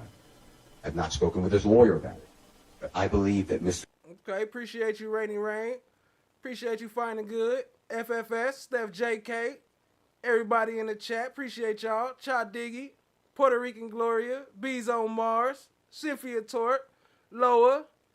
Appreciate all the love. Joanna, let's go. Copeland will truthfully say that he believed that Judge Glanville and the state of Georgia are one. And that comes out when Judge Glanville specifically says, and I don't remember the transcript page right now, but it's something to the effect of, we need your testimony. There's no we. Nobody needs anybody's testimony. If he didn't want to testify, I've had witnesses tell me, I'm not testifying, we subpoena them, come to court, they're held in contempt. There's nothing that the judge can do because the judge can't give immunity, so they can't compel the person to do it, so the person invokes their Fifth Amendment, and they just leave. That is unfortunate. Yeah, that's a fact. Next is actually 5, but yeah, 10 is the big one, though. 10 is the big one. That's a fact. Appreciate you, Jerome Street. But that's a reality. There is no we. So, with all that being said, I'm making an attorney proffer that if you prevent me from doing that, and Judge Glanville prevented me already, I'm just telling you, he prevented me from cross-examining Agent Racy. He's an FBI agent on misstatements made by the prosecution, knowing the prosecution, Ms. Hilton, knew that a gentleman who's the same last name as a court reporter entered an invalid, coerced guilty plea. Judge Glanville stopped me again from getting into the truth of that matter. It's never been corrected. The point I'm trying to make to you is that all came out in front of the jury. So, yes, I am going to intend to do, I will follow your rule, obviously, but I intend to cross-examine Mr. Copeland, not only what was said by Ms. Hilton, but what was said by Judge Glanville. I will be respectful. I'm not here to, throw some odd names about Judge Glanville. I will just be very specific. And then if he doesn't answer my questions, I'm stuck with his answer of, I don't recall, or whatever has been going on in this courtroom. But I don't believe that you should limit the cross-examination. I didn't do that. All that to me, that was very hurtful to me. And I don't mean hurtful. I mean, it was offensive to our law. That's how I took that. And I know what you said about it. I know what Judge Krause said about it. I look at it totally differently. I've never had a judge do that. I've done a lot of appeals. I know you've done a lot. I've never read a judge doing that. I've never seen a prosecutor do that. So I think that the jurors are entitled to know, and I think Mr. Williams, because he's the one who, God forbid, gets sentenced if I lose, I think they are entitled to know what caused Mr. Copeland from the 7th to be locked up. The jurors saw that. They saw that. He was testifying. He answered maybe 3 questions, maybe 5. He said, I'm not testifying, and he invoked his 5th. The jurors were sent out, and he was gone. Jurors come out, and they're dismissed. He's just not there. We're on a long delay. I think that it is not irrelevant to this matter. I think it is more than relevant. I think it's probative, and this is the actual treatment by the former court and the current district. What up, Kristen Covey? Appreciate that. Appreciate you joining, family. Hey, FFS, I thought you said Gunna right here. I thought that said Gunna. Gonna. I think it's supposed to be an O. Appreciate you, family. Jerome Street still rocking. Can't get out the chat. I appreciate you, family. It's hard to leave. I love it. Attorneys of this case. Okay, I understand your argument, and I am not making my ruling in any sort of an effort to protect Judge Glanville. I do not believe it is relevant to the issues for this jury to determine. With regard to whether Mr. Copeland's testimony between the 7th and the 10th was I'm sorry, between the 10th and the 12th, was impacted by the ex parte on the 10th. I asked everybody, do we want to do the entirety of Mr. Copeland's testimony over? And everybody said, no, we want what got testified to between the 7th and the 12th at 3 p.m. So y'all had the opportunity to have it all done over, and you chose not to do that. You can ask him about the immunity and whether he'd be testifying without being ordered to. That's a fact, Bees on Mars. And these human body suits, I don't know how we wear them all day, every day. These Earth suits, they so heavy, and the bones and all that stuff. I don't know how y'all do it. That's fine. But beyond that, the ins and outs of what happened in the ex parte with regard to whether there was a biased judge or not are, in this court's legal opinion, not relevant to these issues. And honestly, even the "we need your testimony," Judge Glanville had made a determination that Mr. Copeland's testimony and compelling that testimony by an immunity grant was in the public's interest. And so the "we" there is Judge Glanville, or can very easily be understood to be Judge Glanville saying "we, the public," and not "we, me, and the state." So I appreciate your proffer, but my ruling stands. Can I just add to that then? Sure. So it's in the eyes, the mind, and the ears of Mr. Copeland, not a reader who can say, well, that's the public. In addition, Judge Glanville said to Mr. Copeland, on cross-examination, you are going to get tremendous cross-examination. And they know you better than we do. So they know what you did. The they, I would ask Mr. Copeland, is referring to Mr. Williams, Mr. Ryan, Mr. Nichols, Mr. Stillwell, Mr. Kendrick, and Mr. Huey. And that presumes guilt, because Mr. Williams does not know the reality that Mr. Copeland has done all this other things, like pull a gun on Mr. Watts that he admitted today, shot into a barber shop that he admitted to on the stand. These are outrageous conducts. For Judge Glanville to make that statement, yes, the jurors should hear about it and the effect of Mr. Copeland. And you are respectfully taking away the opportunity that we are all given. Judge Glanville did this to a witness that's currently testifying. And if you don't realize this, because this is, I know your first witness. This is a big witness. He has been spoken about the entire case. I opened on him. I said that Mr. Copeland killed Donovan Thomas. To remove this, I believe, is going to be under the analysis of, has to be harmless beyond a reasonable doubt, because it's a constitutional violation. So I'd ask you to listen to the remainder of the June 10th, 2015 statement, because he's going to talk about it. He already has, and if you can't understand it, the transcript seems to be, in my opinion, fairly accurate, where he talks about Mr. Williams. And if he didn't testify, none of this comes in. I think the jury gets to know that and why he testified, and it was because Judge Glanville held hands with Ms. Unlove and Miss Hilton. And hey, Billy Gates, you want to keep going? We can keep going. We're going to stay live till we hit 4K. Fuck it. Big goals. Big things popping. Y'all keep subbing up. We need 1,000 more subscribers. Let's go. They coerce this man to testify, pressure this man to testify, whatever his word would be. So I ask you to just, I understand your ruling. I'm going to follow your ruling. I hope I made a good attorney proffer on cross, but those are the topics I would go in. I would not go into, he also was, by the way, I have based on information belief, he wasn't fed and did not drink from Friday when he was held in custody until Monday when he's in that star chamber. So I think that goes to his frame of mind as well. So, and when I say he, I'm talking about Mr. Copeland. And he was put into a jail in DeKalb County where the system was down, at least that's what he was told. He couldn't contact a family member. So I think that all that adding up to make his determination that, yes, I think that it's a corrupt system and the judge and the DA were going to hold me for not only this trial, but who knows how long 26 people can dispose of their case. All right. Well, that part we definitely dealt with. If he was not given, or you have reason to believe he was not given food or drink between Friday and Monday, that's something that certainly should have been raised in the coercion motions that several of you filed, because that might have impacted between the 10th and the 12th. But again, you all decided you wanted the testimony between the 10th and the 12th. And that was a strategic decision on your part because you believed that there were beneficial things that. There you go, YP Com Chick. Got you locked in with the light blues. Y'all show YP YP Com Chick some love and drop the light blues. Okay, we got you locked in.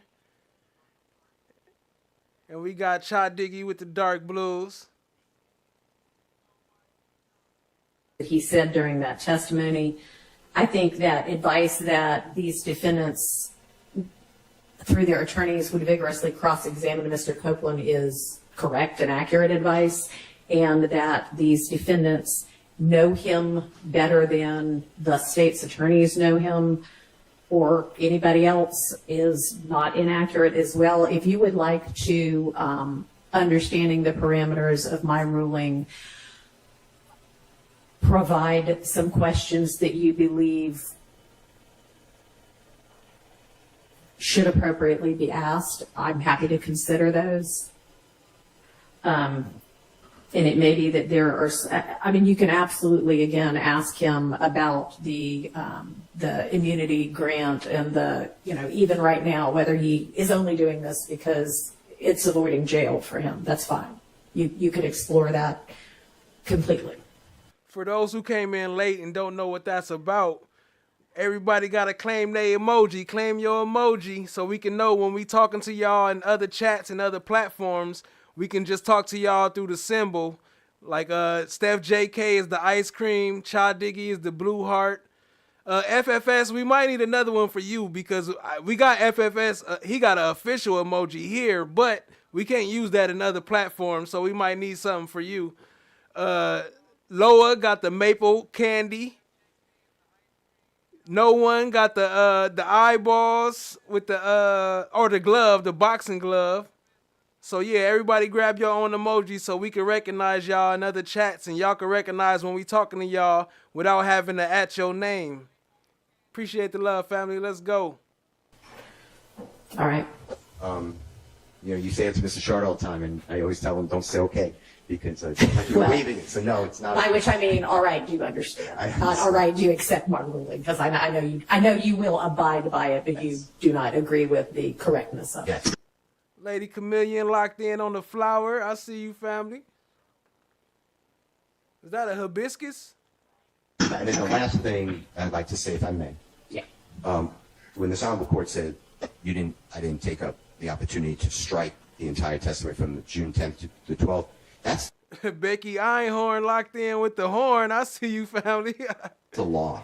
The law is until that motion is filed of recusal. So I'm following the law, and there were beneficial points. I mean, you can just read the transcript where he testified under pressure or not, but that is in the case. So I believe that I have a right to ask him about those days before you took over, before you gave him the proper admonitions and the correct law.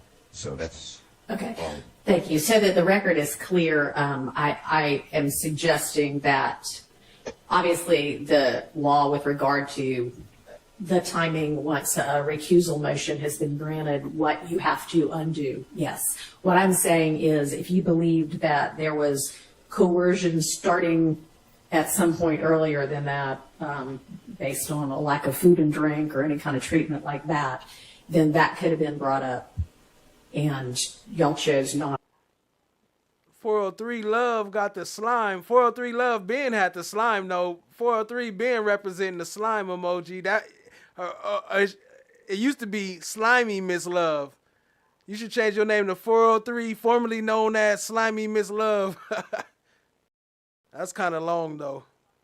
To bring that up or not to make that argument, and you all could have agreed to redo the entirety of the testimony, or you could have asked to redo the entirety of the testimony on the basis of it having been coerced, and I would have considered that. Well, at the time, I was following the court's order, which I didn't think I even needed an order, but that I could cross-examine Mr. Copeland on everything that happened on the ex parte meeting. And that's when I made my ruling, or not ruling, sorry. That's when I said I don't want it out. In addition to that, I didn't want it out because I want to cross-examine him on why he did it. It's part why he testified from the 10th to the 12th. That's part of the case, and I think that it goes to the jurors. The jurors are entitled to know who the prosecutors are and who the judge was. And it goes to their bias, their interest in the case, and their motivation on how they are prosecuting this case. So. Okay, I don't think that any order that I issued led you to believe that you would be able to, well, it may have led you to believe, but I don't think it should have reasonably led you to believe that you would be able to explore anything about what Judge Glanville said or did during that ex parte. I think that it was not the front, right, left, passenger, right, left, front, side, back, corner. It's clear to me, whether you said it or not, the way I understand the rules, that's a part of this case, that's a part of this witness, and if it comes out on cross or direct examination, the prosecutors can sit here and say, now, maybe they're going to do it. I have no reason to believe that they are or not. But, Mr. Copeland, we had a misunderstanding on June 10th, and we had a meeting with the judge, and your lawyer was there the whole time. They could do all that as well. But I don't see handcuffing Mr. Williams' lawyer on cross-examination when it is a reality case. Just like Mr. Copeland went out and spoke on a jail call and made statements about things. That's his state of mind at the time. It may be relevant. I think it's relevant. I think it's relevant that Judge Glanville did this and Miss Hilton did this. You can ask about anything Miss Hilton did. No, I understand you did not limit that, but you're limiting the way I heard you today. I have to almost excise Judge Glanville, and that's what I'm objecting to. All right. Yes, sir. Just so I'm clear, with what the court just ruled, we can ask about things that Ms. Hilton said to Mr. Copeland during that ex parte meeting. We just can't label it ex parte. This is what I'm concerned with. There's a lot of confusion and I think misunderstanding of this immunity. I understand the order that was granting him use and derivative use immunity. However, Ms. Hilton articulated to Jerome said it feel like the weekend. I ain't gonna lie, me too. It's like no court. Wait, hold on. We gotta turn up or something. Mr. Copeland in chambers much more than that. For instance, my understanding of law, and Your Honor, I know that you've dealt with these issues more than me. The statute of limitations is not what we normally think it to be. It's not from the date of the offense. It's told if there's no evidence of who committed the offense. Mm-hmm. That's one. Wait, hold on. Before I blow that up, who you talking about, Chad Diggy? You talking about Kamala? The perpetrator has to be known. So Ms. Hilton said, for instance, we'll use the barbershop shooting. Ms. Hilton said, oh, all this stuff is older than 4 years, so you can never be prosecuted. That he could be prosecuted for the barbershop shooting. But here's the thing: they just have to put a tolling provision. Is that's not relevant either, because it is not the fact that the statute of limitations may or may not have run that prevents the state from prosecuting him for something he wants to get on the stand and confess to. It is the grant of immunity that prevents that. So regardless of the correctness or incorrectness of statute of limitations comments, they cannot use anything he gets on the stand and confesses to because they granted him immunity, or the court has granted him immunity. But in my mind, here's the difference. The state B's on Mars locked in with the B. Has made a deal with the, quote unquote, I'm not calling the man the devil, but that's the saying. And there's a difference between them saying, oh, we're giving you. Christina Covey locked in with the dab emoji. Use and derivative use immunity versus them saying, we will absolutely not prosecute you. They have basically, I don't know if they checked with Mitchell Lady Chameleon with the hibiscus flower. I think that's a hibiscus. His father. But they basically given this man carte blanche to never be prosecuted for anything he says. And if I was representing Kenneth Copeland later on and they indicted him for something like this, I would say, y'all must be crazy. Y'all got in the back room and told this man, you guys are never prosecuting him. So they've done more than giving him use immunity. They've given him blanket immunity for everything. And that, to me, is fertile ground for impeachment and cross-examination. And I think the jury needs to know they want Jeffrey Williams, they want Shannon Stillwell, they want these people so bad that they gave Mr. Copeland just full reign to run around Atlanta, do all these things, and as long as you get up on the stand, we're never going to prosecute you. And I think that's relevant. Okay, well, they didn't give him full reign to go do things he hasn't done yet. So, I mean, let's not get too Becky Einhorn locked in with the horn emoji. far afield with this. Well, you may explore any kind of interest he might have in testifying in a way that T. Roberts locked in with the microphone. Might be beneficial to the state, although I don't think that's happened anyway. Because you can explore bias. You're entitled to do that. But we're not getting, this is not a trial about how the state handled Mr. Copeland or how Judge Glanville handled Mr. Copeland. This is a trial about whether these defendants, whether the state can prove that these defendants committed the acts that they allege them to have committed. And Charlie Hager with the alien emoji. That one only work here though. The other one is a different emoji. That's a membership emoji. But appreciate you, family. You could definitely use that one here. Shout out to Charlie Hager with the alien, and then YP Com Chick with the magnet. Switched it up. Says she want they want the magnet. I'm not. Oh yeah, Com Chick. So I assume that's a she. Shout out to YP Com Chick with the magnet.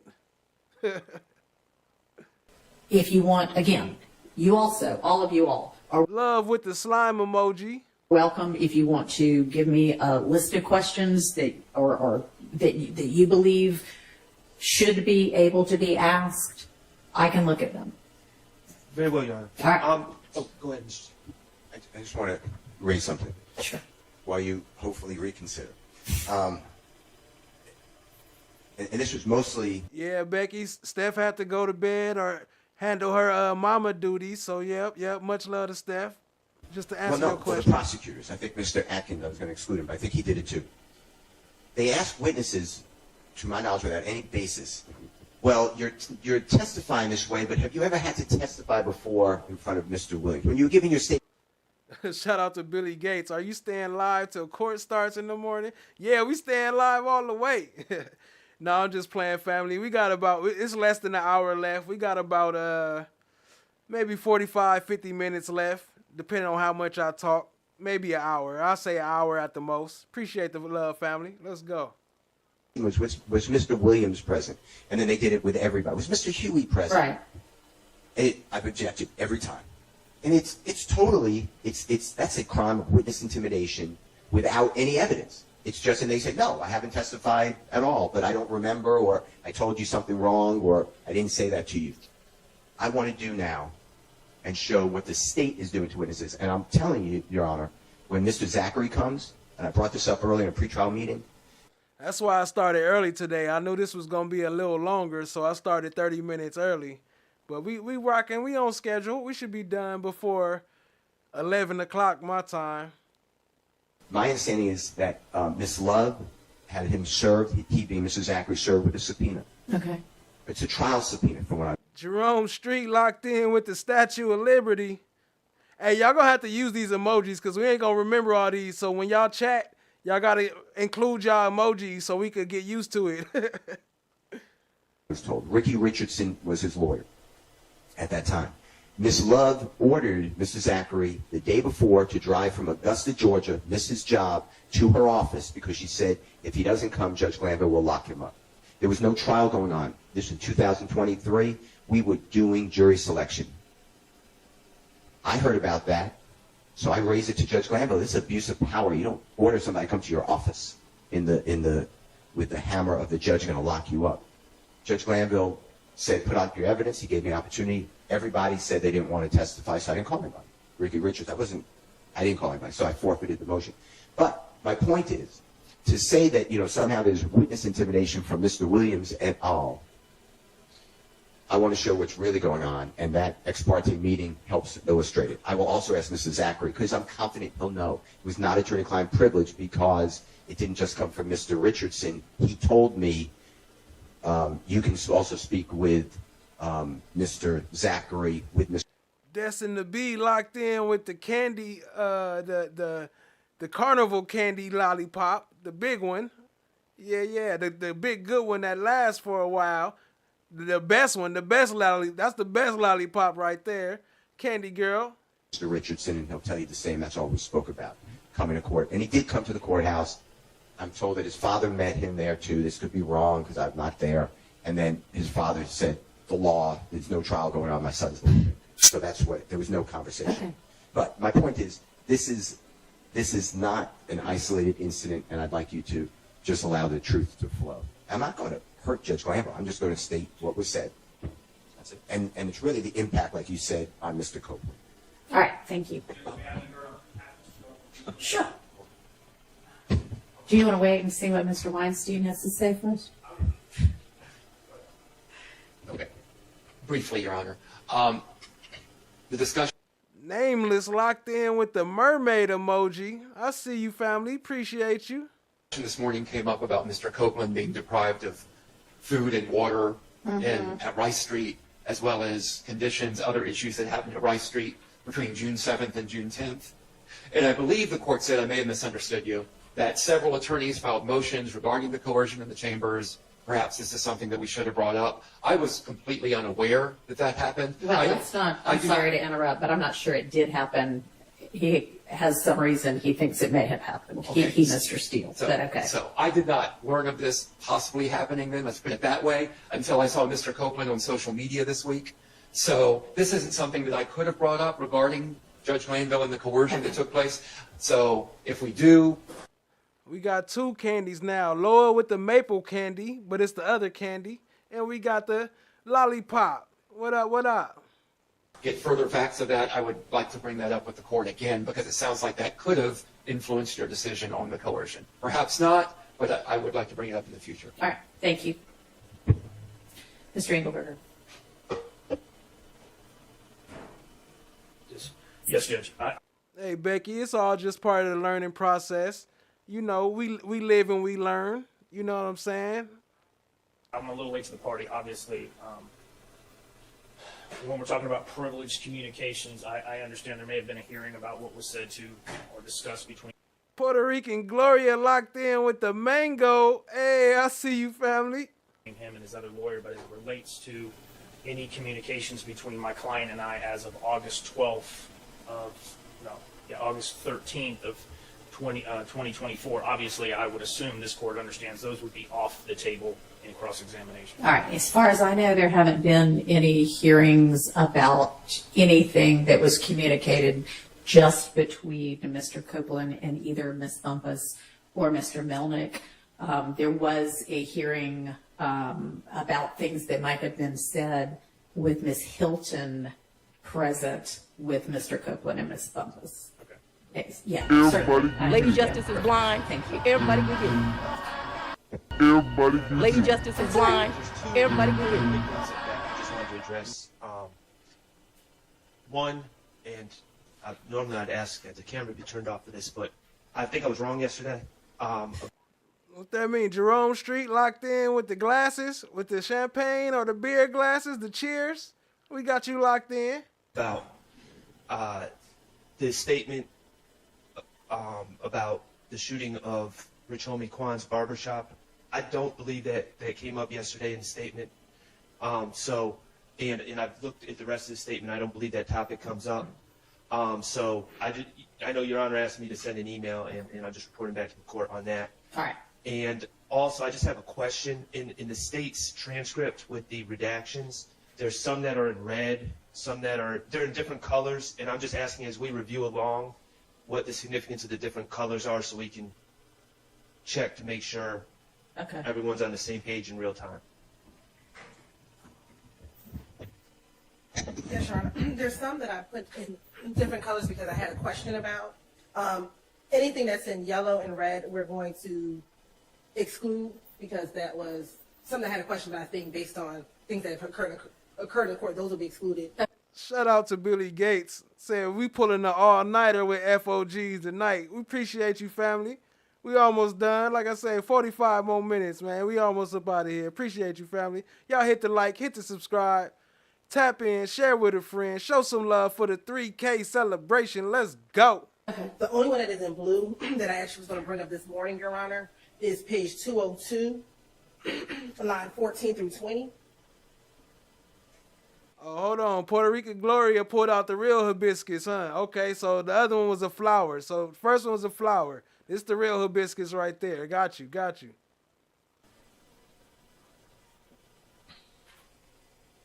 We had previously discussed 14 to 20 when we first talked about redactions, I guess 2 weeks ago. This is the line in which Mr. Copeland says that he's aware that Shannon carries guns and carries it on him, and if you stop him, he'll know that he has a gun. And I think at that point in time, Mr. Sharp brought up his objection based upon what we argued yesterday. And so the state wants to know to now play that part given what occurred yesterday, given your order or ruling yesterday. Trust me, it's gonna be easy to catch on once y'all just send them the certain people y'all talk to, because we don't talk to everybody. So the ones we talk to, we'll know them emojis and we'll shout them out. You gonna remember, trust.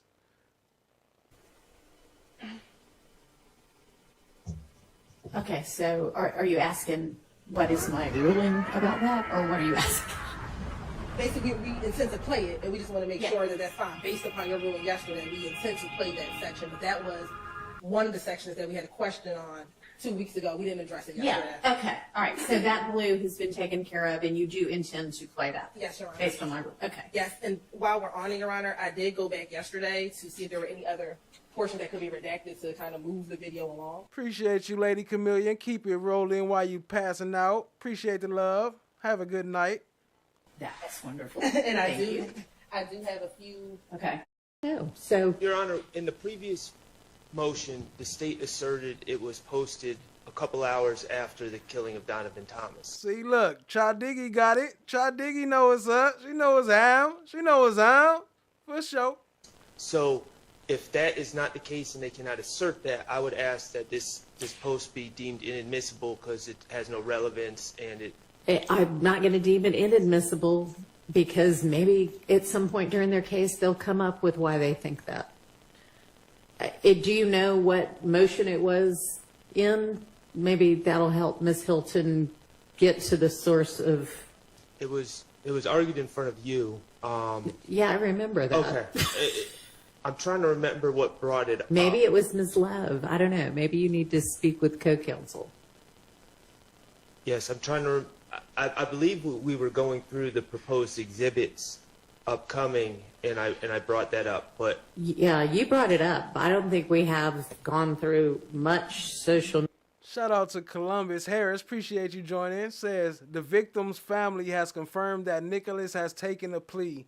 They will be in court tomorrow at 9:30 to deliver a victim impact. Okay, we shall see. Appreciate the love, family. Hit the like, hit the subscribe, tap in, share with a friend. Media. Yeah, so I think you brought it up, and they said, but I don't remember who the they was over there at the time. May I speak, Your Honor? I was told that Mr. Melnick been suspended, and I don't want to speak without my attorney. All right. Let me excuse y'all back again. Look, had him over here on the stand talking and being interrogated on the stand. That's what it is. It's a interrogation on the stand. And they didn't even tell him that the lawyer wasn't there, that they disbarred his lawyer.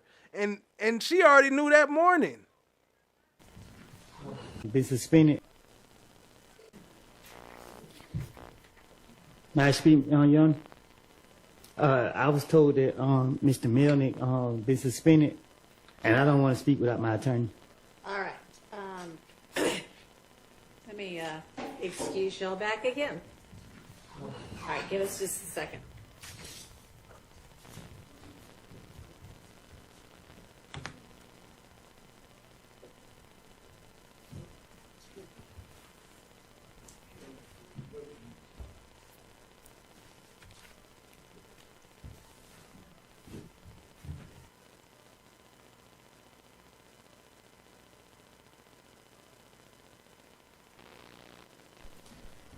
Look at them like they don't know what's going that on. was brought to our attention fairly recently as well. The thing is, he's going to be suspended for 6 months from practicing. It doesn't have anything to do with this case, but do you have another attorney that you want to engage, or would you like for me to find a volunteer, basically? I would like for you to find one. All right. Well, I had already, actually, the public defender's office had been in contact with me to try to find somebody without a conflict, and they have found somebody named Charles Engelberger. So let me try to get in touch with him and see if he can get down here and Jerome Street said, nah, I want the music instead. Yeah, y'all just got to keep them rotating in the chat as you type so we can get used to y'all. Not forever, but just for a couple chats so we can get used to y'all. Appreciate it, family. consult with you, okay? Okay. All right, so if you want to just step out for now, and I'll take a recess and see what I can get done. All right. Connor Court. They can't pick you up? Yeah, I mean, I be driving down here. And also, it's like a secret code. If you know, you know. If you don't know, then you don't know. You ain't supposed to know yet. She better see my names for Yeah, I see. But she asked me questions. She lied. She just trying to trip me up. So I'm gonna go along with her lies. Oh yeah, she had expecting me without. Cause she be trying to do stuff for the media. Like they want somebody to try me or do something to me. I'm standing on top of these stupid ass too. At this point, I don't give a damn about nothing. Go in on me. What? Hey, they said you got a bit. Shout out to Jerome Street saying good night number 10. Logging out number 10. Appreciate you, family. Still rocking with us. Go ahead. Why you behind it with the hat? Let me see. No. Oh, God damn, boy. Yeah, you that's got a Cody in the bit forehead. background. You got a goddamn. Show me one of your exes. She gonna get the other head too. Ranty about it. Well, I know you nuts. Your shit don't even fit your body. How the hell you gotta sew your shirt in and put that motherfucker on? That nigga, you always gotta laugh your. Shout out to Cat Knot Williams. Let me drop her link in the chat real quick. There go Cat Knot Williams. For those who don't know, y'all go sub up. We probably be in Cat's chat in the morning as soon as they go live. Big ball head ass. But you don't want to start no real session, trust me. But your pants go on your ass you crack. to your mama put you up. Your pants go all the way up your ass crack, nigga. So we not What talking the hell about. you looking back there for, bro? What type of time you on? And earlier, did I hear you clearly when you said YSL has Crips and Blood, so it can't be a gang? Did you say that? 'Cause you gotta understand, if you're a gang, right? So you a Bloods. The Bloods won't let you say that you YSL or you 30 Deep or you MDC. You gonna even be Blood and whatever that is, Crip or whatever that is. You can't be two, three different things. Like, where they do that at? Go sub up to Cat. Just dropped her link in the chat. If y'all want to see us in the morning, I'll probably be over there somewhere.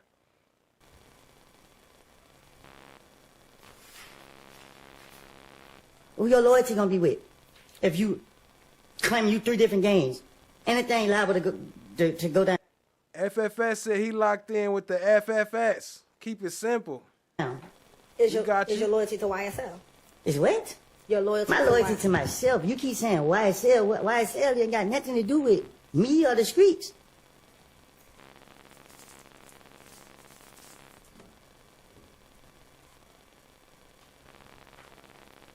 I just asked you whether or not Thug gave you money to flex on the stage, and your response was he did not give you money, correct? I tell the investigators anything. That's what my response was. Diggy's is the Blue Heart. I mean, that's what it was. I don't know if you changed it yet. In that January 28th interview, did you tell them Thug gave me money and I'm on stage flexing the money? I don't recall what I told no police.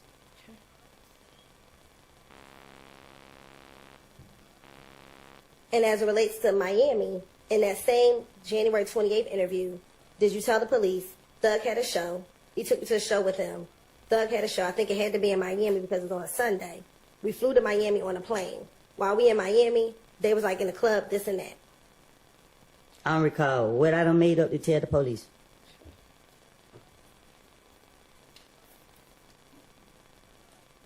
I'm the gatekeeper. To jail. Can you say that again? After you were finished with this February interview, did you go? I don't know what you. They, huh? After you left the interview on February 21st with Detective Gaither and Detective Dennis, did you go to jail? Did they take me back to the jail? Did they take you back to the jail? I'm pretty sure they did. Okay. And were you released in March of 2015 from your probation matter? After y'all false arrest me? Were you released from jail in March of 2015 from the probation? I was released, I don't know when. After March of 2015, before June, did you ever go back to jail? Between March of 2015 and June, do you recall going back to jail? I went to jail every time the police saw me. Okay. Did you ever go back to the Fulton County Jail between March and June? Huh? So back in 2015, Right. you got out after this probation violation, correct? You got out of jail, correct? Yeah, I got out. Okay. And we know the next time you went to jail was in June because they arrested you at your house, correct? No, they locked me up at Deshaun's house. Excuse me, at Deshaun's house, correct? Right. So I'm asking, between the time you were released in March and the time that you got arrested in June at Deshaun's house, did you go back to jail at any other time between when you were released and when you got locked up? Yeah, I think I went to jail like 3-4 days after I got out. And was that in Henry County? Yes. Okay. Do you remember how long you stayed in Henry County? There wasn't no day or nothing. I stayed in there for a little minute. When you say a little minute, would that be about a month? Probably, yeah, I think so, a month. Back in 2015, did Gervonta Turner consider himself a part of YSL? No. Do you recall Detective Gaither and Detective Dennis talking? Steph JK gone already, huh? I brought some of that bumpers in there. I knew it was going to get a little slowed down, so I tried to hype it up with some bumpers, showing the rumpus. About the fact that he was shot up by If Gang in the midst of the beef between YSL and If Gang. All right.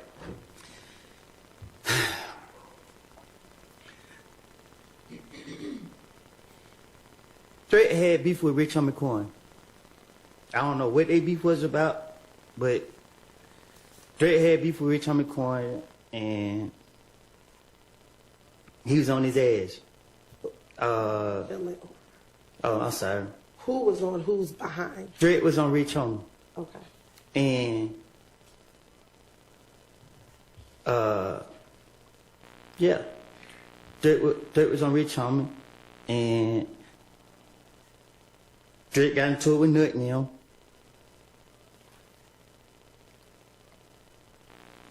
That's it. And at the time, was Rich Homie Quan claiming affiliation with If Gang? Huh? Let me ask this first. Are you talking about Rich Homie Quan and Threat? Was this back in 2015? What you mean?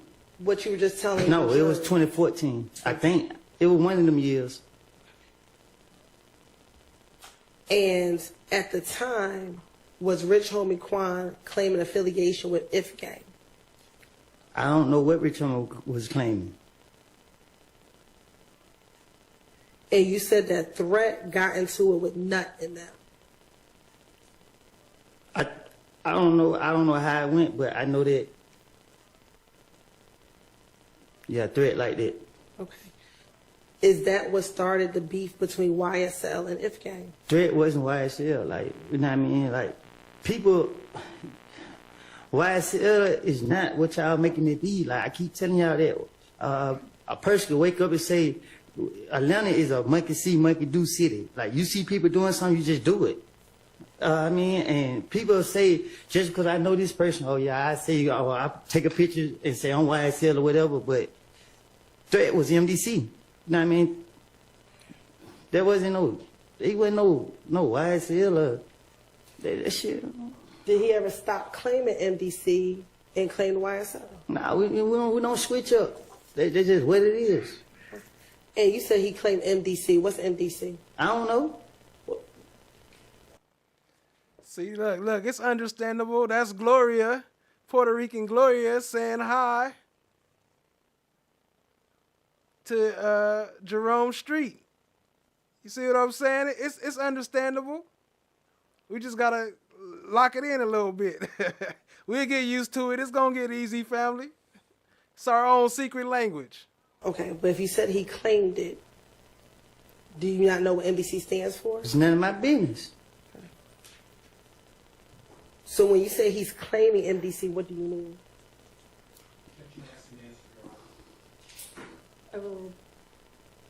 When you say he's claiming MDC, what do you mean?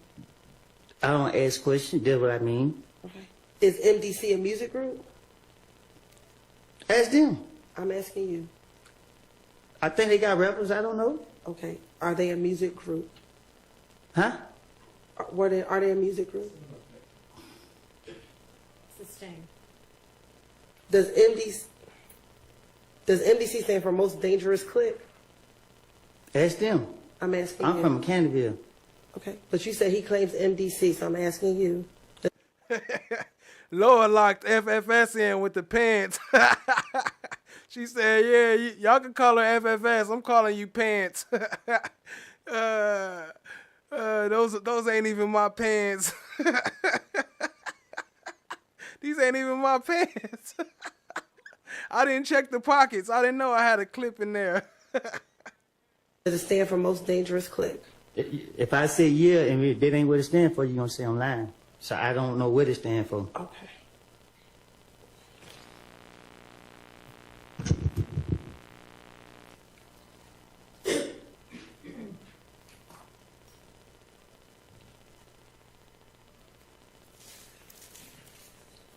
Do you recall telling Detective Gates and Detective Dennis about members of MDC Miss D locked in with the Saint symbol.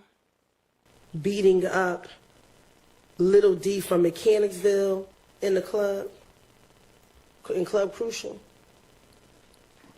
Have a good night, Joni. I don't Appreciate you, know. family. Probably so. I ain't no telling. Do you know if members of MDC beat up Demekion or Little D from Mechanicsville in Club Crucial? They did. I was laughing too.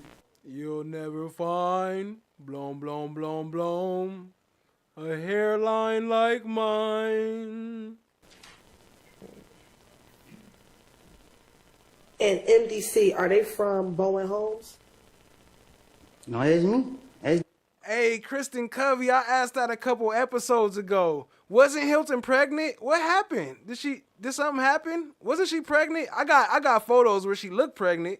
I don't know if she just had a 40 ounce that day. I thought it was just from drinking 40 ounces because she had a little beer on her breath. But I don't know. I thought she was pregnant too, though. Wasn't she? What happened? Them.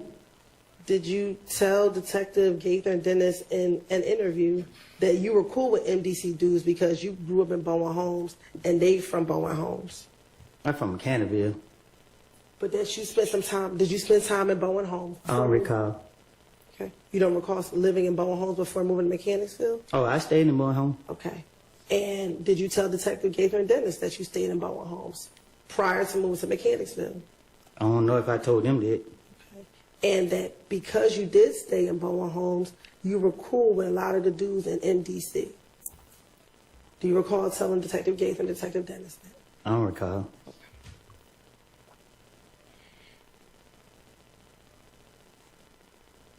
What up to D Life's Jenny D? Says, Woody and Threat did this for sure. Y'all saw the homicide video on the last episode, right? Homicide. Put that money on that boy's head, huh? That's cold. Respect to Big Nut. R.I.P. What does it mean to claim a clique?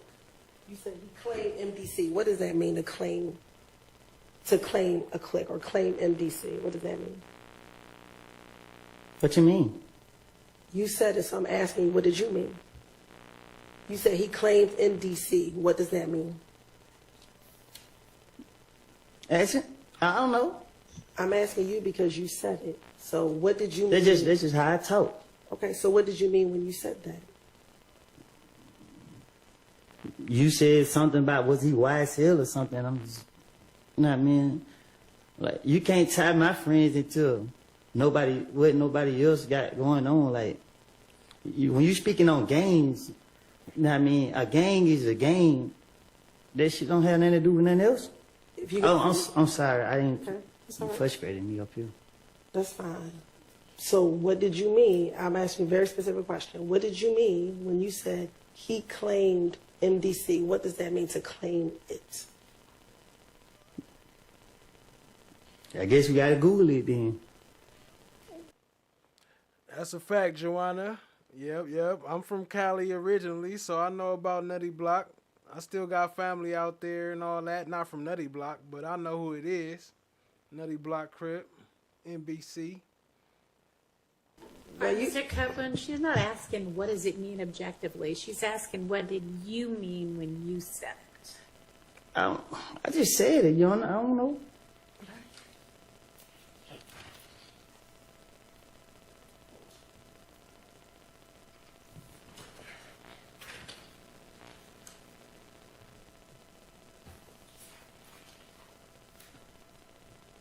In 2015, did Trevante Turner consider himself a part of YSL? No. Do you recall Detective Gage and Detective Dennis talking about the fact that he was shot up by If Gang in the midst of the beef between YSL and If Gang? All right. FFS locked in with the pants emoji.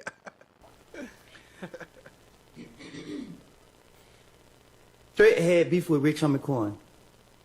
I don't know what they beef was about, but Threat had beef with Rich Homie Quan, and he was on his ass.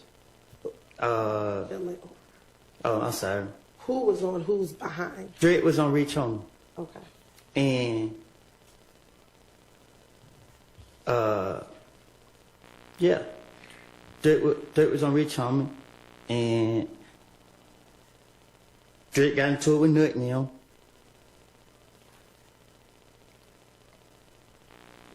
That's it. And at the time, was Rich Homie Quan claiming affiliation with If Gang? Huh? Let me ask this first. Are you talking about Rich Homie Quan and Threat? Was this back in 2015? What you mean?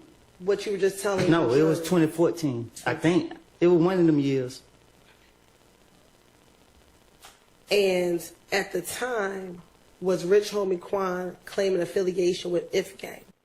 What kind of mushrooms you got, Billy Gates? Are they trippy? Making breakfast over there. I don't know what Rich Homie was claiming. And you said that Threat got into it with Nut and them. I don't know how it went, but I know that. Yeah, Threat like that. Okay. Is that what started the beef between YSL and If Gang? Threat wasn't YSL, like, you know what I mean? Like, people, YSL is not what y'all making it be. Like, I keep telling y'all that a person can wake up and say, Atlanta is a monkey see, monkey do city. Like, you see people doing something, you just do it. I mean, and people say, just because I know this person, oh yeah, I say, oh, I take a picture and say I'm YSL or whatever, but Threat was MDC. You know what I mean? There wasn't no YSL or that shit. Did he ever stop claiming MDC and claim YSL? Nah, we don't switch up. That's just what it is. And you said he claimed MDC. What's MDC? I don't know. Okay, but if you said he claimed it, do you not know what MDC stands for? It's none of my business. So when you say he's claiming MDC, what do you mean?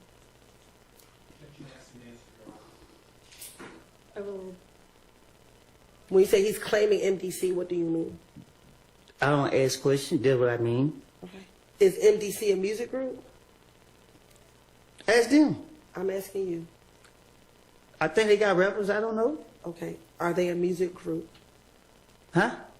Are they a music group? Sustained. Does MDC stand for Most Dangerous Clique? Ask them. I'm asking I'm you. from Glanville. Okay. But you said he claims MDC, so I'm asking you, does it stand for Most Dangerous Clique? If I say yeah and that ain't what it stands for, you're going to say I'm lying. So I don't know what it stands for. Okay.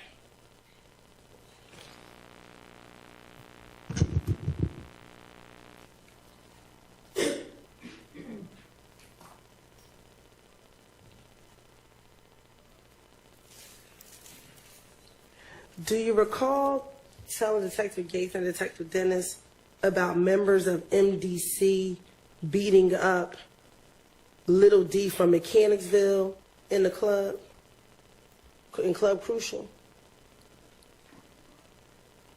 I don't recall. Probably so. I ain't no telling.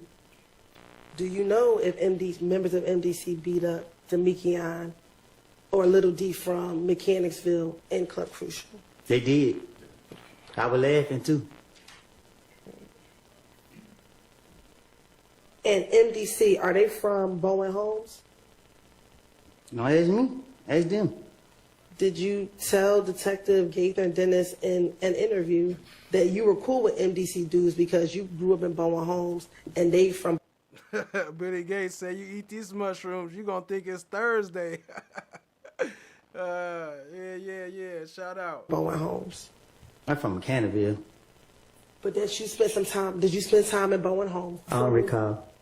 Okay. You don't recall living in Bowen Homes before moving to Mechanicsville? Oh, I stayed in Bowen Home. Okay. And did you tell Detective Gaither and Dennis that you stayed in Bowen Homes prior to moving to Mechanicsville? I don't know if I told them that. And that because you did stay in Bowen Homes, you were cool with a lot of the dudes in MDC. Do you recall telling Detective Gaither and Detective Dennis that? I don't recall.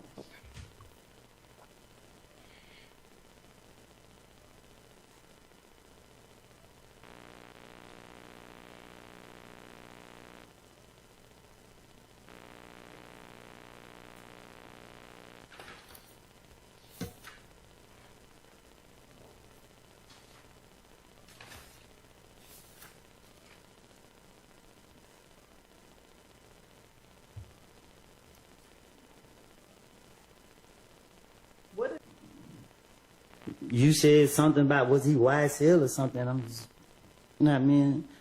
Like, you can't tie my friends into what nobody else got going on. Like, when you speaking on gangs, you know what I mean? A gang is a gang. That shit don't have nothing to do with nothing else. I'm sorry. I didn't. Okay. You frustrated me up here. That's fine. So what did you mean? I'm asking a very specific question. What did you mean when you said he claimed MDC? What does that mean to claim it? I guess we gotta Google it then. Mr. Copeland, she's not asking what does it mean objectively. She's asking what did you mean when you said it. I just said it, I don't know.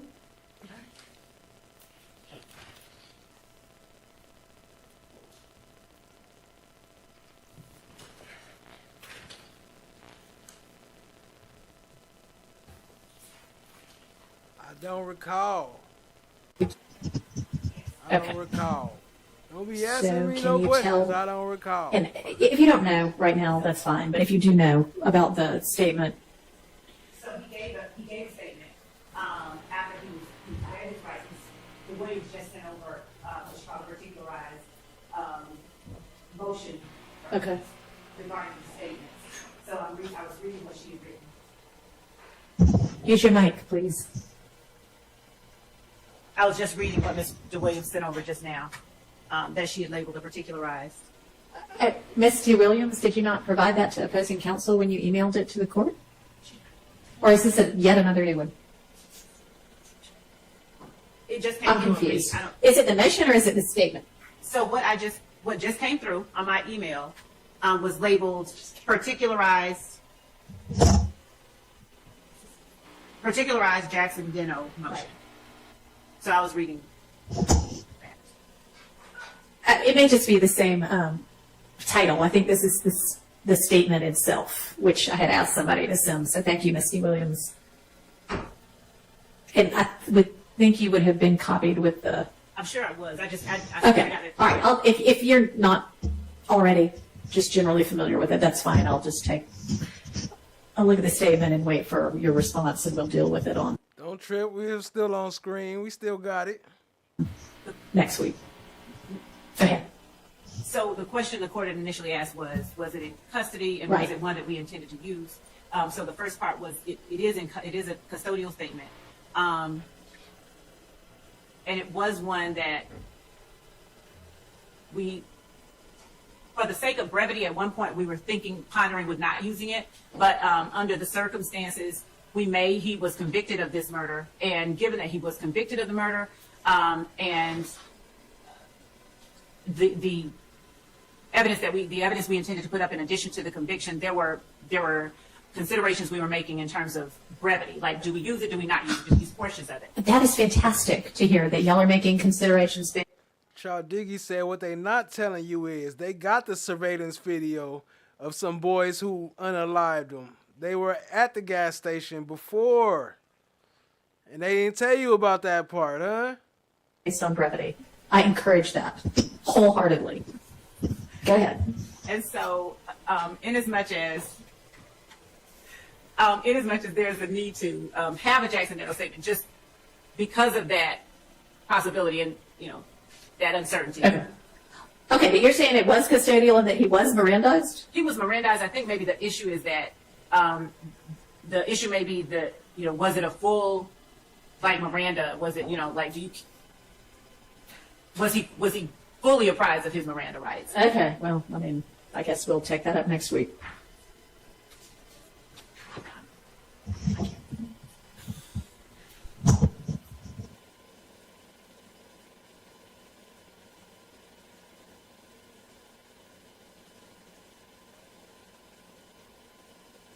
And I don't know, Misty Williams, was I misunderstanding what you said in your motion? I thought you said that he was not given any Miranda.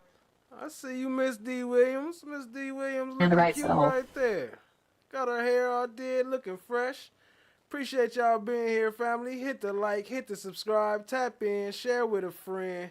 We almost up out of here. Y'all show me some love. Appreciate the 3K. We hit the goal. That's love, family. Much love to the fam. Or warnings, not rights, but warnings. Is this on? Okay. He wasn't giving us full Miranda warnings at all. Okay, but that's not exactly what you said in your motion. And then also they have a procedure they're supposed to follow. And Anybody found her OnlyFans yet? I ain't found it yet. I'm looking. I'm trying to find her OnlyFans. Anybody got it? And Detective Hogan did not follow those procedures. Okay, that's also not in your motion. Would you like me to redo my motion? You don't have to redo your motion as long as I know what it is actually arguing, but I mean, you ought to try to get it right to begin with. So we're going to be on the calendar for next week, Your Honor? Yeah, but I told y'all that yesterday. That's not a surprise. On Monday? I don't know when we'll get to it. We're going to be working all week next week. Be prepared to deal with it on Monday.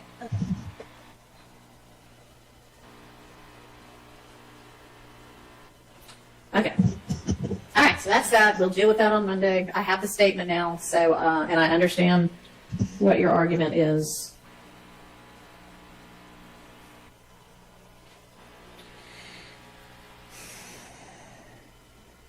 And if there's anything about a procedure that you mentioned that they didn't follow a procedure that they were supposed to follow, if you've got law that it's legally required, then please have that.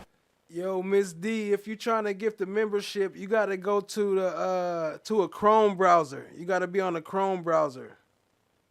At the ready. All right. Okay.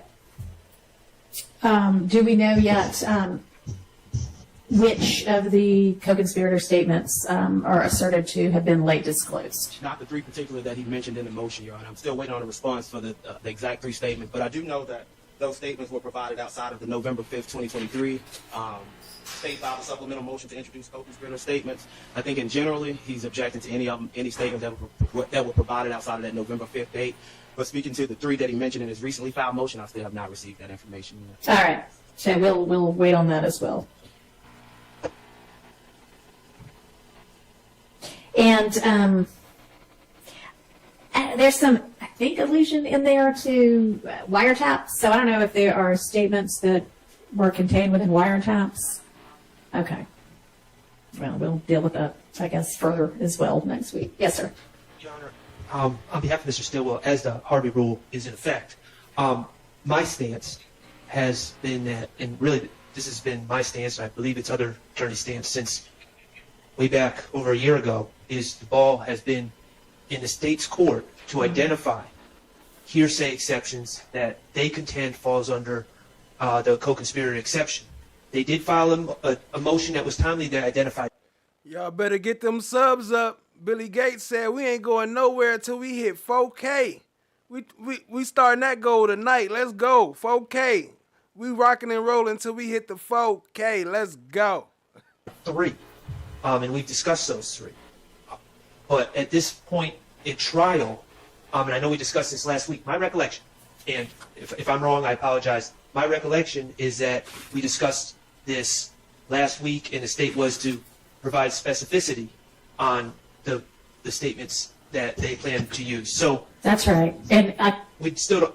Has it still not been done? We provided a host of statements from the wiretap that we've identified. I think over 200.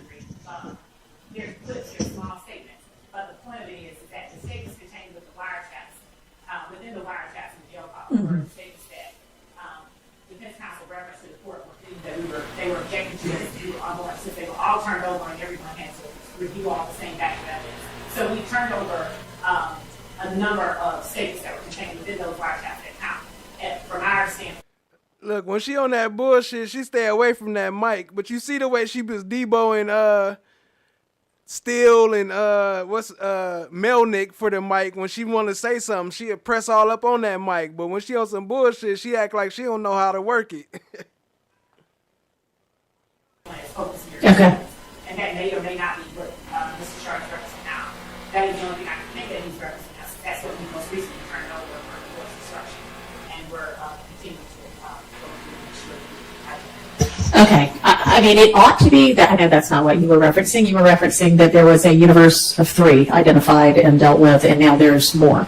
But with regard to what's in the wiretaps and jail calls, now that y'all have identified them with particularity, we can deal with them. I do think it sounded like y'all were sort of doing it in a rolling way with regard to some of that. So that's fine. We'll take those up individually.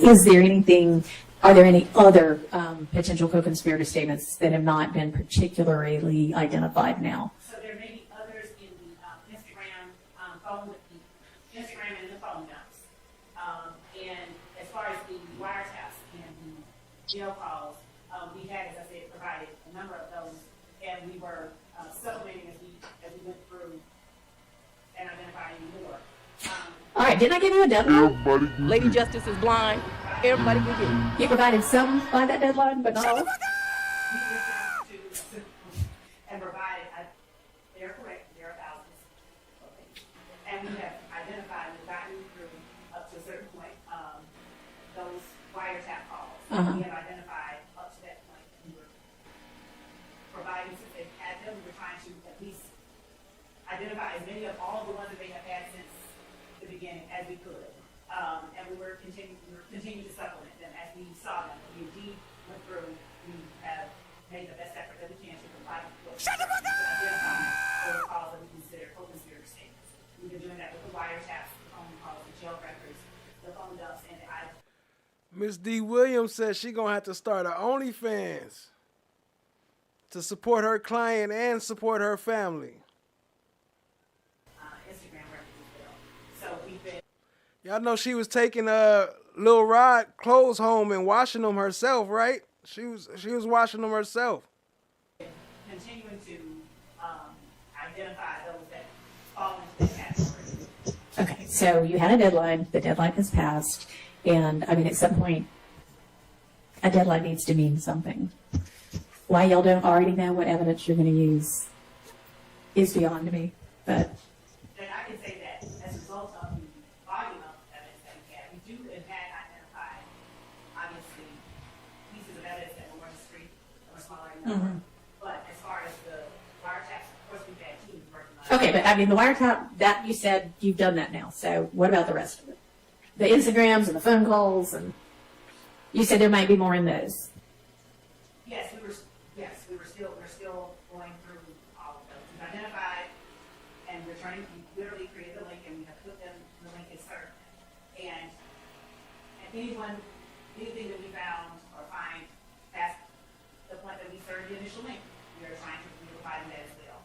We are, from our position, of course, the court has given us a deadline. Of course, we're trying to provide that deadline. When we provided information to the defense, and in as much as there's something at the very end that, by happenstance, someone has seen that we have not yet identified, that we did not yet lay eyes on, that is in some way inculpatory. The volume of calls, our position is we turn it over, we should not be precluded from using it, but we are trying to provide every instruction the court has given. We don't need to hear her for a minute. So shout out to FFS. I'm toking on some cookie glue from the cookie shop and some Gorilla Skittles. Cookie glue and Gorilla Skittles. That's what we puffing on. And we believe that, as the court has said, we are aware that we have these ongoing obligations. What up, Blue Dream? I see you, family. Appreciate you joining. Yeah, I understand that it is somewhere in the,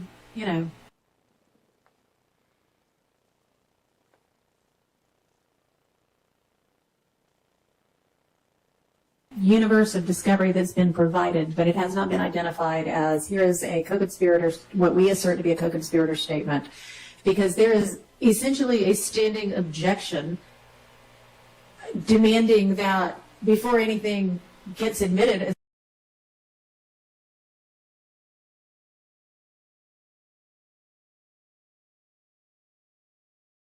a co-conspirator statement. The state established the prerequisites for its admission as a co-conspirator statement. And so I have to make a ruling on each of those things. And until it's identified, I can't possibly make a ruling because we don't know what we're talking about. And I don't honestly think that my directive that there needs to be a deadline is the first one that's been issued in this case. I believe Judge Glanville had also said this all needs to get done at this point. As it related to the wiretap information and the information that we're going through now and identifying co-conspirator statements from, that was a matter that, just by nature of the way that we were proceeding with the case, that was addressed as we proceeded. Okay. Well. But we do have, and we have identified, and discussed, I think, over 100. If we were to start All right. talking about them. After all this bull, she still let her keep going.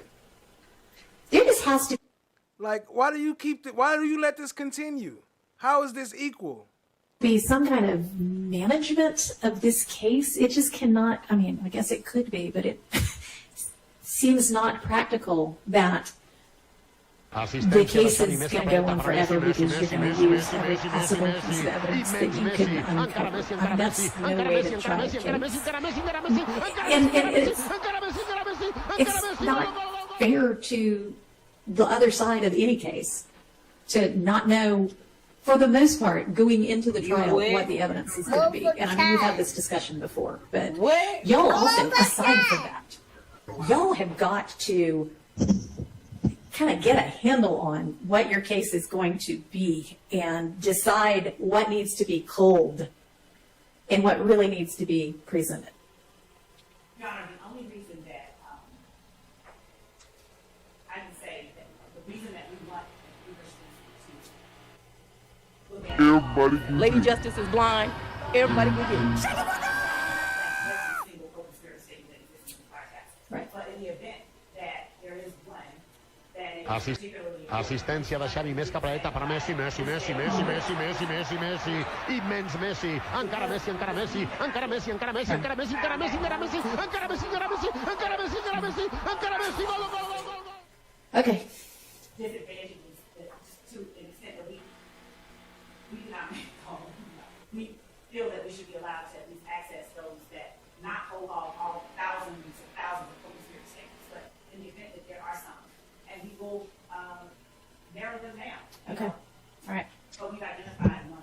All right. I'll get the rest of them identified and that identification information to the state by the end of this week. Your Honor, may I respond briefly, just so we're all on the same page? I don't mean to go tit for tat. That's not my intent here. But if the state is referring to the email sent to us on on August 9th of 2024 at 11:23 p.m., they, from what I can see, there's approximately 150 to 200 calls off the wiretap. They are not, some of these calls are 15 minutes. It's not about me listening to it. That's fine. I've already listened to this stuff. But just attaching a 15-minute call, a 10-minute call, doesn't necessarily indicate what co-conspirator statement you're intending to introduce. So there's just not a lot of specificity. Now, some of them are shorter.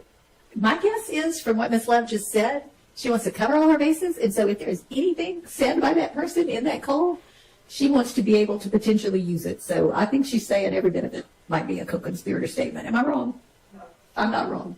Well, if the intent is to litigate that, then I think I'm stating the obvious. It creates a whole lot of outside the presence of the jury litigation about stuff because the state is not, and the state controls this case. They controlled when to indict it, and they. Well, y'all did file, I don't know who it was, but a speedy trial demand. But you're right, they indicted it. So they knew a speedy could have been filed and they needed to be ready. I don't know that everybody filed one, but did everybody?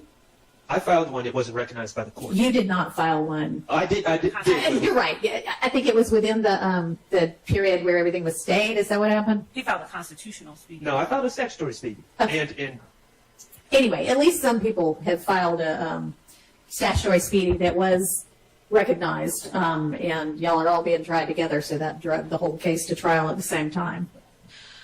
However, you're right that once the state indicted, they knew a speedy could be filed and needed to be ready to go, or either sever people out. It doesn't require a response. It's a statement of fact. Okay. So we've got an old order from Judge Glanville. I'm assuming, he's still our chief judge, and it probably, does it just say through this trial? I don't know. All right. I'll have to look.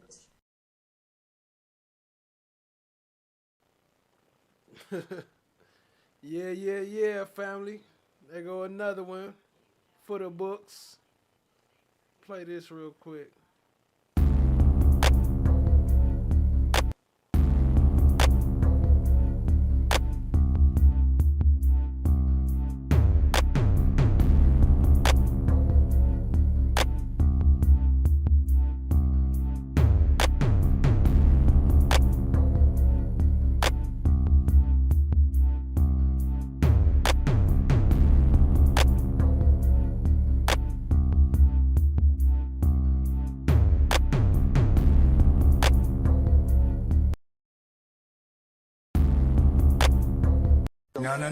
No.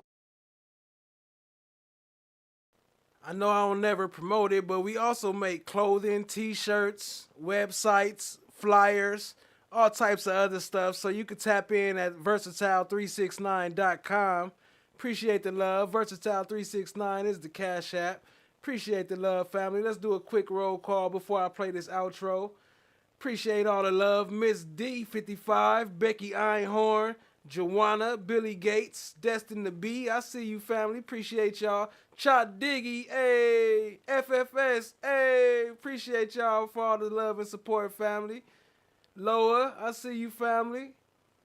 Charlie Hagger, I see you. YP Com Chick. Loa. Oh, yeah, I think I said that. I'm seeing doubles now. Billy Gates. Shout out to Steph JK and Julie Horn. Appreciate y'all. Shout out to Chan My Black is Golden. YP Com Chick. Blue Dream. Yeah. Appreciate all the love, family. Destined to be. I see you, family. Let's go. Why didn't you, We hit that 3K, y'all. We did it. Appreciate the love, family. as an officer of this court, tell me? And that's not what the point is.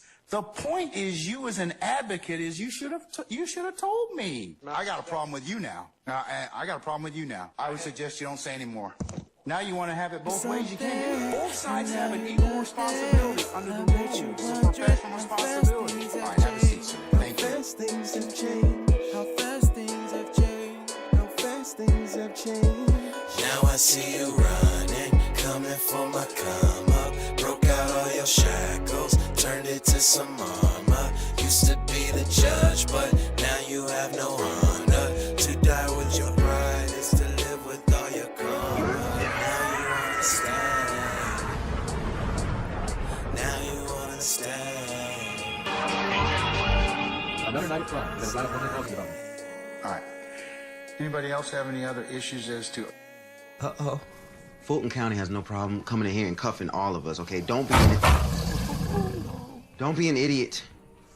Are you trying to tell me about myself? You homeless, and you don't even have a mirror to look at yourself.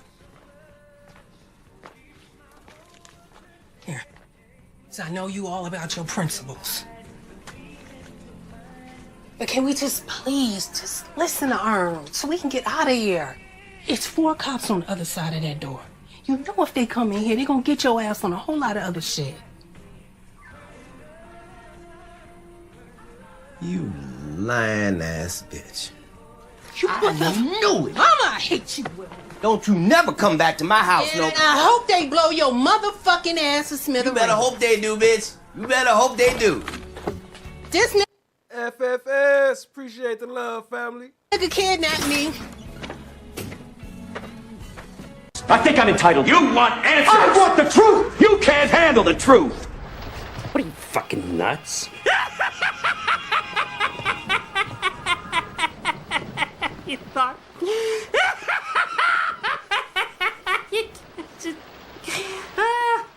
Oh.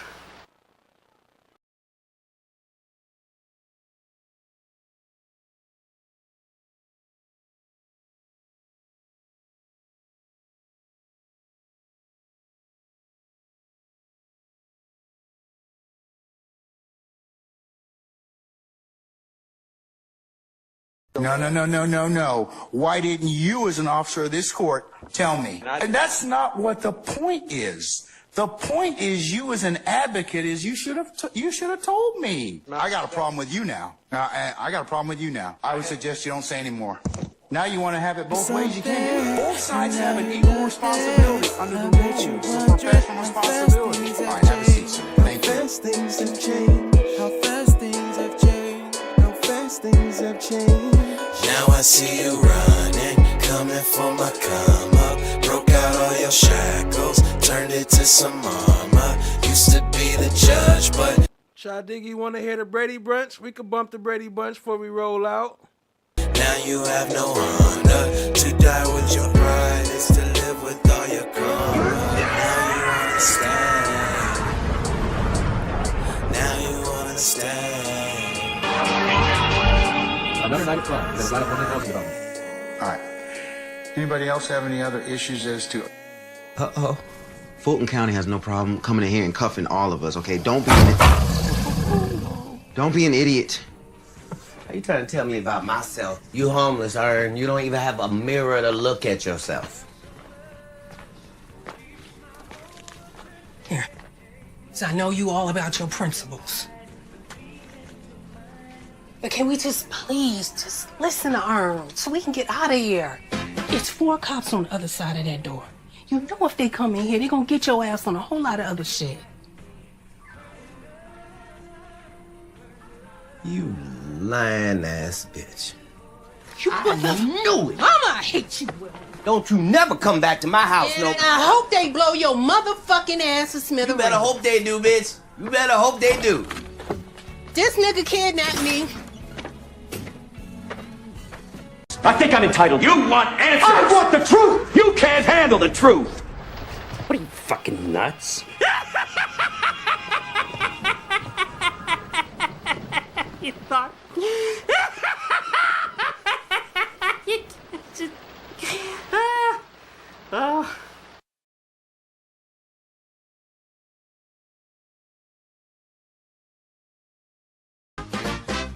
Here's the story of a named Fanny who was bringing up these very crooked lawyers. All of them were full of ish, like their madam. The worst one was love. Here's the story of a man named Brady Glanville, who was bringing in injustice of his own. They were working all together in a world so cold, till the one day when the lady got promoted and the Grey Goose had Brady kinda drunk. Then this group would somehow form a Rico. That's the way they all became the Brady Bunch. The Brady Bunch. The Brady Bunch. That's the way they became the Brady Bunch.